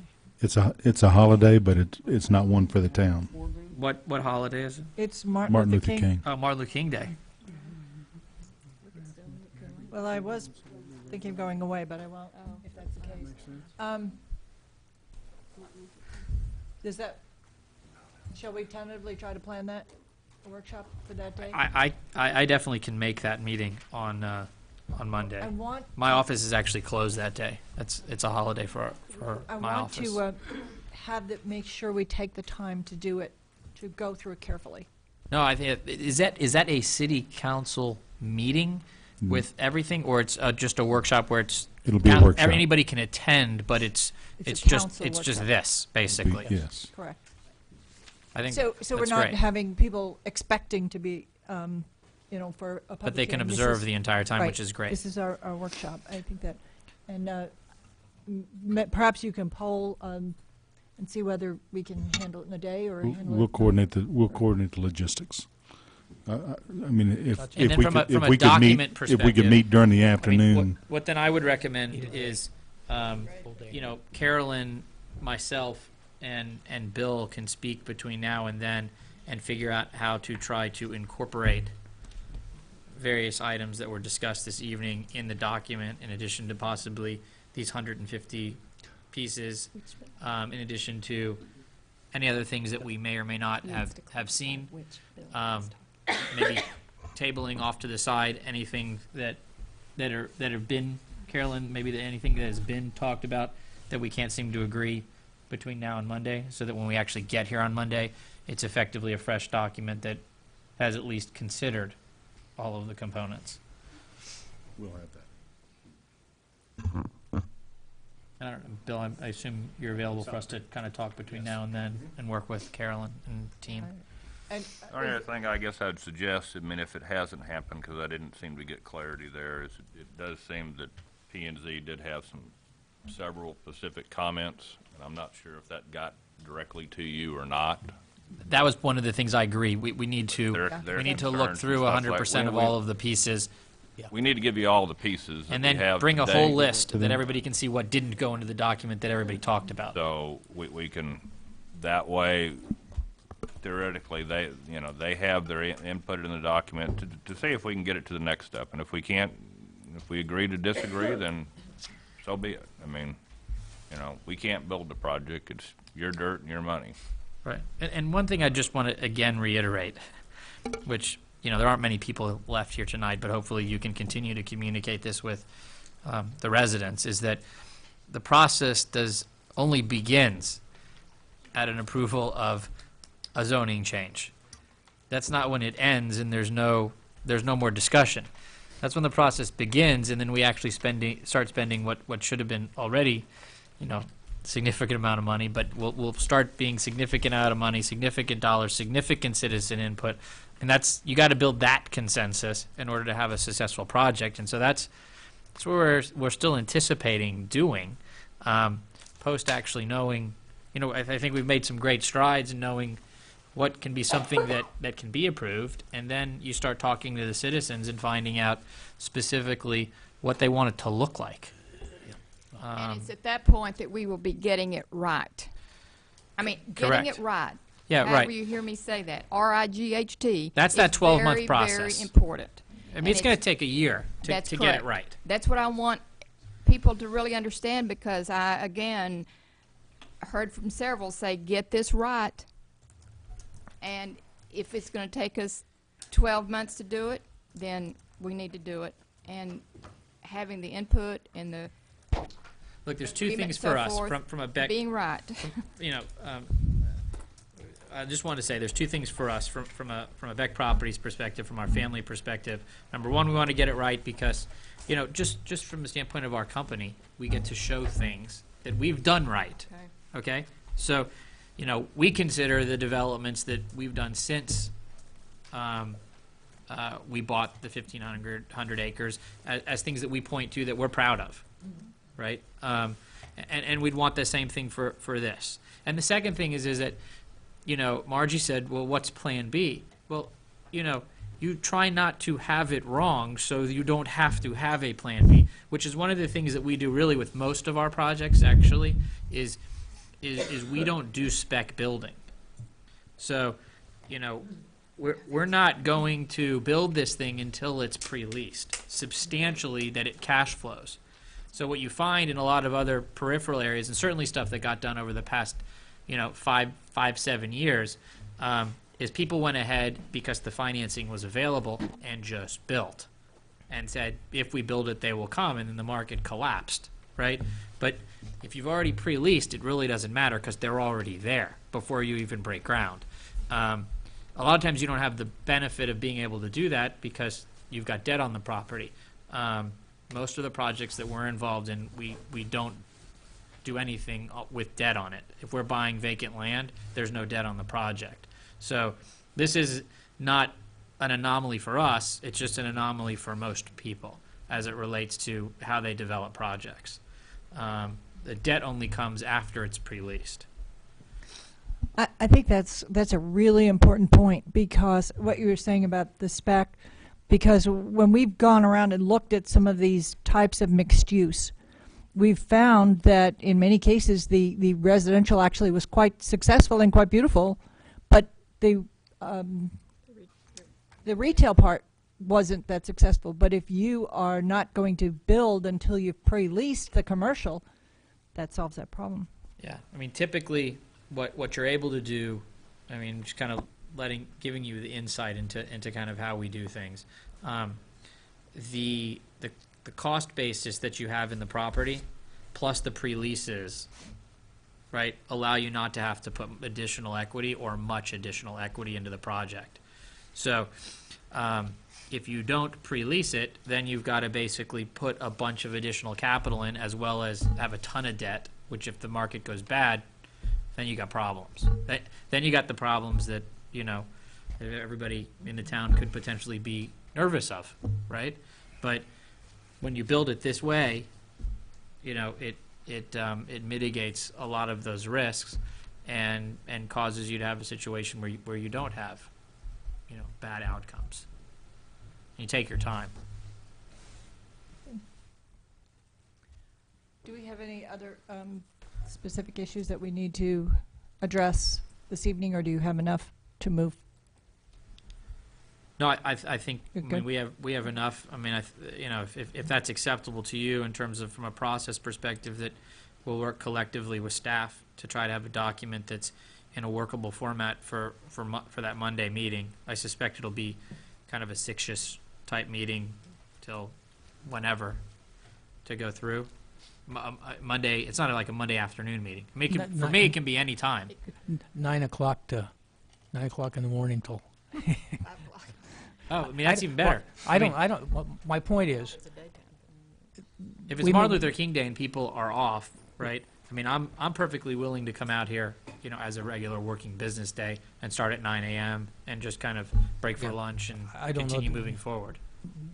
I would like to have, real optimistically here, 8 hours to work on this document set aside, and if I get done in 3, and then I have the rest of the day off. I'm all for it. I'm fine with that. So we could do it. Yeah.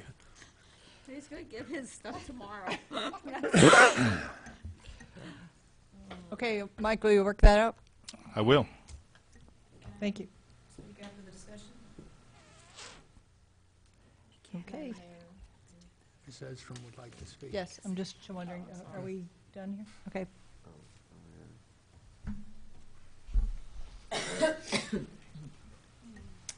A couple of requests. I'd like to see if it's possible when staff is meeting with Beck Properties and his representatives, that Chairman Hill or somebody from P&Z participate in those meetings. And if next week is indeed going to be a workshop, I don't see why planning and zoning couldn't be a part of that workshop, so that the input that wasn't received is, sorry, but secondhand input isn't a whole lot of good in my mind. Planning and zoning members should be able to actively participate in that discussion, or all of the input. I mean, they painstakingly went line by line through that document, and they have, my personal opinion, better knowledge to address some of those things. They had identified specific discrepancies already in that document, so they can provide valuable input. And as a resident, I'd be opposed to a 9 o'clock meeting because I work, I don't have off that day, and a lot of companies, quite frankly, don't use that as a holiday anymore.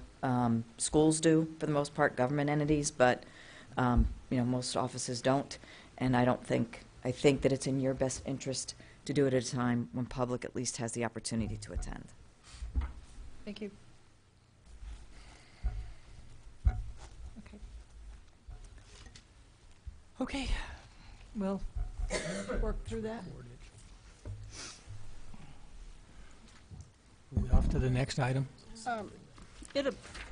Thank you all very Yes. much. I really do sincerely mean that to each and every one of you residents, and certainly to the Beck Properties Group. Thanks for being here, and I sincerely thank what the staff has done to this point and everybody else that's been involved. P&Z, everybody has taken the time and given us a lot of suggestions. It's never painless to be progressive, but we'll get there.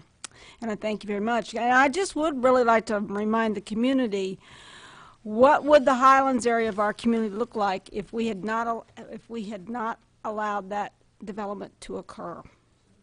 Certainly there were naysayers. I was one of them. And my concern was the differences in the tax rate and the assessments that were being established and put on those future residents. But I will also be the first one to tell you this town would be not where it is today if we did not have the property evaluations and the growth we've had back there. So, for those that had the foresight in previous councils to move forward, thank you very much. I would like to move that we move to number 9 here. And take care of that piece of business that looks like it needs to be done, and then adjourn. All right, thank you very much. I appreciate your patience, everyone, and Mr. Beck, all you residents, thank you. We will go ahead and move on to item number 9. I think we need to get this one, right? Yes, ma'am, please. This is very important. May I give a staff report? Okay. Back in December 2008, council did approve a site plan for a 4-story hotel, the Hampton Inn and Suites. They are now ready to progress with their pre-construction meeting, which is scheduled for tomorrow. And in order to do that, we need this document approved. What this is a developer's agreement for the public improvement portion of the project. And that public improvement is a public storm drain, a sanitary sewer connections, several sanitary sewer connections, and also water connections. That's the public improvement portion. The developer's agreement is attached. Those improvements equal a total of $67,554. They will provide bonds for that work. That those amounts are attached as attachment A to the document, and staff does ask for approval of this document. The applicant was here earlier this evening. Oh, gosh. I did ask the town manager. I had sent an email to the town manager. He did, I think about 8:30, 9 o'clock or so, he finally said, "May I leave?" So he was willing to come back. He said, if you'll email me, I'm about 25 minutes away, I'll come back. But he will be here tomorrow for the pre-con. He has gone through the document. He agrees with everything in it. So we do ask for your approval of this item. Dare you to email him right now. Tell him we're ready. Oh, I've got something for everybody. I move to approve, oh geez, stand by, what are we going to call it? Developers agreement. I move to approve the developers agreement for the Hampton Inn located at 225 Plaza Drive and Plan Development Number 25, PD 25, Trophy Lab Business Center.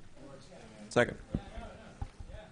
Okay, the motion's been made by Councilman Rose, seconded by Councilman Hoover. Is there any discussion? Yes, ma'am. Just clarifying question here. The estimates cap at 67,554 when they perform the work, and it's in excess of that. How do we handle that? Our town engineer has reviewed that amount, and he is very comfortable with that amount for those improvements. It's a standard document that we've well, I shouldn't say document. It's a standard form that we followed for the subdivisions. We did have the town engineer review it and was comfortable with those figures. I don't expect that amount to go over. Now, our bonds do require that the bonding increase by the amount of change orders that are submitted. So if for some reason they end up change ordering to get some work in that was left out or that costs more, then the bond should run and increase automatically with that total amount. So the developers agreed if there is a change in construction, that he'll absorb the additional costs? The bond form states that change orders, the bond will automatically be increased by the amount of change orders. That's the bond, that's not the... Right, but I mean, he's got a contract, and if for some reason it starts coming in at more, they're going to have some mechanism to increase that. So this was an issue that we talked with them about extensively, because the problem is we have an engineer's estimate, and then they go out to bid, and they get a bid that's well under the engineer's estimate. And we put them to the test, and we told them, we want to see where your cost savings are. We want to see if it's materials or labor, because we want to know if they're underbidding materials because they're not bidding the right materials. And they agreed that they would provide that documentation to us. Has that Well, that happen with Tom? in this particular case, we don't. That's actually another. I'm sorry. Developers I'm confusing it with something else. Another agreement that we have that issue with. But on this particular one, we don't anticipate that it's going to go over. We anticipate that it might go under if they can bid it at less than this. But the contract, because we're so close to the pre-con, typically developers agreements happen 2 or 3 months before they actually bid the project, or possibly 6 to 8 weeks before they bid the project. In this case, we have the pre-con scheduled for tomorrow. The contractor's on board. All of the contracts have been done. Those prices are pretty well set, and we don't anticipate it's going to go over. If anything, typically it goes under. Our concern is just that we have the proper amount of bonding to finish the project if they stop working, and to for maintenance purposes after the fact if there needs to be major repair. And on this project, I apologize confusing it with another one. On this one, apparently we're very comfortable that that's the right amount. Okay, well, I just didn't see provisions if it did run over and what obligation, so just as long as it didn't come back to the town, because that was my only concern. I haven't seen the scope of the work, so I can't tell you if the 67's right or not, so. Small job. Yes, because this is, as the hotel, most of the rest of the water line, for instance, is going to be private. It's not going to be public. It's only the connections that are public. Right. The rest of the water line, even though we had talked to him 3 years ago about putting that water line in an easement and dedicating it to the town, he did not want to do that. So it is his property. If there's a problem with that water line, he's going to be responsible for fixing it. That was the bigger concern for us, was we wanted to make sure he understood what was was public, what was private. And for this project, there's quite a bit that is going to be private, and they were willing to do that. We actually delayed the pre-con because in order to create and bring forward a developer's agreement to ensure that the developer understood what he was going to be responsible for today and for the entirety of that project and for here on out, we wanted it to be very clearly defined what he was accepting and what we were willing to accept. I have one question about the project in its entirety, I guess. Do we have any idea what that building's going to look like? It's going to look like the site plan that was approved 3 years ago, on Please- December please- 1st, 2008. Please tell me that it does not look like Value Place. It looks It has like a bigger sign. It really glows real big. Oh, God. Just kidding, for the record. I saw it. Very similar to any four-story Hampton Inn and Suites. It looks very, very similar to any Hampton Inn and Suites that you see in the area. So I actually think it will be the colors and the masonry and the scheme of the hotel, I think is actually going to complement Value Place. I think it's going to enhance the entire area. I think you're going to find that we have some other businesses now interested in that area because this hotel is going to be built. I think it's going to be a nice stimulus for PD 25, and I do believe it's going to look very nice. It's going to have a heck of a lot of lumber out there, I can tell you that. We need to, as a point, we need to notify those neighbors to make sure they understand that dirt's getting ready to be turned. We are planning to do that tomorrow. I didn't want to say anything until we were sure this was going to go. Okay. Yeah. God, so I don't want, because I can remember, I think back then, and they were not very happy about the hotel or the orientation or something, so I want to make sure that they're...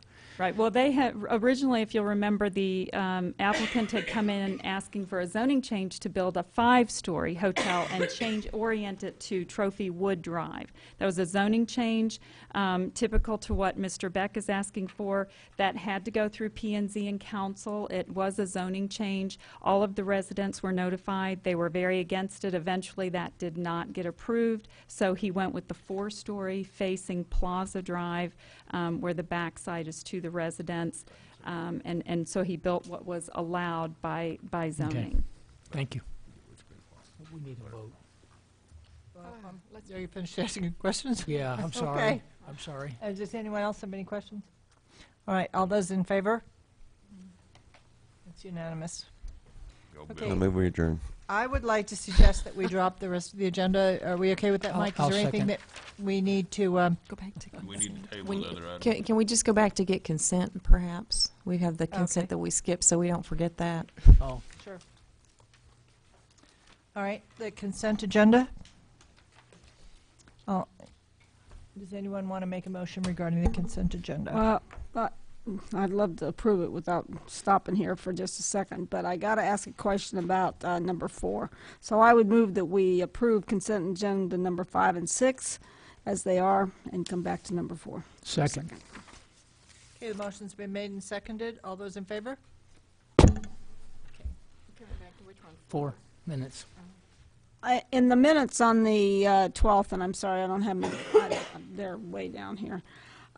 There was a notation and some conversation about the roundabout being $1,700,000, and I think that I would just like to clarify that it's not the roundabout that is $1.7 million.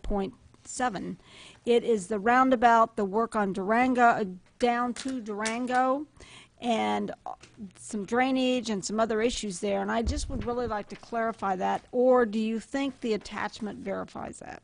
I'm just asking the question. I think the attachment, if I remember right, Well, the attachment breaks is this. breaks it all out, doesn't it? Yes, No? it does. Yeah. If Yeah, it's but I attached. We need to If, make sure if that you'd that's... like, if you'd like the language to be broken out, we can so do that and move right on down the road. I would just like to move that we change the language to be a little bit more explanatory. All right. We can make that happen. Or do you just want to include that document with it? Right. Well, I would like to clarify that it's this total program. Total project is $1.7 million, not just the roundabout. And make sure that the attachments are done. And then with that change, I would move to approve the minutes. Did you second that? I'm still confused, but if everybody else is okay, I'll second it. All those in favor? Okay. Remember what I said about number of hours on duty and .08? You all drive safe. Mike and Patricia, is there anything else on here that we need to discuss tonight? Not that I know of. I was just trying to get us so we didn't. We can move the financials into the next meeting and double up on the financials. I'm sorry, Eric, is that? Okay, you sit here all that Thanks, time. Eric. No, I had a blast. Thank you. Before you go, I have a little surprise for motion? you guys. Sent this to I'll everybody. move to adjourn. Move these down. Move these down. Moving down. Just move them down. You can't be picky. Moving down. Well, that one's heavy. I got these at Starbucks for us to have a little bite before our agenda began. But, did everybody get one? Yeah. Would you rather have a whoopie pie or would you rather have a cat? You like a You whoopie need pie? those. You're bachelor. You're bachelor. Did everybody get one? I'll move that down. Well, yeah. Yes. I need to hurry home so I can see my new emails. You have a motion to adjourn, but I haven't got a I just sent you that. Second. Did you? Actually,